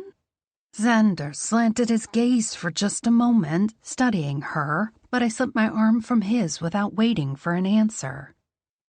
"We don't need his permission," I teased, smirking at him over my shoulder as I clicked to Charlotte. These heels would likely result with me on my face by the end of this charity event. I suppose that would be the less of all the horrible situations that could arise. Charlotte chuckled, but the sound was more like a tinkling bell than my own loud, brash laugh. When we'd walked a good 20 feet away from Xander, leaving him to greet people as they walked through the wide double doors and into the ballroom, Charlotte turned to face me. "You look absolutely radiant, Willa," she said, her smile genuine. I hadn't gotten a chance to speak to her much. She was usually off with Jameson or Sophie, but there was no trace of undercutting in her tone like Xander's mother. "Me?" I gaped, motioning to her elegant gown. "I was just telling Xander you look stunning. I wish I had 1 ounce of your grace." I laughed, but toned it down. If only for a night like this. Her eyes trailed to the doors, then back to me. "It can be a little intimidating, these charity functions, because of all the important people they bring in. But you'll do great. Alexander never does anything without thinking it through." She glanced at him over my shoulder. "And I wanted you to know you look perfect on his arm." "Thanks," I said, sighing. "I don't want to cause any trouble," I admitted, wishing I could make that clear somehow. I was here for Xander, not the royal family, and luckily I hadn't run into his betrothed. I'd almost asked him if she was following the news in her country and how she was taking it all, but I couldn't bring myself to ruin the little time I had left. "Though," I continued, "I am afraid I'll say something in there that will bring the entire castle down." Charlotte grinned again, her perfectly pink lips elegant and poised, but a flash of mischief crossed her eyes as she leaned closer to me. "We could use with a rebuild anyway." The joke eased my tension, but also made me wonder if she lived in the castle. I had never thought to ask, but she did seem rather attached to the family, especially Jameson. Xander joined me not 10 seconds later, retaking my arm. "So?" he asked when I hadn't said anything. "I think I'm in love." He stopped our progress to the room, jerking to such a halt I nearly slipped off the damned heels. His face was frozen, his eyes wide and churning. A laugh ripped from my lips at the realization, and a full-on snort followed. "Whoops!" "With Charlotte," I said through my laughs. I playfully smacked his chest. "Breathe." He forced a smile, something I'd only ever see him do when he switched into full prince mode, and shook out his locked muscles. "She's wonderful," he said as we continued our walk. "You're always surrounded by wonderful people, it seems," I said, gasping slightly as we finally entered the grand ballroom. A hush quieted in the surroundings, as if everyone in the room had a sixth sense about when the prince was within hearing distance. Maybe they were used to looking for royalty. I tried not to squirm as hundreds of eyes cast their gaze on me, judging, apprising, laughing, all silently, of course. I'd endured signings before, rooms full of strangers dying to get you to sign their books, but they were never dressed in ball gowns and suits and jewels. And they never acted as if I was a blemish on some pristine painting. Xander navigated us to a circular table at the head of the room, the gorgeous royal blue linens almost glittering under the candles that rested in their centers. A string quartet played gentle classics from a stage in the corner of the room, next to an open space for dancing, though no one was. We took our seats, and I smiled at Charlotte, then Jameson, then Sophie, and attempted to smile at his mother, but she wouldn't look me in the eye. The second I sat, she excused herself, claiming to have someone important to speak with. She probably did, but I doubted that was why she left like someone had lit a fire under her. My shoulders dropped momentarily, but I forced them to straighten as guest after guest approached the table in pairs to compliment the prince on such a wonderful event. After 20 minutes, my cheeks hurt from keeping the smile in place for so long. I don't know how Charlotte and Sophie managed it. If Xander took me to any more public events like this, I'd have to ask them for some tips. When a lull presented itself in the guest appearances at the table, Xander's hand found my thigh under the table. The touch was innocent and encouraging, but flames licked my skin, and I instinctively turned closer to him. He smiled at me, removing his hand to shake another's. I missed his touch, my blood pumping hot and fast at the 2 quick T's. Scanning the faces around me, I made sure no one saw as I slipped my fingers over his thigh. He stiffened, but only for a moment, before I resumed conversation. I ventured higher, palming the crease next to his manhood, brushing the area with a feather-light touch. A muscle in his jaw ticked as I grew bolder, trailing the tips of my fingers over the outline of his rapidly growing cock. I arched a brow at him, shocked that a few simple touches could merit this reaction. The thought alone made me slick between the thighs, and I suddenly forgot why we'd had to attend this event in the first place. "It's a pleasure to meet you, Miss Collins," a man said, his clear blue eyes locked on mine. I jolted at the sound of my name and discreetly removed my hand from Xander's hard cock. "And you," I said, not having a clue who the man was. He looked like a model, his blonde hair falling perfectly over his forehead. "Willa," Xander said, a gruffness to his voice that promised pleasure later. "This is Prime Minister Damien McAllister." "Nice to meet you." I shook his hand as he took an open seat across from us. Holy Alexander Skarsgård vibe. What the hell did they put in the water over here? I knew why there was a shortage of hot men in upstate New York. They were all in Elliston. "I heard a rumor Princess Bree had returned, but I don't see her," he said, glancing around before focusing on Xander again. "She's not feeling well," Sophie answered. "I need a drink." Jameson got up from the table, disappearing into the crowd despite the waiters hovering around our table ready to serve. Awkward. I sharpened my gaze on the Prime Minister, wondering what power he held to ruffle the royals so much. "That's a shame," Damien said. "I would have loved to get her take on the anti-monarchists and their recent protests." Xander shifted in his seat, but his features were clear, even. "I'll be sure to tell her you'd like a meeting." Damien smiled, and the grin was downright wolfish. He caught his eyes to me as he swirled the clear liquid in his glass. "What is your take on it, Willa?" "I'm sorry?" I said, glancing to Xander before straightening to look at Damien again. "On the protests. I'm interested to hear an American's take on the actions against the royal family." I shifted slightly in my seat.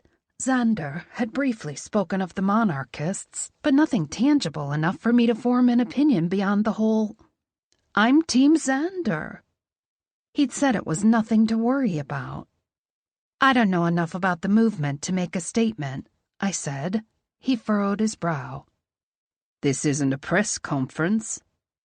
"No, but he was the Prime Minister, and power radiated off of him almost as much as it did Xander." "What's your point?" Xander asked, the tone in his voice sharp. Damien raised his glass innocently. "Americans. I find them fascinating." He whistled. "Curiosity isn't a crime." The tension at the table was tightly weaving around my lungs, dangerously close to making me lose the fun teasing I'd had with Xander seconds before. "What do you find so amusing about Americans?" I asked, a grin on my lips. Perhaps I could steer the conversation to something easier, like books or music or my penchant for deep-fried food. Oh, plenty of things, he said, his voice curling around every word in a near seductive way.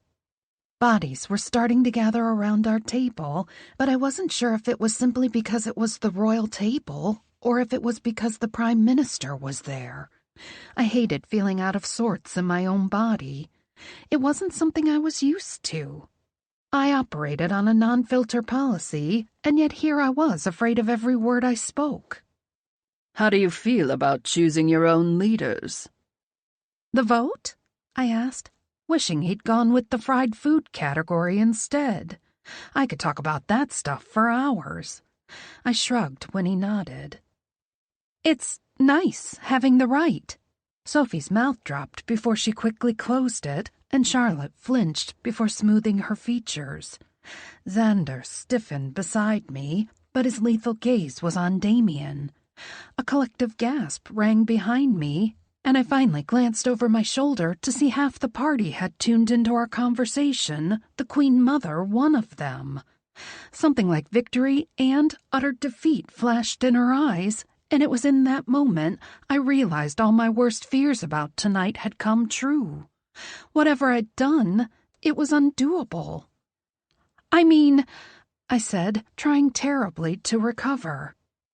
That's how it's been since I was born. I wouldn't know of any other way. Yes, but you support the people's right to choose. Damien cut me off. Some people here would call that. Miss Collins is in support of what has kept her country in accordance with its constitution since before she was born, Charlotte said, talking over him. Her voice projected in a powerful way that couldn't be ignored, yet it was soothing, calming, comforting. She eyed the crowd behind us before focusing on Damien.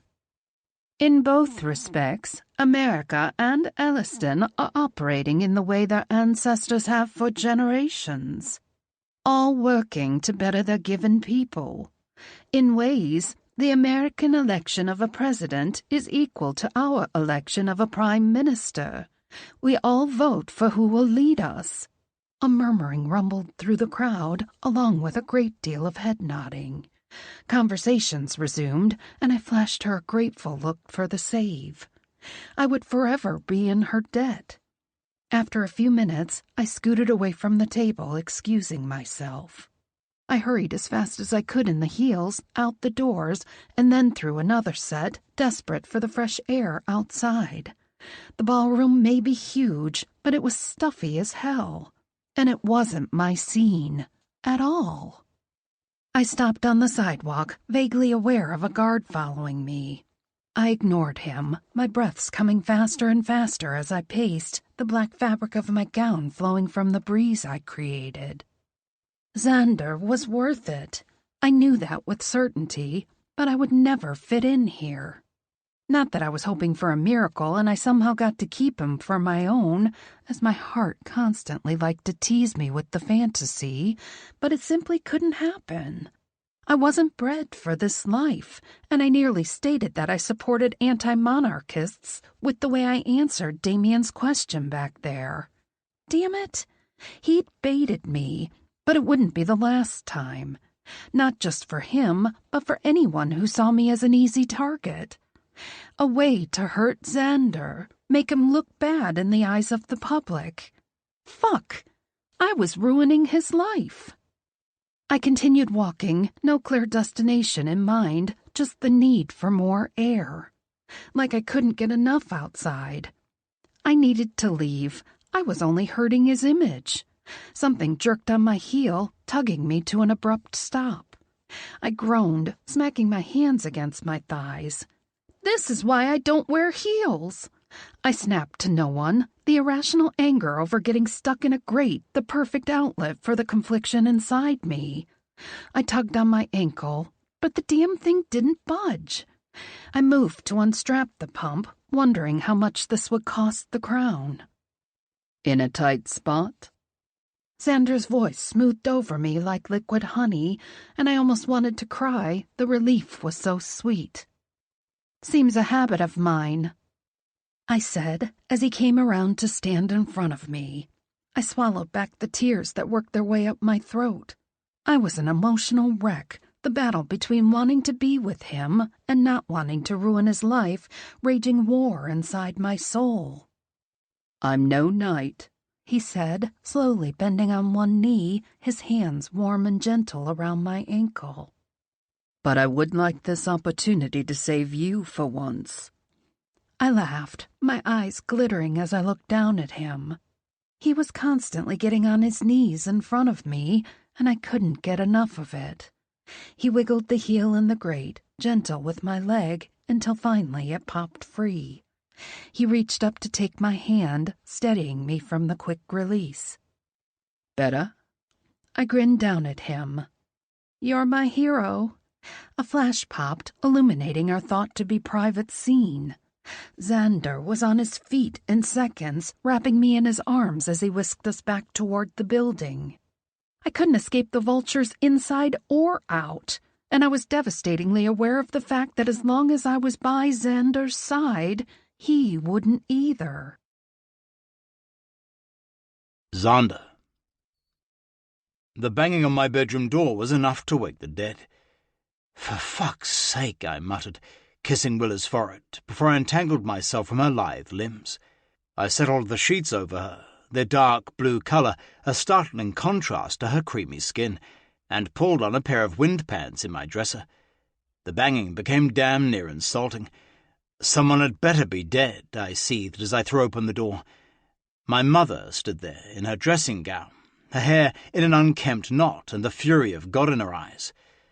"Probably the monarchy," she answered. "Good morning?" I looked back over my shoulder to see that the clock said 6:45 a.m. The world must be on fire if my mother was out in the residence looking anything less than perfectly coiffed. "I expect to see you in the war room in exactly 15 minutes, Alexander." "What is going on?" She thrust a newspaper at me, hitting me in the chest with it.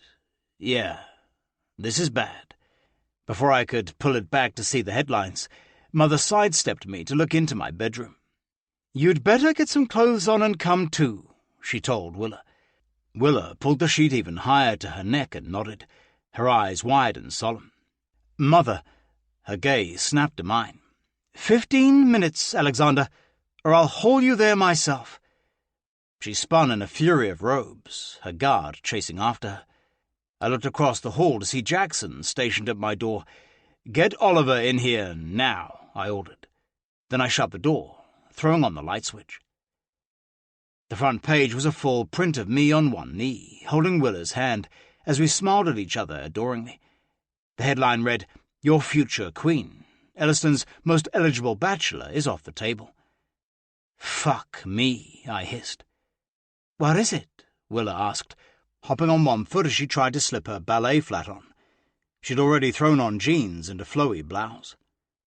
3 minutes out of bed, and the woman looked ready to take on the world. She was about to have to. I tossed the paper on my bed and tried to slow the slamming of my heart. "Well, the world is pretty sure that I asked you to marry me last night." "What?" "Oomph." She tripped and went down at the end of our bed, a casualty of her favourite shoes. I helped her up, cupped her cheeks in my hands, and kissed her lightly. "It will be okay. No matter what anyone says in this meeting, this will be fine. Do you understand me? I will make it okay." She nodded. As I finished dressing, opting for jeans and a rolled-sleeve button-down, she brushed her teeth and started to read the paper. "Holy shit. Oh, no, wait. That's not what happened. Wait. What?" She shrieked the last part, bringing me out of the bathroom. At least I'd gotten my teeth brushed. "What's wrong?" "This says that marrying me would violate the terms of your constitution, and therefore nullify your government." "Oh my God. You just handed the anti-monarchists their victory." Her hand flew to her mouth. "Xander, I'm so damn sorry." I sat next to her on the bed and tipped her chin to meet my eyes. "First of all, it's just a picture, and I handed you a shoe and nothing more. Second, we can clear this up as easy as issuing a statement.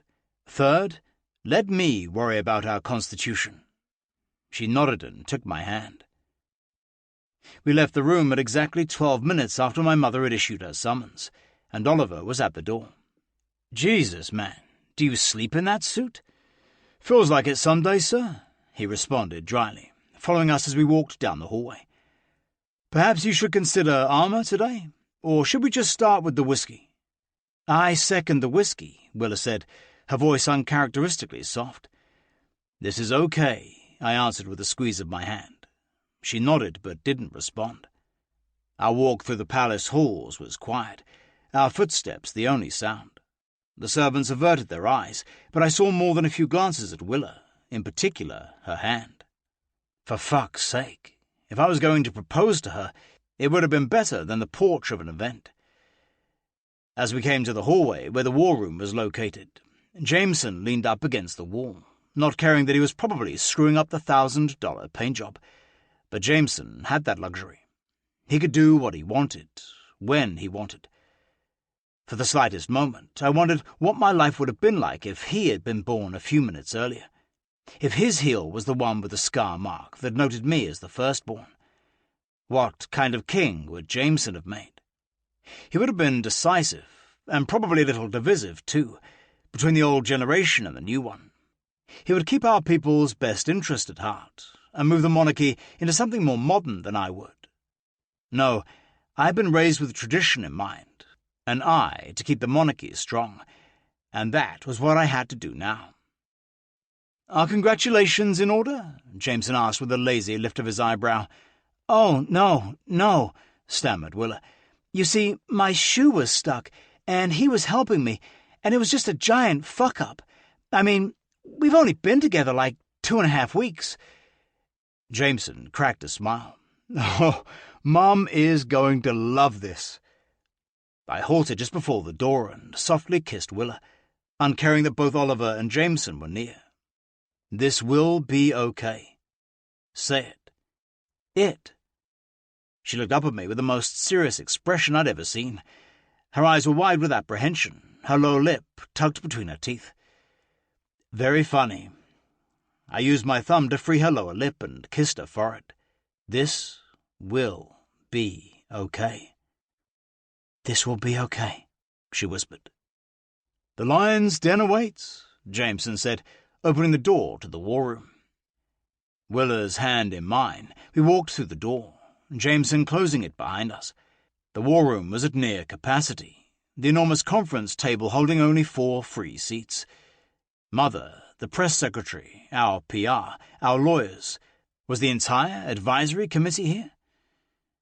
I guided Willa to the end of the table where my seat was, pulling up the chair on my right that had been left vacant. "That's Jameson's seat," Mother snapped from the other end of the table. Willa's eyes flew to mine, and I subtly shook my head, seating her anyway. I wanted her on my right, by my side. "Now it's Willa's," I said to the room. There was more than one audible gasp. Jameson smiled wide and took the empty seat a few chairs down in the middle of the table. "Are we all here?" I asked. "We're expecting one more, but we have a few minutes to sort this out before he gets here," Mother answered. She'd pulled herself into a semblance of order, no longer wearing her housecoat, but she was anything but polished. Even her manners felt raw, almost frayed. "Let's clear the air." My voice was stronger than I'd ever thought capable, and a calm feeling came over me, as if my soul settled into the role I'd been born to fill. I would be the King of Elliston in less than 10 weeks. "Good, We're not engaged," Willa blurted out. Every set of eyes in the room swung toward her, including mine. "It was absolutely a misunderstanding. You see, my shoe got caught in this grate, and the heel wouldn't budge, and let me tell you, I wiggled that sucker for a hot minute." "Willa," I said softly. "So Xander bent down to help me? He's a gentleman. I mean, a prince. Of course you know he's a gentleman. Anyway, he jostled my shoe free and then reached up to steady me, and that's when the picture snapped. We're not engaged." "Willa," I said louder. She blinked over at me. "Sorry." I leaned over and took one of her hands from where she was wringing them, bringing it up to the conference table and blatantly holding it. "Of course you're not engaged," Mother hissed. Had she always been this adamant about her own way? "We need to spin this," George's voice rang out. "Release a statement exactly what happened, without the babbling, and make sure the public understands that this is not how it appeared. Willa, would you be able to—" "Absolutely not." My voice was soft, but damn did it carry across the room. "I've already put her inexcusably in the public eye, and I will not subject her to that." "I don't mind," Willa said, our eyes locking. "Xander, if this helps you, I'll do it. Let me help you. You'd admit to not being engaged to my son?" Willa tore her eyes from mine and confronted Mother. "Of course. I'm not engaged to Xander. This isn't some huge plot to thwart your monarchy or get a crown. I'm well aware of what I am to Xander." Holy shit, that was a punch to the gut. "And that's not his future queen," Mother dug in. Willa's hand tightened in mine. My stomach sickened and my heart ripped, literally being torn into two, the king and the man. The king couldn't have Willa, couldn't need Willa, couldn't have gorgeous, short-tempered baby girls and stubborn boys. The king couldn't claim her as his legally or give her his name. The king couldn't love Willa. But the man already did. I was so fucked. "I'm not a threat," Willa answered. As if on cue, the door opened, and the Prime Minister walked in. "Good morning, Your Majesty," he said to Mother. "Your Royal Highness, Your Royal Highness." He greeted Jameson, then me. Then Damien took the only empty chair, the one across from Jameson, and the room fell into a hush. "As we were saying," Mother began, "of course this is a giant misunderstanding." Was it? Alexander has no intention of marrying a commoner, let alone an American. But what if I did? He is well aware of his duty to his country, and we will release a statement letting the public know as well. How the hell could loving Willa betray my country? Was I not capable of leading no matter what woman I had in my bed? Hell, Willa made me better. She made me see things from a different point of view, opened my eyes, gave me a sounding board. "So this is all gossip?" Damien asked me. Our stares locked across the table, his curious and mine determined. "Of course it is. Never in the 1,000 years of the wind and rain has a royal married a commoner. And we're certainly not beginning that trend now. This was all blown—" "I want the room," I interrupted. Mother tilted her head. "I'm sorry?" "The Prime Minister and I need the room. Now." "Alexander!" "Mother, you can leave with your entourage, or I can take Damien to another room, but I'll be speaking with him alone." The room fell silent, and not in a soothing way. It was like the moment before the guillotine fell, where the crowd stood waiting, anticipating the bloodshed. Finally, Jameson cleared his throat and pushed back from the table. He crossed the distance to our mother and held out his arm. "May I escort you to breakfast, Mother?" Mother's mouth opened and shut, her eyes flying to a wide panic. Shaking, she rose from her seat, the entire table rising with her. Even Willa caught on and stood. We all remained standing until Jameson walked her out. "That goes for all of you," I said to the advisory team. As they filed out, I turned to Willa. "I need a few minutes. Can you find your way back to our room?" She nodded. "Go," I whispered. "I'll be there soon." "Don't let them take our time," she begged in a whisper. It damn near broke me. There was nothing that would take her from me before our time was up. "I won't," I promised. She nodded, turned, and left me alone with Damien. "If it was later in the day, I would suggest a good scotch," Damien said, coming down the table to the seat on my left. We took our seats, and I got right to it. Could I marry her? I'm not asking you morally. I'm asking you legally. He leaned back in his seat, loosening his tie. "Are you serious?" "Absolutely. That law is outdated. If you really want to bring the monarchy into a modern age, wouldn't this be the way to do it?" "Your Royal Highness," Alexander, I corrected him. Alexander, he said with a brief bow of his head. The law is clear. You have to be married to ascend to the throne, and it must be a bride of noble birth. That's fucking absurd. That's the law. And if I don't marry, if I refuse, you would throw the country into political turmoil and hand the anti-monarchist movement the torch with which they could burn your dynasty to the ground. Fuck. There's nothing that can be done. I love her. His shoulders fell. I can see that. The entire world can see it. And I take no pleasure in saying this. It would take a radical ratification of our Constitution. You would have to secure the votes of Parliament, and I can tell you that you have no chance of gaining a majority. None. There are too many who are waiting and hoping to see you fail. Your enemies aren't just on the protest lines. They're in the House of Commons and Lords. I glanced at my left hand, aware of the ring finger that felt empty for the first time. Because I knew what I wanted. I knew what belonged there. You're saying that legally it's either my crown or the woman I love. It's not unheard of for a king to keep a mistress. I would never dishonour her in that way, or Charlotte, for which I admire you. For what you must do, I do not envy you. I'm not a man who accepts defeat so easily. Your Royal Highness, he leaned forward, his brows knitting together. Ask around, discreetly, only you. He sighed, raking his hand over his hair. I'd never seen him show a single sign of stress, and I'd watched his campaign carefully, knowing what his election would mean for us. The youngest Prime Minister in our country's history. A sign of the times, of change. You want votes. I want votes. I wanted to keep Willa. I had to try. I'd never be able to live with myself if I didn't. I'll do what I can. Even though you'd like nothing more than to abolish the monarchy, I challenged. The monarchy, as it currently serves, is outdated. If you want to begin with this change, I'll see what I can do for you. But I make no promises. I can live with that. I left him and found Georgia waiting in the hallway. Make the statement, I ordered her.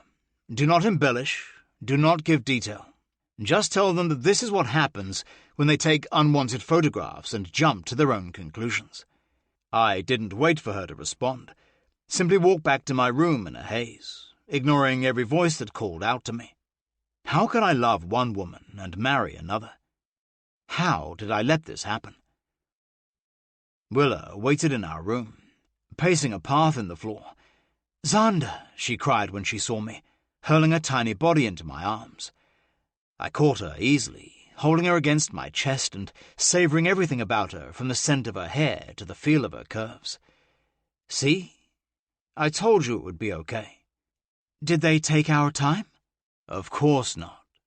Every second I have with you is precious, and they're not taking any of it. But they'd taken years away from us. The potential for any sort of future. We had to live enough in the next months for a lifetime of what we'd been denied. I would make every moment worth her while. Worth our inevitable heartbreak. Willa. The smell of freshly baked blueberry scones, piping hot green tea, and hand-whipped cream filtered in through the closed bathroom door where I was brushing my teeth. Hurrying to finish, I opened the door, my top half covered by one of Xander's long-sleeve button-downs, everything else bare. Breakfast. Xander raised the silver tray he held a few inches higher, and I bit down on my smile. After the initial panic over the supposed proposal photo had calmed, we'd had 3 weeks of pure bliss.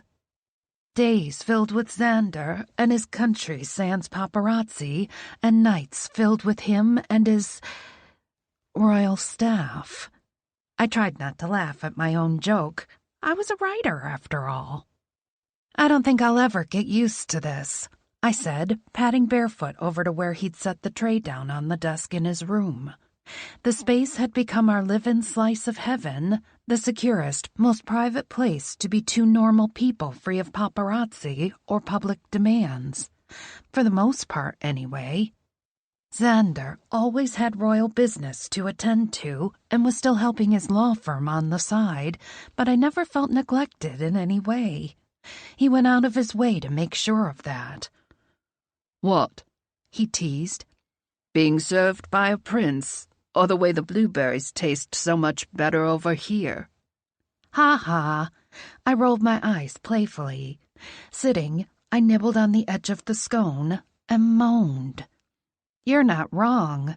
The food is better here. I took a sip of tea. Or, I said, smirking deviously at him, I could just happen to love anything you put into my mouth. Xander's eyes flashed, that sweet flare of shock churning to something deeper, more primal. I absolutely lived for those instances where my boldness threw him off guard. It was incredible to watch the careful, calm, and collected Prince get shaken. He reached across the desk, grazing the pad of his thumb over my bottom lip. The touch sent a direct signal to my fuck me now button, and I wiggled in my seat. "What am I going to do without that mouth of yours?" He spoke the words out loud, but they were softer, like he hadn't meant to. My shoulders dropped an inch, the heat winding up in my core doused with ice-cold water. While I had savored every second with Xander these past 6 weeks, it meant our time was quickly running out. The twist in my stomach threatened to rob me of my appetite, so I steeled my spine and gave him my best smile. You'll no doubt be absolutely bored, I finally said, shoving another bite of scone in my mouth to keep it from saying something more absurd, like how a big piece of my heart wished our time never had to end, even though I knew from the beginning it had to. The knot in his throat bobbed, he swallowed so hard.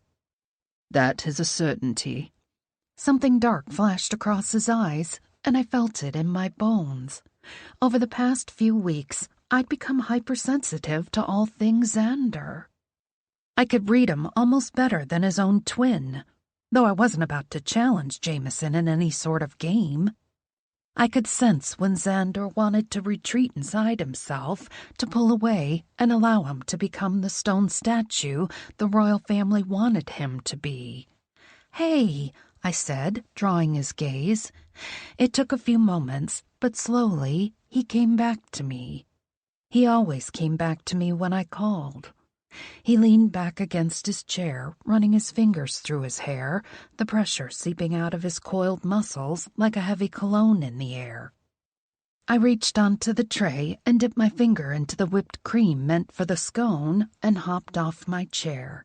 Barely 2 steps, and I situated myself on his lap, straddling him. Those deep, dark eyes of his watched me with such intensity it was almost a challenge to crack him. I wiped the glob of sweet cream on his lips before quickly licking it off, making a show of the way I chased the mess with the tip of my tongue. I tilted my head from one side to the other before nodding. "Yeah," I said, wrapping my arms around his neck, pressing my soft chest against the hard planes of his. "Yeah, what?" he finally asked, looking up at me as his hands gripped my hips. "I do love anything you put in my mouth." A smirk broke his lips, and a growl rumbled from his chest. Cracked him.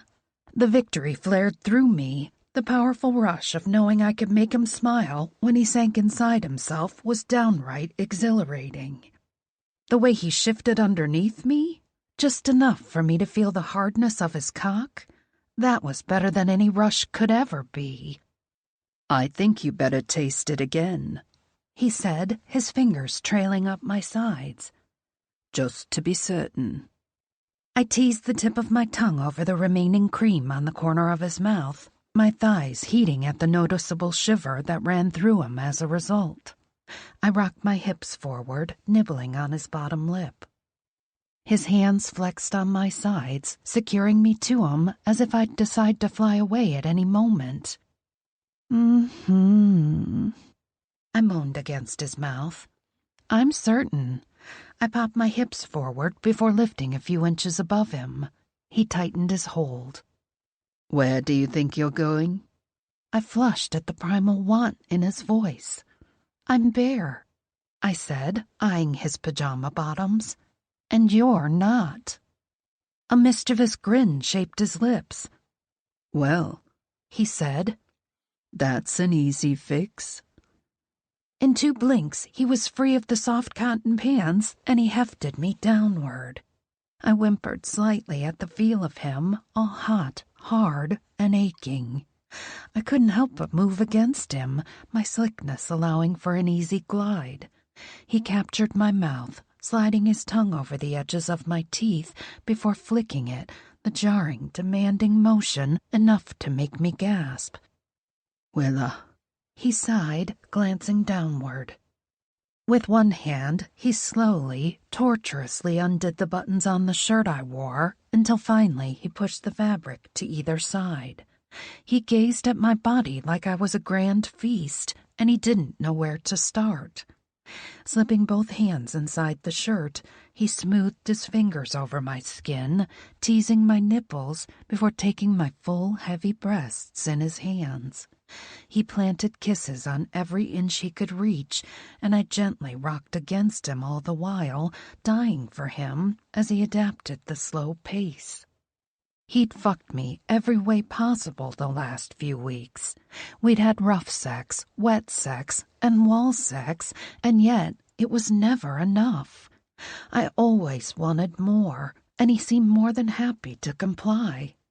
But now he teased my nerves with a subtle gentleness that spoke words to deeper pieces inside me, parts of me I was failing miserably to protect. "Xander!"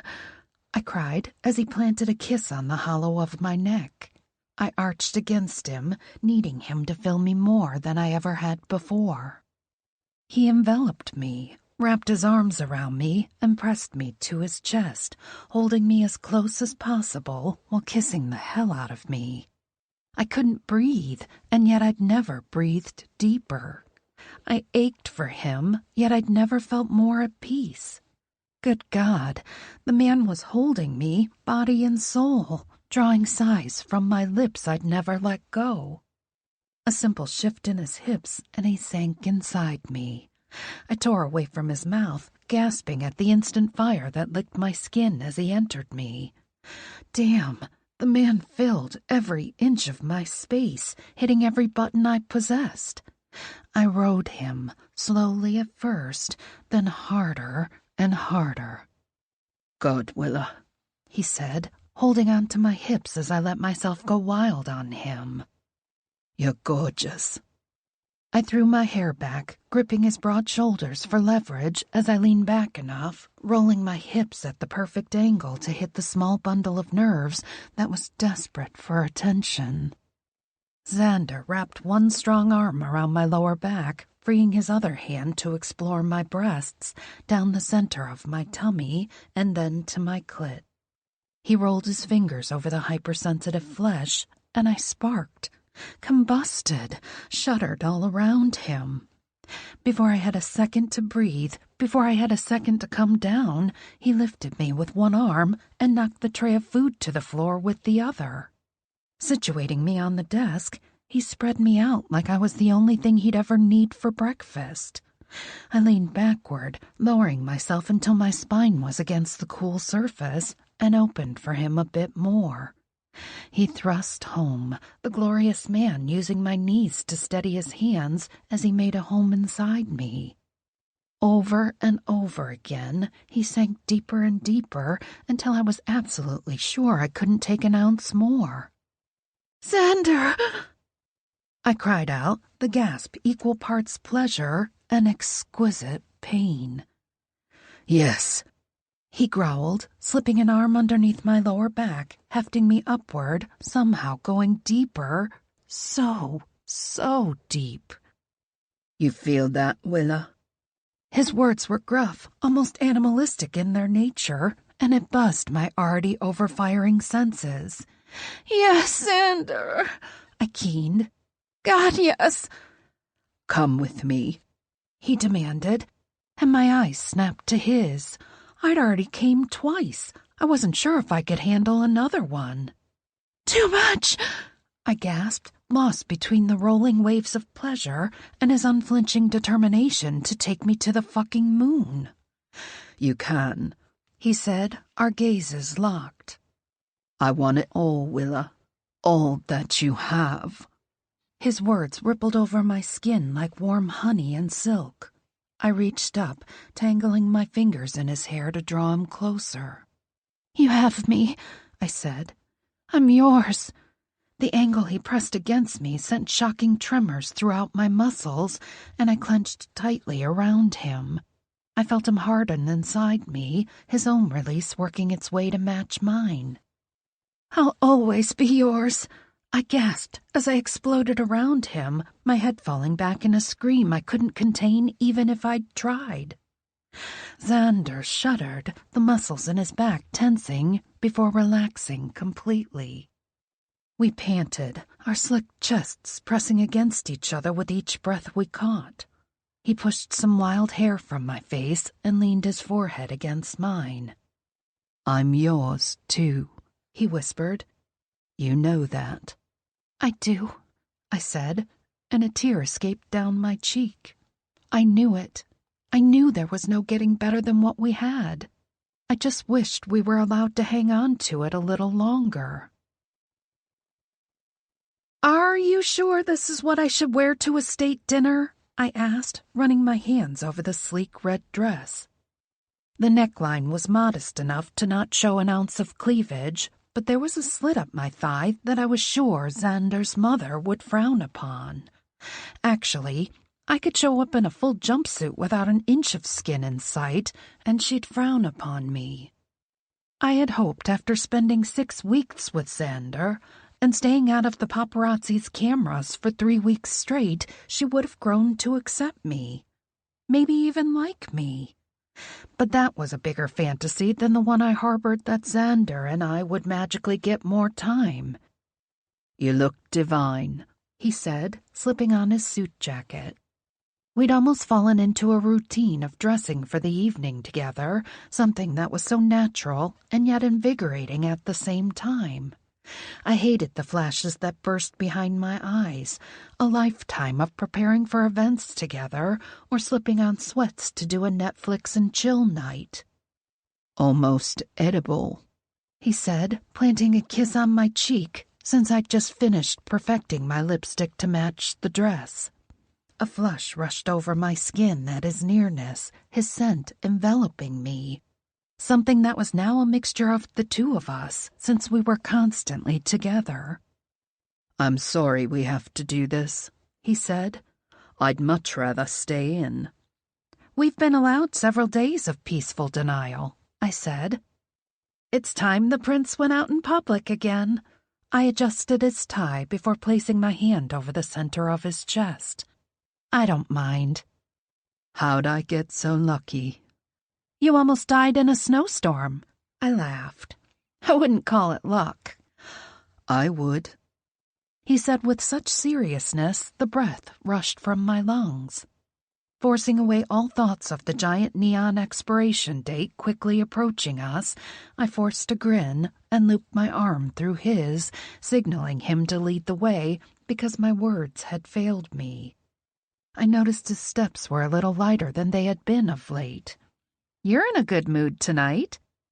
"I've been working on something with the Prime Minister," he admitted, smiling down at me as we walked down the hallway. "He's told me he thinks we might be close to our goal, and I'm hoping to get good news tonight." "So secretive," I teased. "You'll be the first to know if it works, I promise." 30 minutes later, a limo dropped us off at a gorgeous old building that looked straight out of ancient times. The architecture was rich in design, with wide stones and deep vine flourishes. The interior was just as lavishly decorated, the ballroom exquisitely organized, much like the charity event had been. All luxury, no expenses spared, and every bit as intimidating. The room was wall-to-wall with important people. Members of Parliament, the oh-so-brash Prime Minister, the Queen and the rest of the royal family, and all manner of other officials whose positions of powers I'd never be able to understand. The deeper Xander led me into the room, the smaller I felt. Each set of eyes that sized me up as the crown stealer they thought me to be, each sneer or pitied look made me want to shrink into the carpet and never look back. I straightened my spine, not allowing them to see the fear that threatened to cripple me. I was here for the incredible man who held my arm, not anyone else. 2 flutes of champagne helped quell my nerves, and after an hour without making an ass of myself, I felt positively giddy. A group of men had surrounded Xander, as I stood dutifully at his side, and were talking in heated tones about the monarchists' latest actions. I kept my jaw locked and tried to manage the effortless smile and grace that Charlotte and Sophie constantly donned. A man in a vibrant Lincoln green suit switched the conversation to the economy, and I prayed they couldn't see my eyes glaze over. "What do you think, Miss Collins?" the man asked as I delicately grabbed another flute from the waiter who checked on me. I whirled around at the sound of my name, finding all the men's eyes on me. "Oh," I raised my glass. "The champagne is fantastic." I took a quick sip. No one laughed. "Well then, hello, awkward."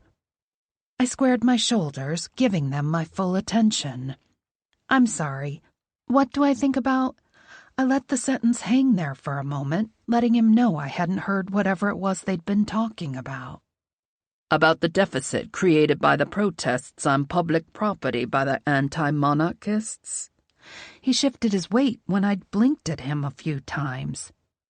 "The percentage alone due to the destruction of certain private sectors will eat at the Crown's bank for at least 2 years. I'd say a good 20% if the acts aren't stopped soon." I licked my lips, suddenly wishing they didn't taste of champagne. Scratch that. Even sober, I was a nightmare with numbers. But this? He may as well have been speaking Japanese. I parted my lips, ready to give a quirky answer that might save my clear ignorance, but he shook his head, chuckling. "Forgive me," he said, pointing to Xander. "I forgot. He said you were a writer." I bristled at the way he'd said the word like it was a laughable profession. I glanced up at Xander, who took a drink of his scotch, clearly annoyed with the man, but not opting to say anything. "This must all sound like gibberish to you," the man continued. "Utter nonsense, I suppose." I opened my mouth, then closed it. I would not be baited. Not again, and definitely not when there was no one like Sophie or Charlotte to bail me out like last time. I composed myself with a slow breath and grinned. "Excuse me," I said, removing myself from the equation. I had a fucking master's degree in creative writing and had earned over 6 figures for the last 5 years in a row. Not that it was any of his damn business, but he acted as though I couldn't tell the difference between toddler art and Monet. I huffed, half shocked when Xander didn't immediately follow me. So I hadn't known anything about the state of Elliston's economy or the way the anti-monarchists' protests were affecting it. That didn't make me an idiot. No, it makes you not a queen. I should have asked Xander more about the state of the country, but he was always so stressed and quiet, and when I did ask, he immediately changed the subject. It wasn't that he thought I was stupid, I knew that. More like I was his break from that life. Like he could take off Prince Alexander's crown at the door and just be Xander with me. I should have pushed. I leaned against the wall, turning with the hopes that Xander would be heading in my direction, ready to help me forget how stupid I felt without any merit. He wasn't. He stood in his spot dutifully, though he flashed me an apologetic look. Charlotte stood next to him, having joined the circle after she'd left, and looking elegant as hell in her baby blue dress. No amount of tension riddled her shoulders, no twists of fear in her eyes. She belonged there. She'd never be tripped up by political conversations, though it didn't seem anyone was trying to throw her off balance like they were me. Or maybe you're simply out of balance here. The truth of the situation hit me like a hammer to the chest. I hadn't felt this awful about myself since grade school. After being bullied for liking books more than parties, I'd vowed then and there to never give a damn about what people thought. And here I was, sulking in the corner and trying to mirror myself after a woman who couldn't be more different than me. I didn't fit here, and I didn't want to. I didn't want to be a part of a social circle that turned their noses down at people of the arts, writers and creators, and anyone outside the political agenda. Fuck that. I sighed, anger boiling my blood. I wanted Xander, not Prince Alexander, and that had been our problem from the beginning. Our only problem, if I truly thought about it. Strange, isn't it? Sophie came to stand next to me, her light blue dress nearly matching the shade of Charlotte's. "What is?" I asked, after cooling my internal rant. Sophie was the sweetest person I'd met at the palace, not a drop of malice in her body, and she didn't deserve my mood. She nodded toward where Jameson had joined Xander's circle, sliding in next to Charlotte. Sophie traced her finger around the rim of her champagne flute, looking utterly bored. That made two of us. At least I wasn't alone in that. How much happier she looks with Jameson. I mean, I know they fight like cats and dogs, but there's always been something there. I smiled, having seen the pair together often. I knew Jameson's reputation, but I couldn't help to notice exactly what Sophie did. That Charlotte's smile was less restrained when he showed up. You'd think it would have been him she was betrothed to, but no, it had to be Xander. And knowing they have to get married only a few weeks after they announce their betrothal, Sophie shook her head and took another drink. She'd be better for Jamie. Maybe make him get his head out of his... She abruptly stopped herself, glancing at me. Are you okay? My stomach dropped to the floor, my heart clenching like the life was being squeezed out of it. Charlotte, I whispered. She's the one? I had thought she was a family friend, a staple in the royal line-up, but not... Oh, I really was an idiot. The perfect woman. Her grace and elegance and history. Of course she was the one. Who else could it have been? I thought Xander told... Sophie! Bree's excited voice cut her off, her high-pitched tone alerting everyone in the room to her sudden appearance. Oh my God, you have to meet Marco. I picked him up in Monaco, and he is tastier than raspberry syrup on waffles. Bree, Sophie whispered, keep your voice down. Oh, hush, Mum isn't even near us. I know, but... Willa, Bree said, nudging me. I blinked several times, my brain still trying to compute how I'd not known that the gorgeous, perfect Charlotte was the one meant to marry my boyfriend, Xander. She'd been so kind to me, so gracious, and I'd been... blind. You can appreciate this, I'm sure. Bree continued and whirled around, her hand raised toward a tall man sculpted from muscle with the blackest hair I'd ever seen and blue eyes I recognized. Hell, there were several thousand women readers who would recognize him. Marco, I said, shocked to see a familiar face at a function I felt was the farthest thing from my real life. You know him? Bree asked, eyeing me. I spotted Xander finally heading over, his brow furrowed. Sheila! Marco handed the 2 flutes he'd carried over to Bree and instantly scooped me up in his arms, whirling us around in more of a spectacle than if Bree had decided to make out with him on stage. He'd had just as much infectious, friendly enthusiasm at the photo shoot. "How are you?" I asked once he set me down. "God, it's been what, 2 years? And 4 more Shayla Scotch books? I'd lost count." His cover shoot was still my best-selling Shayla book, and for good reason.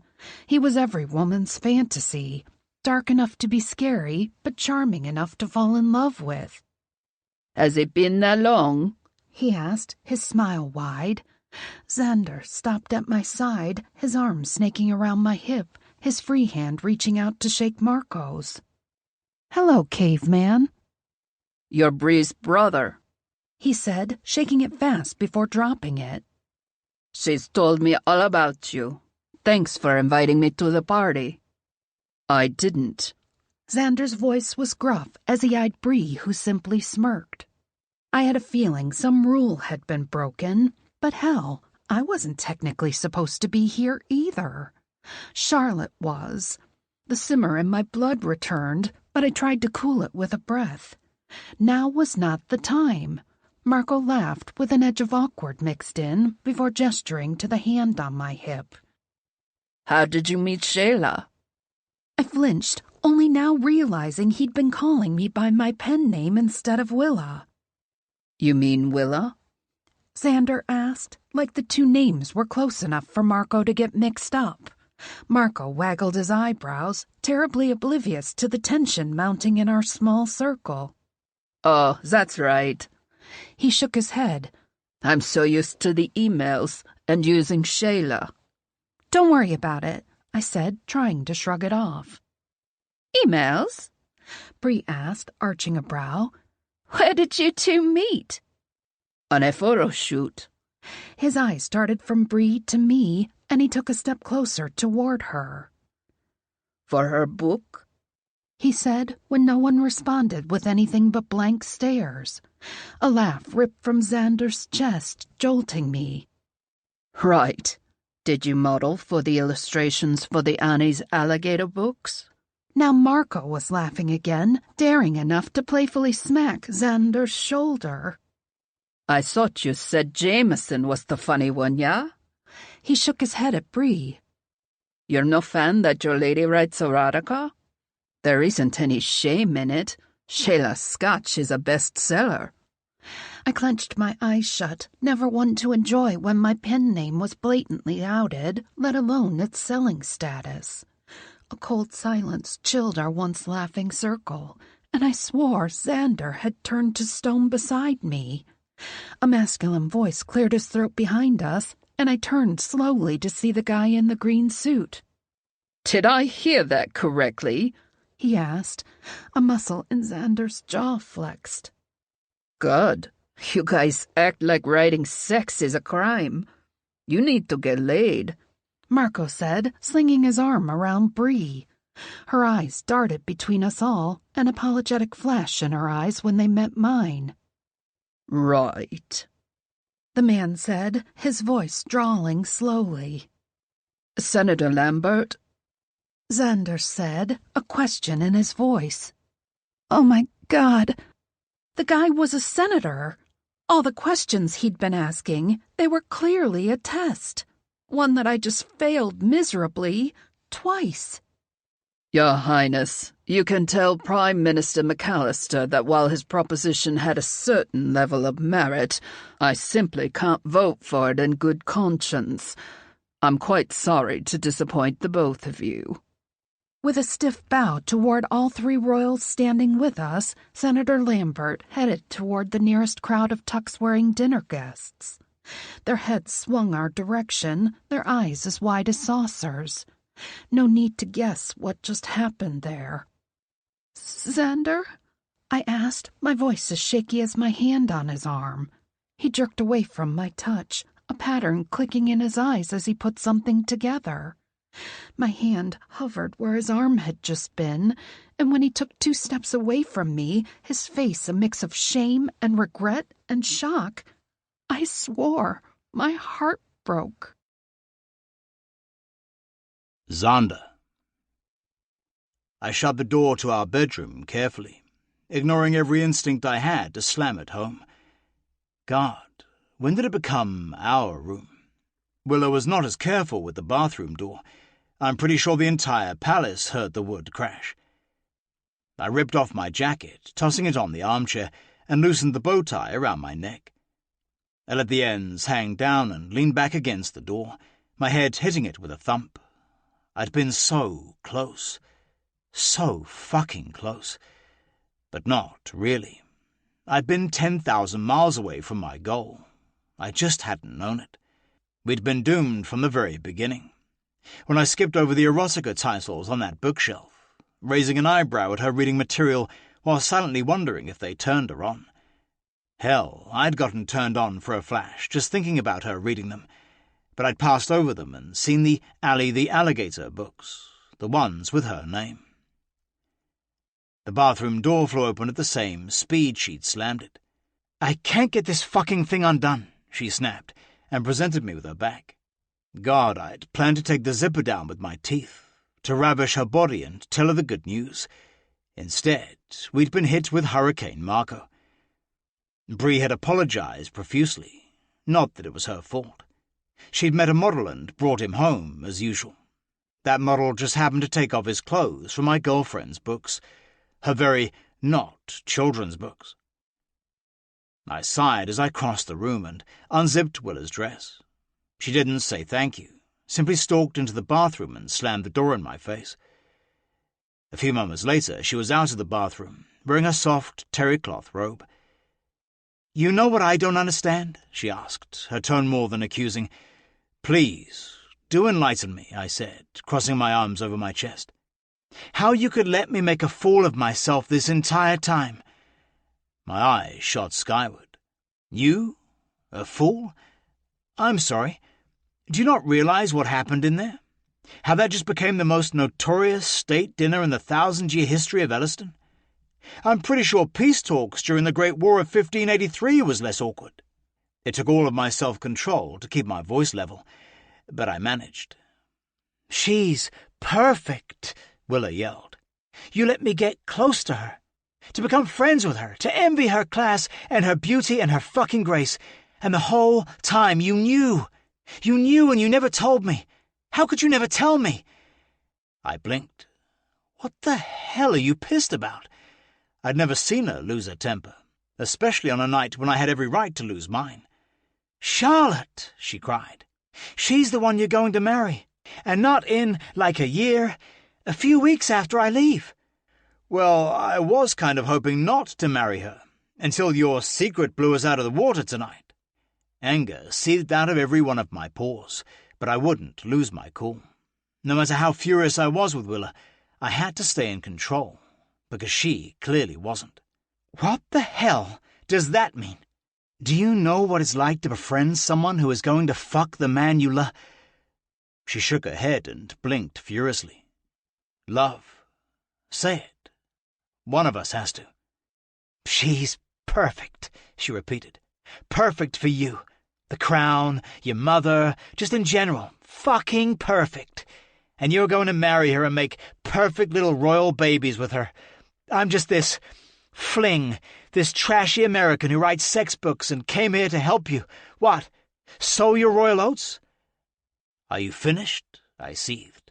"No," she held back in a petulant tone. "Yes, I'm betrothed to Charlotte. It never occurred to me that you didn't know, that I didn't tell you, or that you'd even wanted to know. You never asked, and it is absolutely on me that I never clarified. I have no problem owning up to the mistakes I make. But do you honestly think that I want her?" "How could you not?" "How could I when I have you?" I snapped. So much for keeping our cool. Do you have any idea what you cost us tonight? What keeping your secret did? For fuck's sake, woman, I've spent the last 3 weeks moving heaven and earth, bargaining politically, calling in every favor, so I could pass a resolution so I wouldn't have to marry Charlotte. And you threw it away. Her gaze snapped to mine, and her mouth dropped open slightly. "That's right. I was trying to get a bill ratified that would make it legal for me to marry a commoner, not Charlotte. I had all the votes that I needed except one. Senator Lambert," she guessed, her voice soft. "Senator Lambert," I agreed. "And we could have gotten through the initial stumble." "Initial stumble? You mean where you don't talk about the politics of your country, and I don't push for details, so I'm a blithering idiot? You mean that stumble?" I flexed my jaw. I should have educated her. She had every right to call me out for it, but I've been so damn preoccupied trying to extend our time together that I spent all our extra moments simply savouring what time we did have, just in case. Like I said, we could have recovered, but you writing erotica? Her shoulders straightened, and her chin rose a good inch. "What about it? You lied to me." "I never said I wasn't an erotica author," she snapped. "I pointed to that shelf where you saw my books and said those were the ones I wrote." "You never clarified. You let me walk into that very public trap." Her skin flushed pink. "Okay, I never clarified. You're right. But a trap? I have nothing to be ashamed of, and let's face it, you think I do. What's so wrong with me writing erotica? With a woman exploring her sexuality? I'm the crown prince of Elliston, merely a few months from being crowned king," I yelled, uncaring if the gods or hell, even Parliament, heard me. "I cannot be with an erotica writer." "Says who?" she asked, her hands on her hips. "Says all of Parliament. That's what this always comes down to, Xander. You're a prince, a real-life fucking prince, and I write sex. I'm a common American with inappropriate hair and horrid manners and no general knowledge of your history because I never liked history in college. That's right, I went to college, and I'm horrible for you in every way? God, even without Shayla books, we live in separate universes." My fists clenched to keep from touching her, from pulling her to me and holding her. We'd been so fucking close to happily ever after, to what the fairy tales described in every book where the prince falls in love with the damsel. But Willa was no damsel. I just don't understand," she whispered, wrapping her arms around her stomach. "Don't understand what?" "Why you'd fight Parliament. Why wouldn't you want someone like Charlotte on your arm? Why does it matter what I do?" "Charlotte is a sister to me. We've never been attracted to each other. Believe me, this whole thing would be a lot easier if we were. Instead, I want you. I need you. I drafted a bill to marry a commoner to marry you." Her mouth dropped open, her eyes wide with unshed tears. "But why?" "Because I love you. Because somewhere between let's just sleep together for a few months and whatever we are now, I fell in love with you. You with your smile, your laugh, the way you look at the world. I fell in love with the colours in your hair and your bravery, the way you took everything that was thrown at you and held your head high. I love that you make me look at things from a different angle, that you're not satisfied with good enough. Hell, I love that you're strong enough to give a damn what anyone thinks, to love what you do, including what you write." She dropped her gaze, and I gave in, crossing the room to lift her chin gently. "Do you think I care?"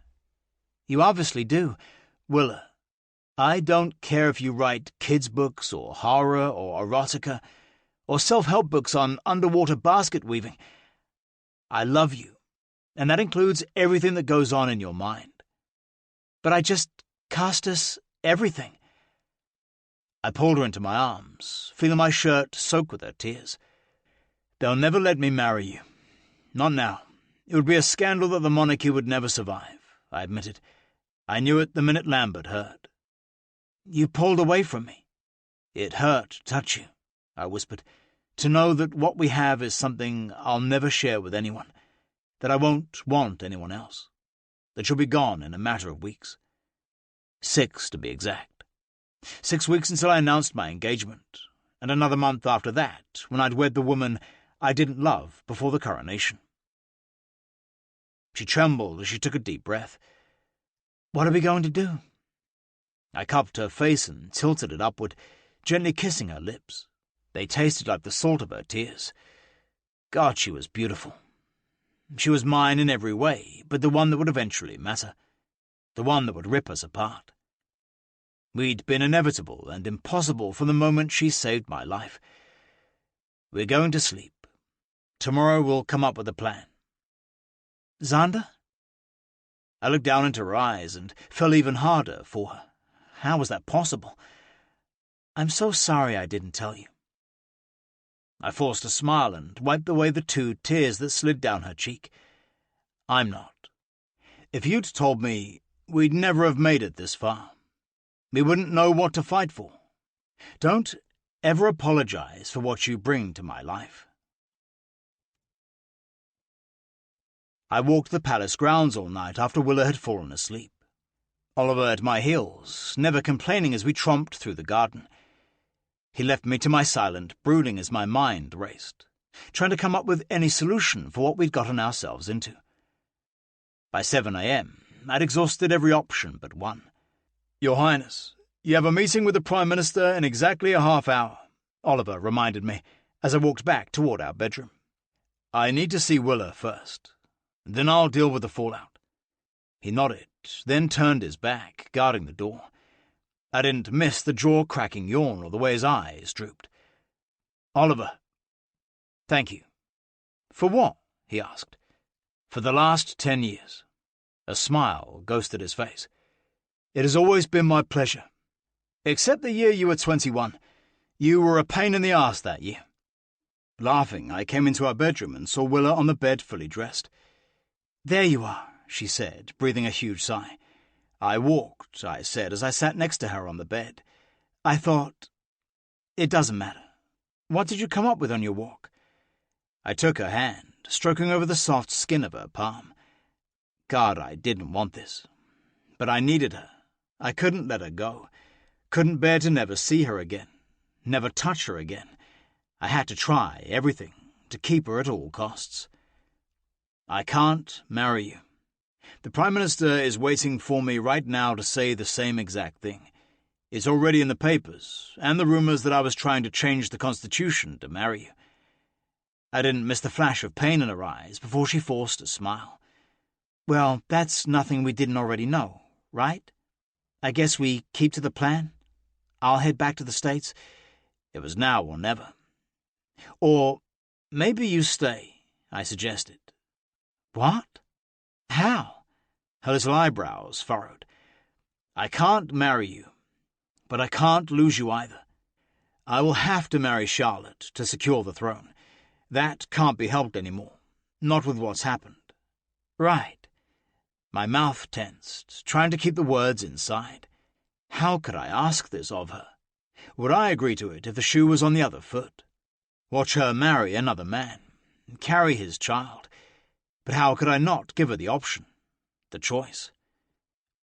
"Stay anyway." "What?" She sat up straight, leaning away from me. "Stay with me. I don't love Charlotte. She doesn't love me. Many royal marriages work this way, with a partnership in the marriage and love elsewhere." "Stay as your mistress," she whispered, her face horror-stricken. I swallowed, and, in that moment, being one of the most powerful men in the world, did nothing for me. I couldn't make her choose me. I couldn't make her stay. She held all the power. Yes. The word was damning. "Xander." She shook her head. I know it's too much to ask. I know it's impossible. I know it's not what either of us want, and that it will slowly break our hearts when we could just get the big break over with now. But Willa, I don't know how to breathe without you. And I know you love me.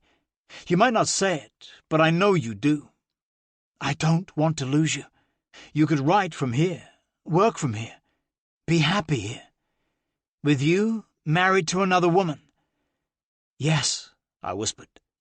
"There is no other way for us, no matter how much I wish that wasn't true. I don't want you as my mistress. I want you as my wife. But I will take anything you'll give me. The scraps from your table, I'll beg. Whatever you're willing to do, I will say yes. I know it's despicable, she suggested. Yes, but it gives us each other. And one thing I know about you is that you've never cared about what other people think.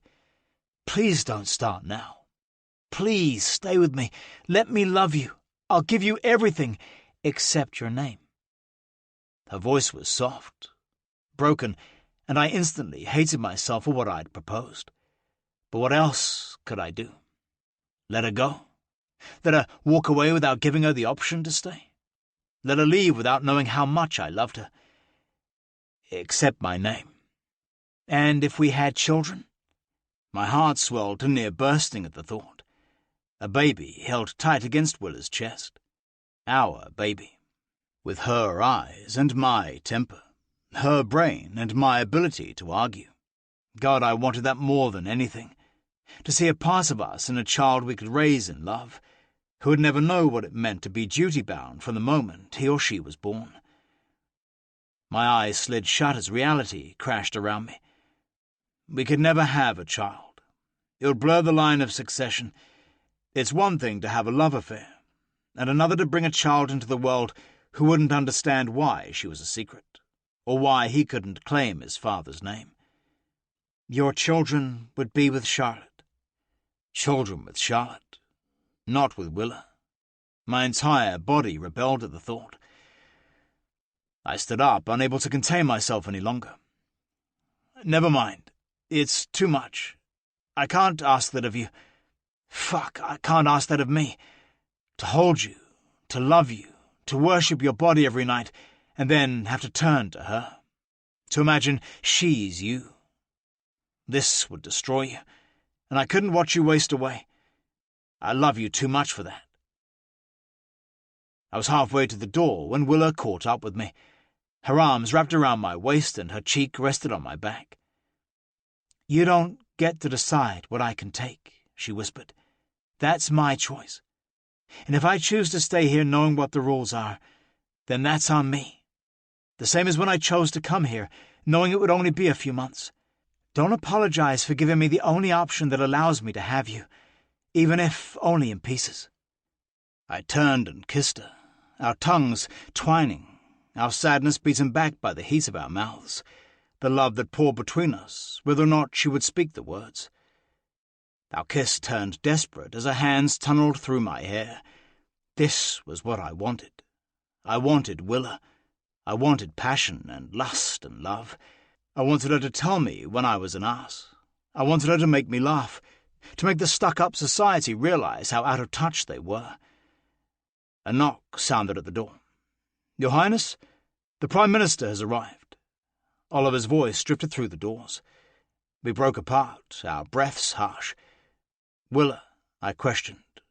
What did it mean? Yes? No? I need time, she begged.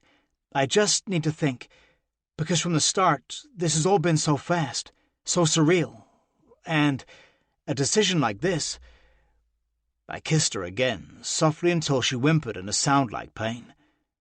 Willa, honey, don't. You kiss me and everything jumbles.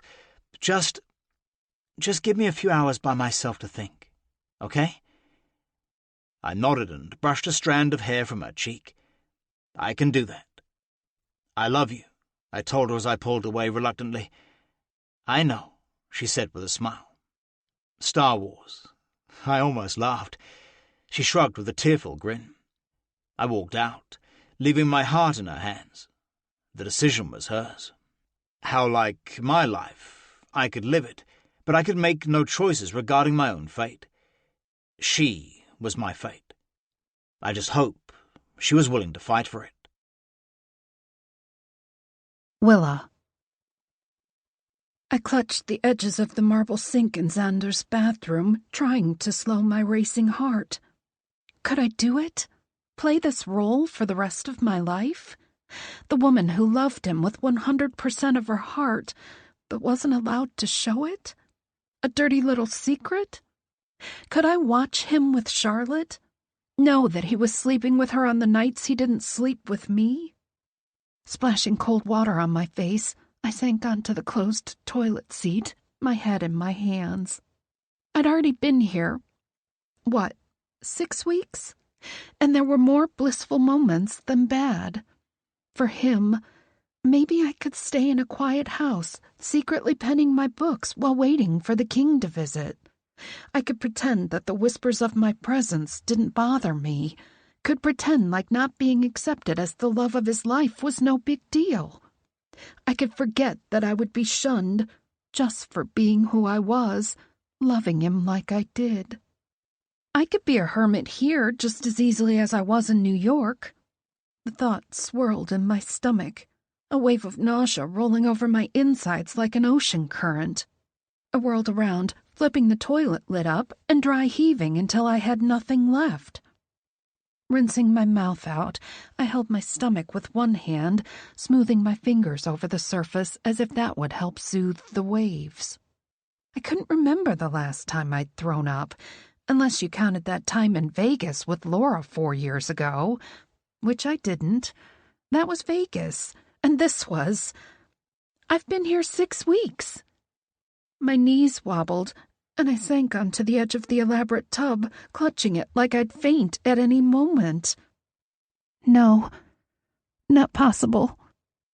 I glanced down, suddenly aware of my hand, still protectively laid over my tummy, like a fucking instinct. Nope. Birth control. No way. Another crashing roar churned, and my knees hit the floor as I heaved again. Xander had left to give me space, time to clear my head. Now I wished he was here to talk about the possibility to send someone to get a test. But no, I couldn't do that. Then they'd know. They'd make a spectacle of it. They'd label my unborn child, if there was one in there at all, a bastard. An illegitimate heir to the throne. Fuck that. Maybe my writer's imagination was running away with me. Maybe I'd miscounted my last period. Yeah, and maybe you got it while here and just forgot that week. Shit. We could never have a child. It would blur the line of succession. It's one thing to have a love affair, and another to bring a child into the world who wouldn't understand why she was a secret, or why he couldn't claim his father's name. Xander's words echoed in my head. We could never have a child. But what if we already did? I needed to know for certain, but there was nowhere here I could go that was safe. Nowhere I could go without someone watching, a guard, a paparazzi, a royal family member. Hell, maybe even the damned prime minister. I packed in a frantic flurry of movements that I was now all too aware of. I'd never had a pregnancy scare before, but this was a mixture of terror and hope and grief. Grief at the solidity in my bones, the certainty in my heart.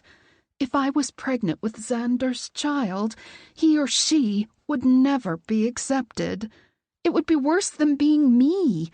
It would be... No. I slung my bag over my shoulder, my heart shattering just a few more degrees. Maybe if I was wrong, I could come back here and explore our options. We'd be more careful. My love for the man was that strong. And while I could condemn myself, I wouldn't let an innocent baby suffer their entire life for a choice their father and I had made. I grasped the door handle for a moment before I found the courage to turn it. But I did. I need to go, I said, conjuring all the authority I could into my voice as I opened the door and looked at Oliver. Where would you like to go? He asked, despite eyeing my bag and the tears in my eyes. The airport. I can't do that without discussing it with... Xander would stop me. He might not be able to keep me in the way he wanted, but one look in those eyes, and I'd stay. If you don't take me now, I'll leave. You can't stop me. He arched his brows, challenging, but I kept my spine straight. Fine, I said, pushing past him. If something happens to me while I cab it to the airport, good luck handling Xander. Oliver's gentle grasp stopped my quick steps. Damn it. He cleared his throat, releasing me. Apologies. Just get me out of here. This will destroy him, he whispered. I'm already killing his reign, and he hasn't even taken the throne.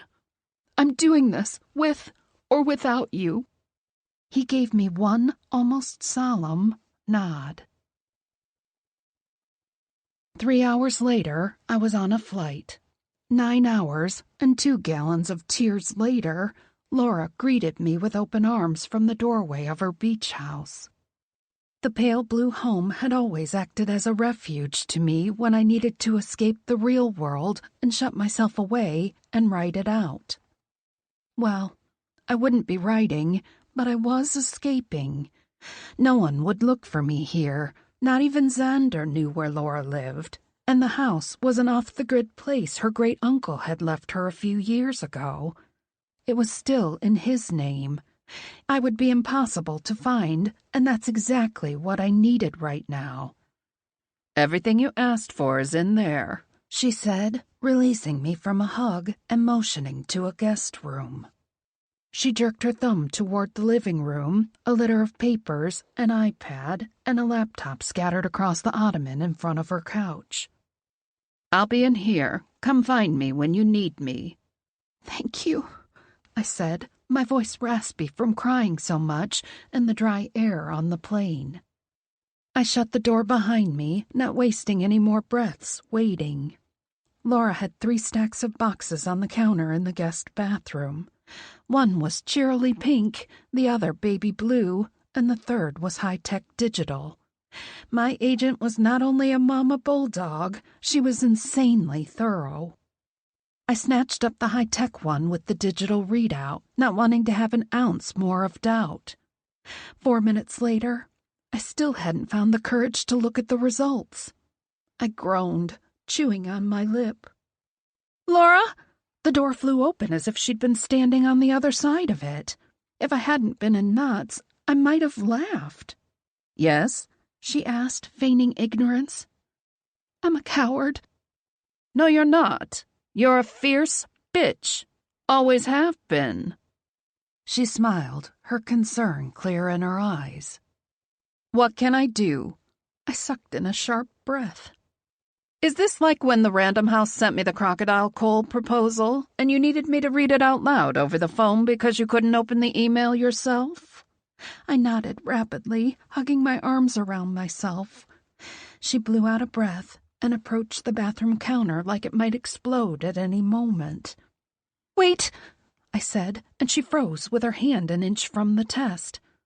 "Laura, it'll be all right. Whatever happens, just like Random House, you either have an additional, important project or not." I chuckled, tears glittering in my eyes. Okay. Do it." I clenched my eyes shut.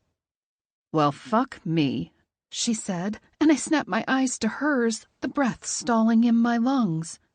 The test was pinched between her fingers, her face unreadable. "What?" I whispered, the words squeezed from me.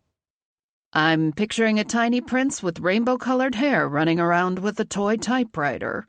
I dropped to my knees. Laura followed me, still holding the test. I could read it now as she hugged me. Pregnant. No lines, no questions. I was crying into her shoulder and holding my stomach at the same time. After a few minutes, she forced my face into her hands. "Come on, let's get something to eat." She hefted me to my feet. I hugged her again, clinging to her like I would my own mother. I'd have to call her in a couple weeks when her and Dad got back from their cruise. "Thank you," I said, and meant it from the bottom of my soul. She'd been such a force in my life, taking my career to the next level, being a friend who understood my habits without question, and now she'd read the word I couldn't. Pregnant. with Xander's baby. I ate, unable to stop the tears that randomly rolled down my cheeks every time I thought about the life inside me. It was equal parts him and me. And yet, I was alone.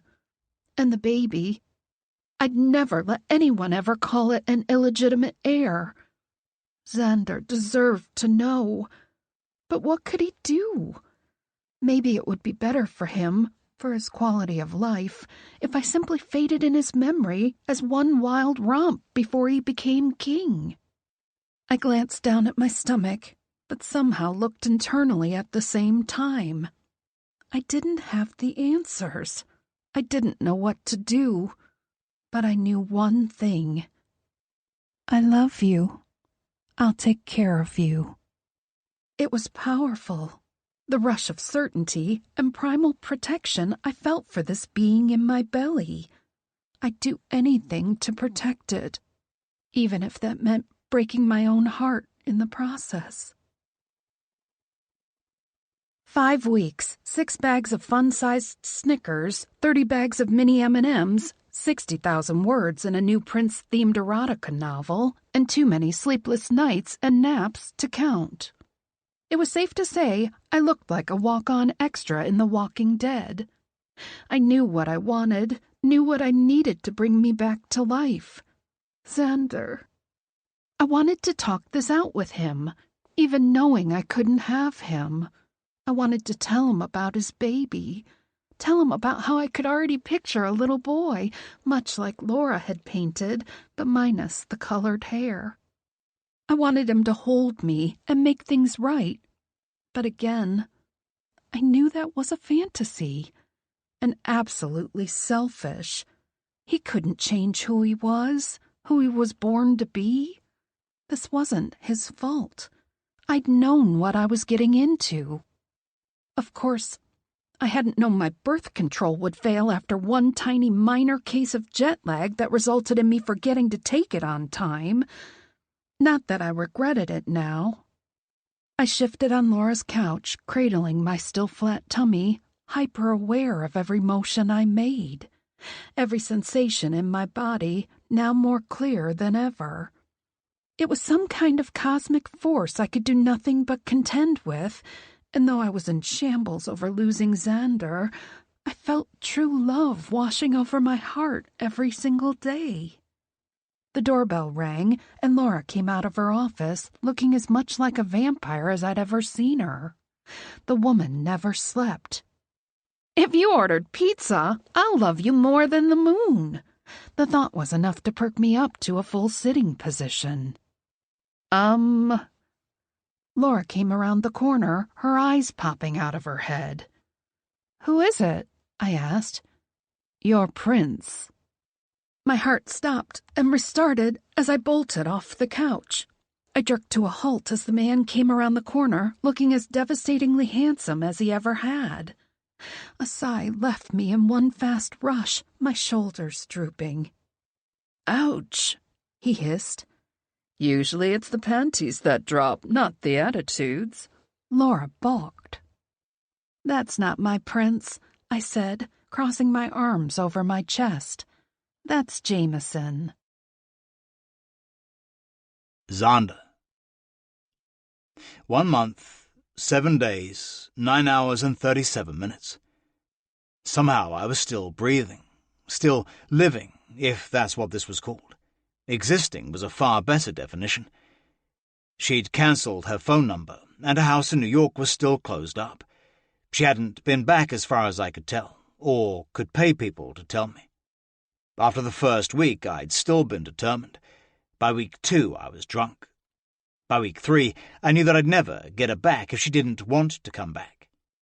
Everything with Willa was her choice, and even as one of the most powerful men in the world, she owned me. By week 4, desperation took over.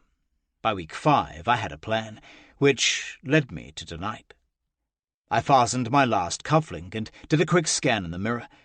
My royal uniform was perfectly tailored, bearing the ribbons from the years of service I'd spent as an attorney in the Elistonian military. This was my future. This uniform, this palace, this empty bed. It had always seemed an adequate size, but it felt huge without Willa's frame held tight against me. The sheets had been changed, the room thoroughly cleaned by the housekeeping staff over the last month, but I swore I could still smell her when I walked in. Or maybe her scent was simply imprinted on my soul. I left my bedroom, Oliver hot on my heels. "Are they here?" "They're all assembled," he answered, pulling at the neck of his tux. "Uncomfortable?" I asked, as we turned from the residence to the wing of the administration. "I hate these things. You and me both." We rounded the corner to find Damien waiting next to the door of the theatre. His shoulders straightened and he gave me a tense smile. "Your Royal Highness?" He addressed me with a nod. "Damien? Are they all in there?" "All 450 of them." He motioned behind me to a bevy of guards. "And they are in possession of 450 cell phones. Whatever you need to say will be private." "Thank you," I told him, my voice dropping. "No matter what happens, I owe you a debt of gratitude, and I'll not forget it. We're both just doing our part to move this monarchy forward. Ready? To make the most important speech of my life in a private movie theatre?" I joked. "Well, yes. Let's do it." The footman opened the door and announced us. "His Royal Highness, Prince Alexander, and the Prime Minister." There was a commotion as the members of Parliament stood from their seats. The theatre was built to hold 400, and the unseated members stood in the aisles, the steps, and every vacant space. I climbed the steps to the small stage, where a podium had been placed. "Members of Parliament, thank you for agreeing to meet. My father once told me that living rooms are the best boardrooms, but seeing as I can't possibly fit you all in my living room, the theatre will have to do. Please be seated, if you have a seat." Soft laughter came from the members. "I'm aware we're due in the ballroom in an hour for a very important announcement, so I'll keep this as brief as possible." I secured my hands on the sides of the podium and fought the urge to fidget with my collar. "I'm aware that the current law states that not only must a royal be married to ascend to the throne, but that his bride must be of noble birth." A rumble went through the crowd. "Ladies and gentlemen, our laws are outdated in 3 ways. The first is that it should be no concern whom a king chooses to wed. Have we not evolved enough to respect the emotional attachment of love? Have none of us been made better by our significant others, no matter the statement of their birth?" Another rumble sounded. "The second matter is the need to be wed at all. Forcing marriage is barbaric, and outlawed to everyone in this country except its sovereign. Would it not be in the best interest of this country to allow her king to serve in her best interest, and then find the partner of his life who would best suit him and this country?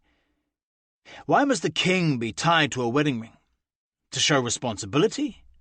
Is it not more irresponsible to wed in haste to someone with whom there is no chance of a happy marriage?" Senator Lambert stood about 10 rows back from the front. "Senator," I called on him, "would it not be in haste to change our laws when the subject of the discussion is a foreigner? Forget that she is an erotic novelist, no matter how unsavoury that might be, Your Highness. Could we, in good conscience, make such a drastic change that would pave the way for an American queen? We have never allowed anyone besides those of an Estonian birth on the throne. This is a matter of tradition, of law, not to be taken lightly." A grumble of assent went through the audience, with more than a few heads nodding. I wanted to grab him by his skinny tie and pummel his face until he apologized to Willa. What a fucking prude. The matter at hand is not that of my attachment to Miss Collins. It is in the ritual itself. I am prepared to take the throne. I have been raised in deep Elistonian tradition, in the laws and customs of this land that I love more than my own breath. I can tell you that taking an Elistonian woman to wed would not deepen my love or commitment to this country. The law is outdated.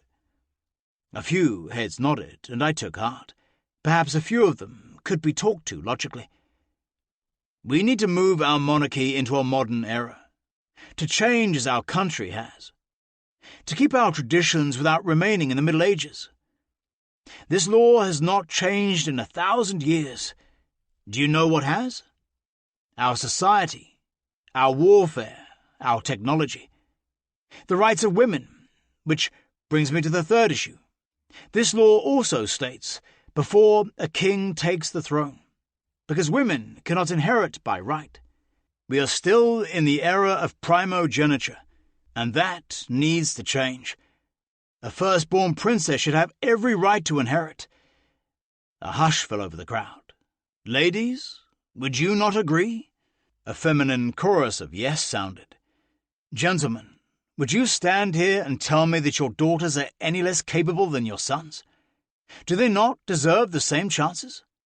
Do they not have the same intellectual capacity? This issue is not a matter of law as much as it is simple human rights. Because make no mistake, women's rights are human rights, and we have been far remiss in this. I do not ask your support in this matter. I expect it. A rousing round of applause sounded as the Parliament members rose. The official legislation has been drafted by Prime Minister McAllister. I motioned to Damien, who nodded from his place next to me. Then I moved so he could take the podium. I have heard many of you clamour for change, he said, and the crowd hushed. Many of you declare that this monarchy is outdated. Many of you whisper that it shouldn't exist at all. The auditorium grew thick with tension. I had no doubts that many of my enemies were in this room. Many of them were anti-monarchists, and I knew somewhere in this room there was a man or woman who led them. I'm here to agree with you, to tell you that it is outdated, but that together we can move it into the modern day that we need to. These measures are the first steps. As unorthodox as this is, he motioned to the theatre, this can be the venue for change. We can be the change Elliston needs.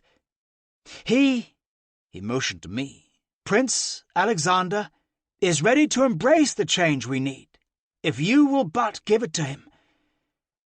Amid the clapping, I thanked him and stepped out into the hallway, Oliver closing the door behind me. The fastest vote in the history of Elliston was about to take place. I walked across the hallway to wait in the small conference room, but I couldn't sit. I paced the length of the table while Oliver watched, quiet but anxious. I glanced at the clock. I could veto any measure they decided, but not one that had been passed 1,000 years ago. I could give them my advice and could introduce new legislation, as I did tonight, but I could not make them pass it. I could not control my own fate. 20 minutes of hell later, Damien walked into the room without announcement. Oliver stepped aside once he realized who it was. "Your Royal Highness," he said, his mouth tense. "Fuck the formalities and tell me," I barked. "They agreed that women should be able to inherit. That will pass into law." I let go of the breath I'd been holding. Now, women like my sisters would have the ability to rule on their own bloodline instead of their husbands. They'd be valued just as much as I was. And the others? His face fell, and he delivered the news I'd always known would come. Neither of the other two measures had passed. Charlotte would have to be my queen. Willa. It's gorgeous, I said, running my hands over the fabric of the exquisite ball gown that could have come straight out of a period movie set.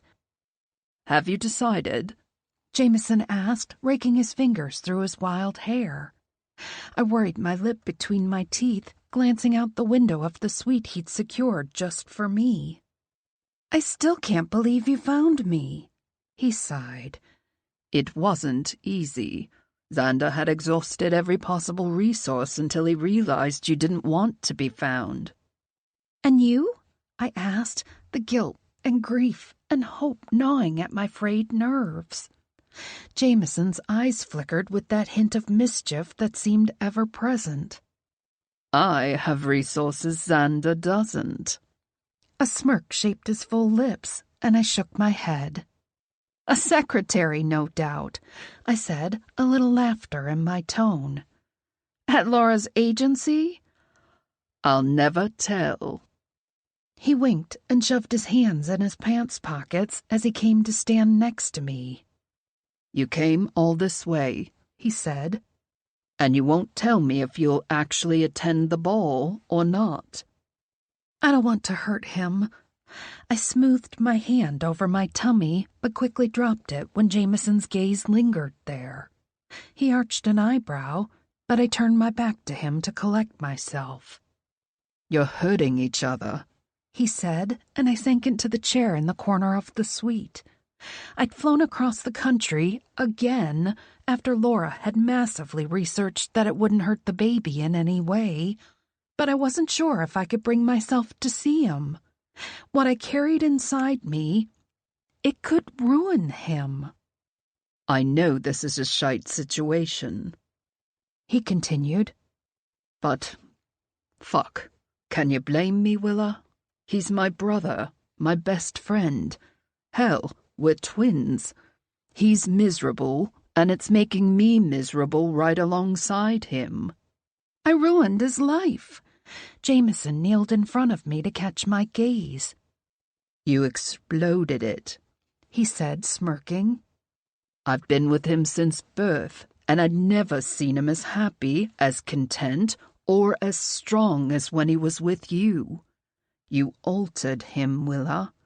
That's why I'm here. That's why I tracked you down and begged you to get on a plane. He needs to see you. He tilted my chin up, forcing me to meet his eyes. Even if only to get closure. The way you two left things, it's eating away at you both. I nodded, swiping away the tears under my eyes. I know. I'm sorry. I had to leave. I don't need your reasoning. I've run away from more problems in my life than anyone. He deserves to know, if nothing else. He stood and glanced at his watch. They'll be wondering where I am and why I'm not dressed. He flashed me a soft smile. I've put your name on the list, without Xander knowing. He added quickly, I know it's selfish of me to place this on you, but he needs your strength, Willa. This will be the hardest announcement he'll ever have to make, and it's killing him. More tears pooled in my eyes as Jameson headed toward the door.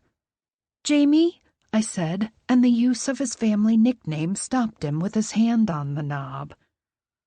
Thank you, I said, for loving him the way you do. You're a good man, and an even better brother. He gave me a slight nod before turning out the door. An hour-long shower and some serious magical finger work, I was in the dress that was 80% skirts and 20% bodice. I slipped the damn heels on and asked the valet to call me a cab. I can't believe we're doing this. I rubbed my hand over my belly, speaking inwardly as I had the past month. I already loved this child with all of my heart, and now we were headed toward its father, with no way of knowing what to do or say or how to tell him. A father my baby might never know. Again, the thought occurred to me to just give us both closure and leave him to his people, his kingdom. It shot ice through my heart, but I wanted to do what was best for him. Jameson says he's miserable. But wouldn't he be more miserable knowing he had me but not wholly? I'd be in his life, we'd be in his life, but only in the shadows, in secret, always living in fear over who would discover us and the true heritage of our child.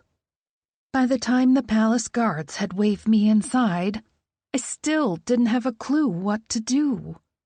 My heels clicked against the marble floors as I followed the crowds of people toward the main ballroom, my throat closing with each step I took. My heart raced, threatening to burst from my chest with the simple anticipation of even setting eyes on Xander again. Just seeing him, God, it would both crush and revitalize me. The ballroom was packed with people dressed in their finest, something that never seemed out of place in the palace. Me, on the other hand, I stuck to the back, my eyes scanning the crowd for Xander, but coming up blank. Jameson was near the front of the room where a dais was planted on a stage. He caught my gaze, relief pooling through his eyes as he smiled at me. I shrugged, gripping the folds of my dress for support. I found a place to hold up the back wall, determined not to be seen. I wouldn't cause a scene, not here, not with so much at stake for Xander. A sharp gasp I knew all too well jolted my entire body. "What are you doing here?" Xander's mother whispered as she clicked over to me, her own gown beautiful and elegant and all the things I wasn't. I parted my lips, but quickly closed them. Composure. Don't make a scene. "Are you hell-bent on destroying him?" She kept her tone a whisper, now so close to me I could smell her minty breath. "No," I said, and lowered my voice when a man in full military dress glanced at the two of us. "No, of course not." The Queen narrowed her gaze at me, and for a second I swear I saw sadness in them. It was gone as quickly as it came. "What will it take for you to leave my son alone?" A sharp burst of pain sliced through my chest, and tears pooled in my eyes. Damn hormones! I flicked the moisture away, taking a deep breath. "Money?" she continued. "What is your price?" I gaped at her. "You still think I'm after a crown and a title?" Fire coursed through my veins, but I kept a lock on my anger. "1 million?" she asked. "Would that do it? 2?" I rolled my eyes. "Pardon me, Your Majesty, but are you fucking serious?" She straightened her shoulders, tilting her chin up just slightly.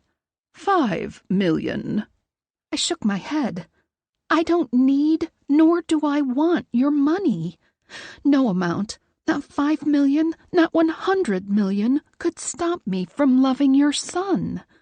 I would take Xander any way I could get him, broke and living in a box under a bridge, or wealthy and living in a palace. Even one I'm not welcome in." I sighed. "Even knowing I'm not allowed to hold his heart as my own, even after all the pain this situation has caused us, I'm still here. I'm still here. Every jab you've thrown, or the paparazzi, or fucking Parliament and the Prime Minister, I'm right here." I sucked in a sharp breath, the realization of my decision crystal clear in my head and my heart. "I adore your son. I love him more than I knew was possible for one person to love another, and I have no intentions of leaving him when he needs me. I will not cost him his crown. I will not risk his kingdom, but I will be here for the man that he is. I will be whatever he needs me to be, even if that means being a ghost in his life, because my love for him is that strong." I pressed my lips together. "But it's his decision what he wants, not yours, or council's, or the family. It's his, and I'll support whatever it is he decides." A lone tear trailed down the Queen's cheek, and the sight of the emotion stunned me. She flicked it away, a small smile on her lips. "Well," she said, folding her hands in front of her. "I'm glad to hear it." "What?" I stared at her, dumbfounded. She pursed her lips, a slight lift to her shoulders. "I wouldn't want anything less for my son. I know that may be hard to believe, but can you blame me? I had to know." "Had to know what?" She sighed, glancing toward the dais before returning focus to me.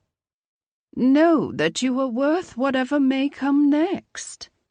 She gave me a nod and then spun on her heels, gracefully clicking toward the stage. My heart swelled from the exchange, but it was quickly replaced with sheer terror and excitement. Xander. He stepped onto the stage, the weight of the world on his shoulders. Everything in my soul screamed to rush to him, soothe that stress, let him know we'd find a way to make this work. But I kept my feet firmly planted. I couldn't cause a scene. I couldn't ruin one more thing for him. I gripped the folds of my dress skirts, needing something to hang on to, and silently sent up a message. "I'm here. We're here. We're with you. Always." Xander. The party was in full swing. The massive ballroom at capacity with members of Parliament, their spouses, foreign dignitaries, and select members of the press. It was supposed to be one of the best nights of my life, the announcement of my official engagement and beginning of my unofficial reign. Instead, I was heartbroken. Leaning back against the wall in the hallway that led to the ballroom, I nursed a scotch and ignored my mother's every attempt to talk to me. Oliver watched me from a distance, giving me the space I needed. Sophie approached, and I didn't miss the way Oliver's eyes followed her the exact socially acceptable amount of time before facing forward again. Her light blue silk gown was beautiful, graceful, and perfect for her station. I knew that somewhere Bree was probably trying to sneak into the party in leather pants. "Xander," she said softly, leaning back against the wall next to me. "Soph," I said before taking another swig. "They're asking if you're ready for the announcement." "Ready to tell the world that I'm going to marry a woman I love like a sister? That no matter what happens, I'll forever imagine it's Willa in my bed? Sure. Why not?" I pushed off the wall and she clasped my hand. "Xander, stop." I met her soft, sorrowful eyes. I hated seeing my sister in pain, let alone pain on my behalf. "You have always been the most responsible of us. You do the right thing. You sacrifice so much for us. I knew it broke your heart to leave your law practice when Daddy died. I know what your plans were, but Xander, there's something to be said for being happy, for thinking of yourself for even a moment." She ended on a whisper. "I love you, Soph. You're all that is right and good with our monarchy, our country, our world. But there's no getting out of this. I have to marry Charlotte. I'm the heir. It's my duty." She tugged on my sleeve, more forceful than I'd ever seen her. "I'm going to say this one time, and then I'm never going to speak of it again." My eyebrows shot up, more at her tone than anything. "Yes? You're not the only heir." Her eyes bore into mine until I understood what she was suggesting. I kissed her forehead and walked toward the ballroom, ready to meet my fate, her words echoing inside my head. Would my siblings face this choice? It didn't matter who Jameson wed, but I'd make damn sure that Sophie and Bree were allowed their own choices.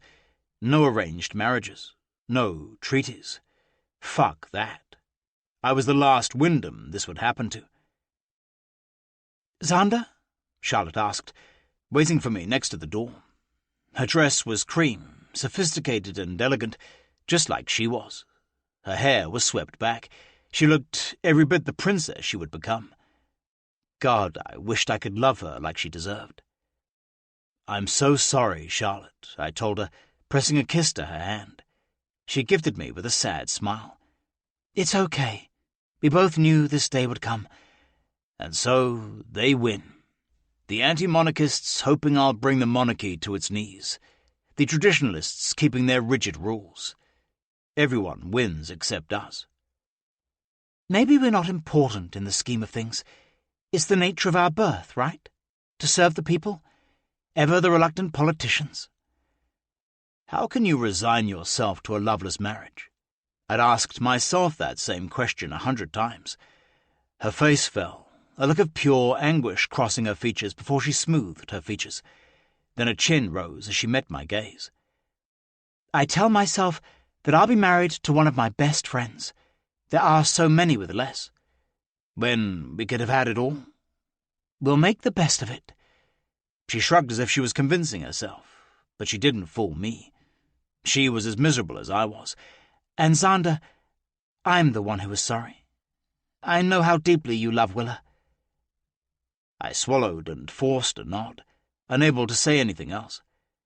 I tucked a hand into my elbow and walked forward as the footman opened the ballroom doors. The music immediately died.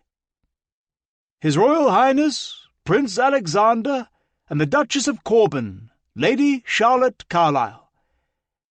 I escorted her into the ballroom, my future flashing before my eyes. State dinners, matters of parliament, flawless Charlotte with a wrecked me. My eyes raked over the crowd quickly, just like I knew they would always do. I would always look for Willa. I'd look for her in every crowd, every dream, every fantasy and bed we'd shared. By doing this, I wasn't just condemning me to a sham of a marriage, but Charlotte as well. We both knew it. I left Charlotte standing next to her parents, who had come all the way from the north of Elliston for this. Then I took my mother's arm and walked her up the stairs to the dais, where she'd stand beside me to make the announcement. In a breach of protocol, she grasped both of my arms and kissed my cheek. "I love you. You may doubt anything in your life besides that truth, but Xander, be happy, no matter what that means." Confusion puckered my forehead, but she simply caressed my face as I pulled away, a graceful smile on her face and tears in her eyes. This was everything she'd planned for me, for our country. Was she really saying? "Go," she urged toward the microphone. I placed my hands on the podium, my fingers flexing on the edges of the polished mahogany, and looked over my black tie attendees, the witnesses to my execution. "Thank you for joining us tonight," I said, my voice strong and sure. "As you all know, the laws of our country force me to take a bride." A murmur raced through the crowd. And though I had earlier told Parliament that it was a barbaric custom, well, the law still states that I must be wed to a bride of noble birth in order to ascend to the throne of Elliston. I turned to Charlotte, who sent me a shaky smile. How could I do this to her? To one of my closest friends? Didn't she deserve love? The same passion I shared with Willa? Hell, how could I do this to Willa? She'd only left because there was no hope for a future between us. I knew that. But what if there was? What if I could offer her my heart, my hand, and my name? Wasn't that worth a chance? An awkward silence had taken hold while I pondered my next words. I love my country. Our land, our traditions, our people are truly a part of my soul. But what good is a soul without a heart? Wouldn't it be empty? Indescribable joy filled my chest, as if my heart was cheering at the acknowledgement. Yes, this was right. This was the only way. I smiled wide for the first time in a month, feeling lighter than ever before. A king who leads without his heart is hardly worth the title, and your king will be worthy, I swear it. A cheer went through the crowd. My gaze snapped to where my siblings stood. Sophie, petite but graceful next to Bree, who wore a strapless black dress and leaned back against the wall, and Jameson, my brother, my best friend, my twin. His attention was on something toward the back of the room, but sensing my pause, he turned back and we locked eyes. "I'm sorry," I told him softly, but the mic carried my words. He uncrossed his arms and tilted his head in question, not knowing his fate was already sealed. Feeling 7 foot tall, I looked out over the massive ballroom.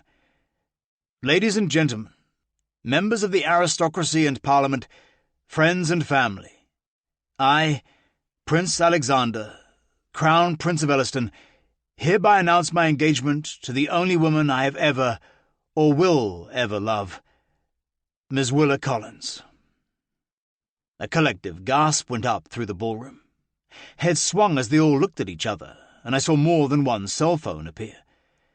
The few reporters we'd allowed in were almost throwing elbows to get to the front of the room. Naturally, I'll have to find out just exactly where she went, when you guys all but ran her out of our country, but I'm hoping that once she sees this blasted all over the internet, she'll appear. Xander! The sweetest voice I've ever heard called out from the back of the ballroom. Willa? I nearly shouted. Like it was a fucking movie, the crowd started to part, everyone trying to get a look at her. There she stood, a ball gown the deepest shade of blue that hugged her perfect breasts before caressing her curved waist and flaring to the floor. Her hair was up, no doubt a rainbow in the back, and her smile tentative but breathtaking. She was exquisite. She was here. She was mine. I jumped off the dais, landing on my feet like an action hero, and sprinting through the break the crowd had given me.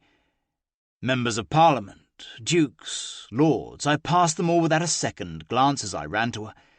Pausing only long enough to ensure that I didn't run her over, I gathered her into my arms and lifted her against me. God, she felt so right in my arms. In that breath, my heart flared back to life, whole again. "You're here," I whispered in her ear. "I'm here," she promised. We pulled back, lost in each other's eyes in the best way possible. My whole future was here, in this woman I held in my arms. A throat cleared next to us, and we both glanced to the side. Holy shit. Everyone was staring. "Xander, could we maybe take a minute?" Willa whispered. "Absolutely," I answered. As calmly as I could manage, I led her back up to the dais, this time taking the stairs. I kept her hand firmly in mine, as if she'd disappear if I loosened my grip. We looked out over the sea of shocked onlookers. "We, need a minute," I said. Smooth. I didn't stop to look at anyone. Their opinions weren't necessary, not anymore. I led Willa through the door into the hallway, where Oliver soon followed. He passed us, then cleared the small conference room across the hall. "You're good," he said, holding the door open for us. "Thank you. For everything. You keep it interesting, don't you?" He smiled. "Go get her." The door closed behind me with a soft click. "Willa," I said, her name the best prayer ever. Reaching for her, our mouths met in a fury of lips and tongue, as if all the need we'd built up over the last month had suddenly unleashed in this one kiss. Her arms reached around my neck as I cupped her face with one of my hands and her waist with my other. Lust raced through me, a desperate need to not just claim her body but her heart, to know we'd never be apart again. "Wait," she gasped, pushing from me and stepping back. "How long? Another month?" I asked, stalking forward. "I left for a reason." She warded me off with an outstretched hand. "Because I couldn't marry you." "Yes. No, because I couldn't watch you touch someone else, marry someone else." She backed against a wall. "Nowhere else to run," I said with a smirk. "I had my reasons. Reasons to stay hidden, to not take a phone call. I knew I couldn't stay away, or tell you no if you found me. Hell, Jameson found me, and here I am. The moment I saw him, I knew it was hopeless." I brought our bodies flush, pressing her into the wall. Her silk skirt swished around my legs. "You came back. You're mine, and you don't get to deny that. Never again. You came back to me, and you don't ever get to take that back." I kissed her, thrusting my tongue inside her warm mouth. Our tongues duelled until we both moaned, quickly losing ourselves to the chemistry that immediately ignited the moment we were in the same room. My hands quested along her dress, but her bodice was too tight to fit my hand in to cup her breasts, and her skirts were too damn big to get my hands under. "This fucking dress," I murmured. "Did you mean it?" she asked, panting as I tore my mouth from hers. "What?" "The engagement." "I will marry you right now if you don't mind being married in blue, Willa. I'm sure there's a priest in the crowd somewhere." Hell yes, I meant it. I was getting a ring on her finger as soon as possible. "Good. Because I'm pregnant." My questing hand stopped, and I took a single step backward, my eyes flying to her flat belly. Or at least I thought it was flat. Her dress was a fucking ball gown. Pregnant? I asked quietly, my hand reverently covering her abdomen. She tugged her lip between her teeth and nodded. I'm just about 3 months. 3 months? I repeated like a parrot. I think so. She grabbed my hand, pulling it to her heart, and her eyes watered. I couldn't stay knowing that this child would be some hidden, illegitimate heir. I could stay for you. I could be your dirty little secret, but I'd never let that happen to our baby. A baby. A family of my own. A chance to build something of our own that wasn't based on 1,000-year traditions. A fresh start with the love of my life. Xander? Say something? I pulled her into my arms, tucking her head against my chest and held her tight. You are a miracle. You both are. Pure, unfettered happiness raced through me, until a knock sounded at the door. Sir, they're getting restless, Oliver said through the door. Right. Come with me? I asked Willa. Anywhere. She held out her hand, and I took it. Within a few moments, we were back in the ballroom, which had hushed to a tense silence. Charlotte smiled and gave me a thumbs up as we ascended the stairs to the dais. Then she pulled Willa back and hugged her. I was so fucking blessed. Willa and I walked up to the podium, and the room became even more silent, if that was possible. I'd like to present my fiancée, Willa Collins. Flashes went off in front of us, but Willa held strong, her head high. She didn't need a country to be a queen. She simply was one. We smiled at one another, besotted like idiots. What about the laws? One voice called out. With Willa's hand in mine, I leaned forward to the microphone. Oh yeah, those. I smiled at Willa, and then looked back at the crowd. I, Prince Alexander, yada yada, hereby abdicate my throne, or my right to the throne, whatever it is. I gave the crowd a wave, and then swung Willa up into my arms and marched out. The only sound was the door shutting behind us. Then a roar went up through the ballroom, but I didn't give a fuck. You gave it up? For me? For us, I corrected her. I meant what I said. A king is no good with half a heart, and you have my whole soul, Willa. None of this matters without you, and everything else matters with you. Do you mind? I asked her, concentrating only on her incredible eyes as she looked up at me. She'd never wanted me for my crown, but a small bite of insecurity took hold. Mind what? That our child won't have the throne? I mean, I'm well invested, so as long as you're okay with only 3 or 4 houses instead of the palace, we're financially fine, but he or she won't inherit the crown. She stroked my cheek lovingly and pressed a soft kiss to my lips. They will inherit something even more precious. Our happily ever after. Happily ever after. It sounded perfect, and it was exactly what I would give her. Willa. Are you sure you're ready for this? I asked, eyeing the plain black t-shirt Xander had slipped over his muscled chest. It hugged him in all the right places, as did the dark jeans, but he still looked regal. Something I doubt he'd ever shed, which I was secretly grateful for. The family, the life, it was all part of who he was. It always would be. But now, he was mine. Ours. Born ready, he said, and I burst out laughing. What? He tilted his head, snaking his arms around me. Too cliché? A little, I said, melting into his embrace. How long do we have? He asked, and I eyed the clock on the wall of the small break room the bookstore manager had cleared for us. 20 minutes. A flutter ran through my heart, anticipation making my blood race.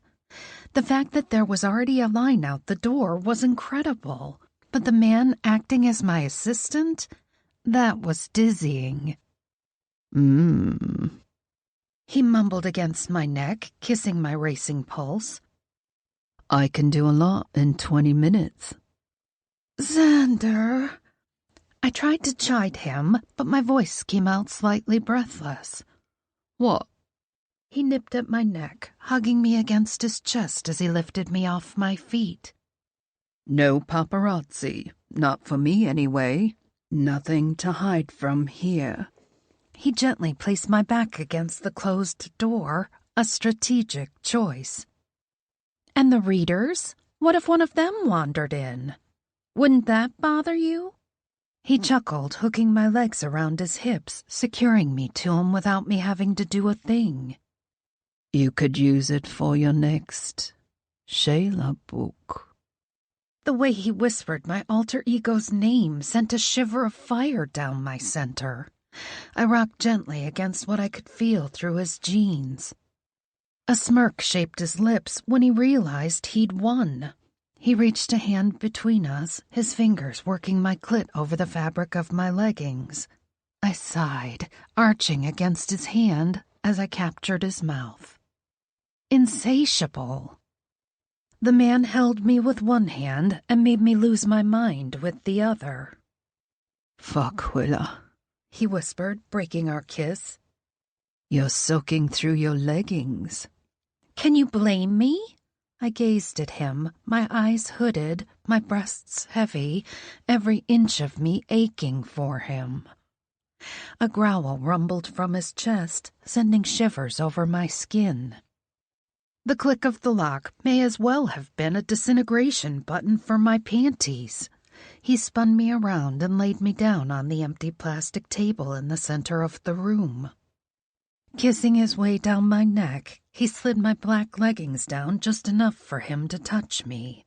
He hovered over my belly, still flat, but nonetheless noticeable in the way he cared for the area, gently kissing the skin beneath my belly button, saying hello to our baby, before working his way back up to my lips.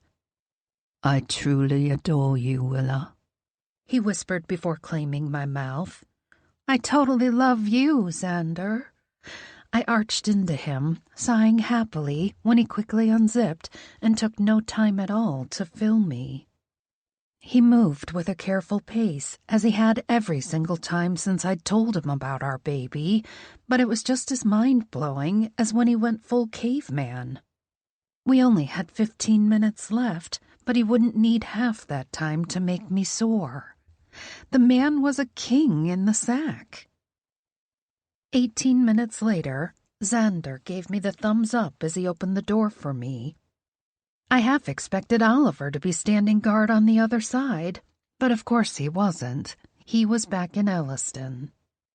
It had been 2 weeks since Xander had made the life-changing and country-altering decision to marry me and leave the throne to Jameson. God help that country. Charlotte wouldn't let him turn it into his own personal pleasure island, though, which made me feel slightly better about the situation. It was hard to feel guilty when I had the love of such an incredible man. My soon-to-be husband. I took a seat at the black linen-covered table, Xander standing behind me as the bookstore manager ushered the first wave of readers to the table. Picking up my favorite pen, I grinned at the ring on my left hand. I was still getting used to the sight of it, the weight of it, but I couldn't be happier. Sometimes I had to pinch myself to see if I'd fallen into one of my most far-fetched dreams. Life with Xander, loving him, had turned out to be more adventurous and passionate and real than anything I could ever hope to pen in one of my books. And our story had only just started. Epilogue. Jameson. The pounding on my bedroom door was as relentless as the headache that was currently making my life a living hell. "Go the fuck away," I yelled, rolling over and tangling my naked body in the sheets. The door flew open, and I flipped over to see who had the audacity to blatantly disobey. "I most certainly will not," Charlotte yelled from my doorway. I grabbed the sheet to my waist. "What the hell do you want, Charlie?" I snapped. She walked in, the personification of grace, beauty, intelligence, royalty. She dodged the clothes I'd left on the floor last night with tiny steps and, fuck me, the sexiest pair of heels I'd ever seen on her feet. "Are you still drunk?" she accused, her kissable lips pursed. "Maybe," I shrugged. The last 2 weeks since Xander had decided to abdicate had been a blur of bad mistakes and worse ideas. Seriously, who the fuck wanted me to lead them? It was Xander's right. He was the one who'd been trained by our father to rule the nation. Sure, I could make a girl come a few dozen different ways, but that wasn't going to help me win the hearts of Parliament, at least not the male ones. "For the love of God, Jamie, it's been 2 weeks. Pull your shit together." I blinked. "Did you just swear at me?" "I did." She turned, going into my closet and coming back out a moment later with a button-down shirt and slacks. "Yeah, I'm not Xander. You can't pick out my clothes and assume I'm going to do what you want, Charlie." "Don't call me that," she seethed. Fuck, I loved riling her up. "Now listen, neither of us wants this, I get it. But unless you want riots in your streets, which is a real possibility if you haven't turned on the news, you'd better get up and lead. The coronation is scheduled for 6 weeks from tomorrow, and the wedding is in 4 weeks from today." "What wedding?" "Not sure if you noticed, but Xander eloped with Willa." I knew exactly what she was talking about, but wasn't going to give her the pleasure. She arched an eyebrow at me. "And I'm happy for them. Truly I am. How the hell did I get stuck with you?" "With me?" I asked, flexing. Her gaze wandered to my biceps, then down my chest and abs. "Keep looking, Charlie, and we'll be taking your clothes off instead of putting mine on." "You're gross." She crossed her arms under her incredible breasts. "So you don't want me?" I tilted my head.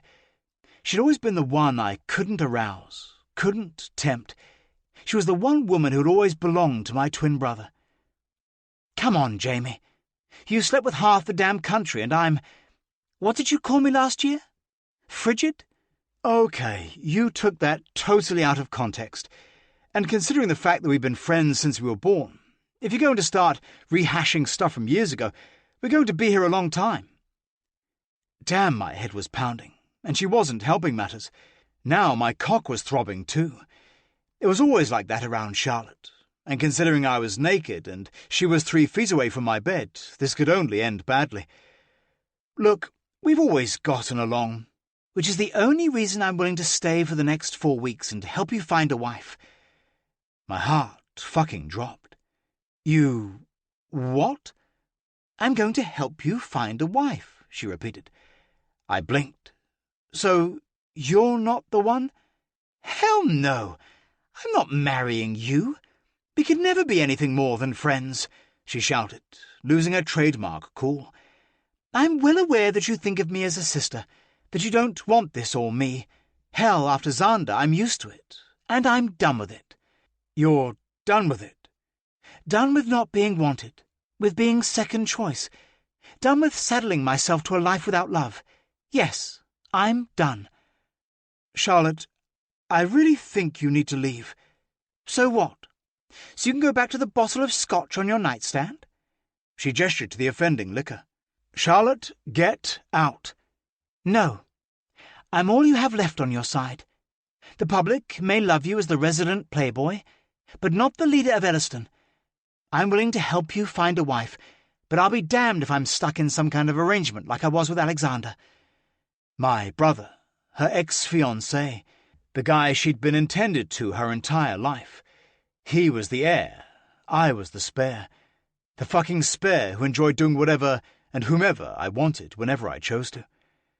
But now I was the crown prince of Elliston, and the one woman I thought I was going to have to marry for the last 2 weeks was rejecting me, because she refused to be with someone who didn't want her. "Charlotte, get out before I strip you out of those prim little clothes, drag you into this bed, and show you exactly how much I want you. Exactly which depraved fantasies of mine you've starred in since you grew into those legs of yours." "What?" she asked, taking a step back. The blood rushed from her face, and her hand flew to her heart, like she could guard her modesty or something when she was still completely covered in Alexander McQueen. I leaned forward, pressing the advantage. I said, "Get out, or get in my bed. I know exactly how to remove the stick up your ass, and it has to do with my tongue against your clit." Her mouth popped open, and surprise quickly turned to anger. "Okay. You know what? Be an asshole. Whatever. Lying to me, trying to talk dirty to me like I'm one of the whores you bring in here night after night, isn't going to get me out of your face. I'm staying until our monarchy is secure. You have to pick a bride, Jameson. Once you have an heir, you can screw whomever you like behind closed doors. Then I can go back home and do the same with whomever I choose for once. You can pull yourself together, or your country is going to rip itself apart." She shook her head at me. "Now get dressed so we can meet with a freaking wedding planner and start going over the dossier of every available aristocrat who was stupid enough to marry you." She turned her sexy ass around and marched out of my room, slamming the door behind her. I leaned back against the headboard and lazily stroked my erection. The only man she'd be fucking was me. Help me choose my bride. Fuck that. I had 4 weeks until I was supposed to marry, and I'd be damned if it was anyone but Charlotte Carlyle, the woman who had been my brother's. The woman I'd spent years pushing away with snide comments and affairs I'd flaunted openly, hoping to put even more space between us, only to hate that I'd succeeded. The woman who loved me like a brother, and didn't mind my antics as long as they didn't involve her. Yes, that Charlotte Carlyle. I should let her go. Take her up on her offer to find another aristocrat to be my bride. Give her the freedom she'd more than earned with the shit show she'd just been put through. But I couldn't, because I was a selfish, arrogant asshole. And while I was aware that she merely tolerated me for my brother's sake, and generally despised everything about me, I couldn't let her go. I'd been in love with her since we were children. Now I just had to make her fall in love with me. In 4 weeks. I was so royally fucked.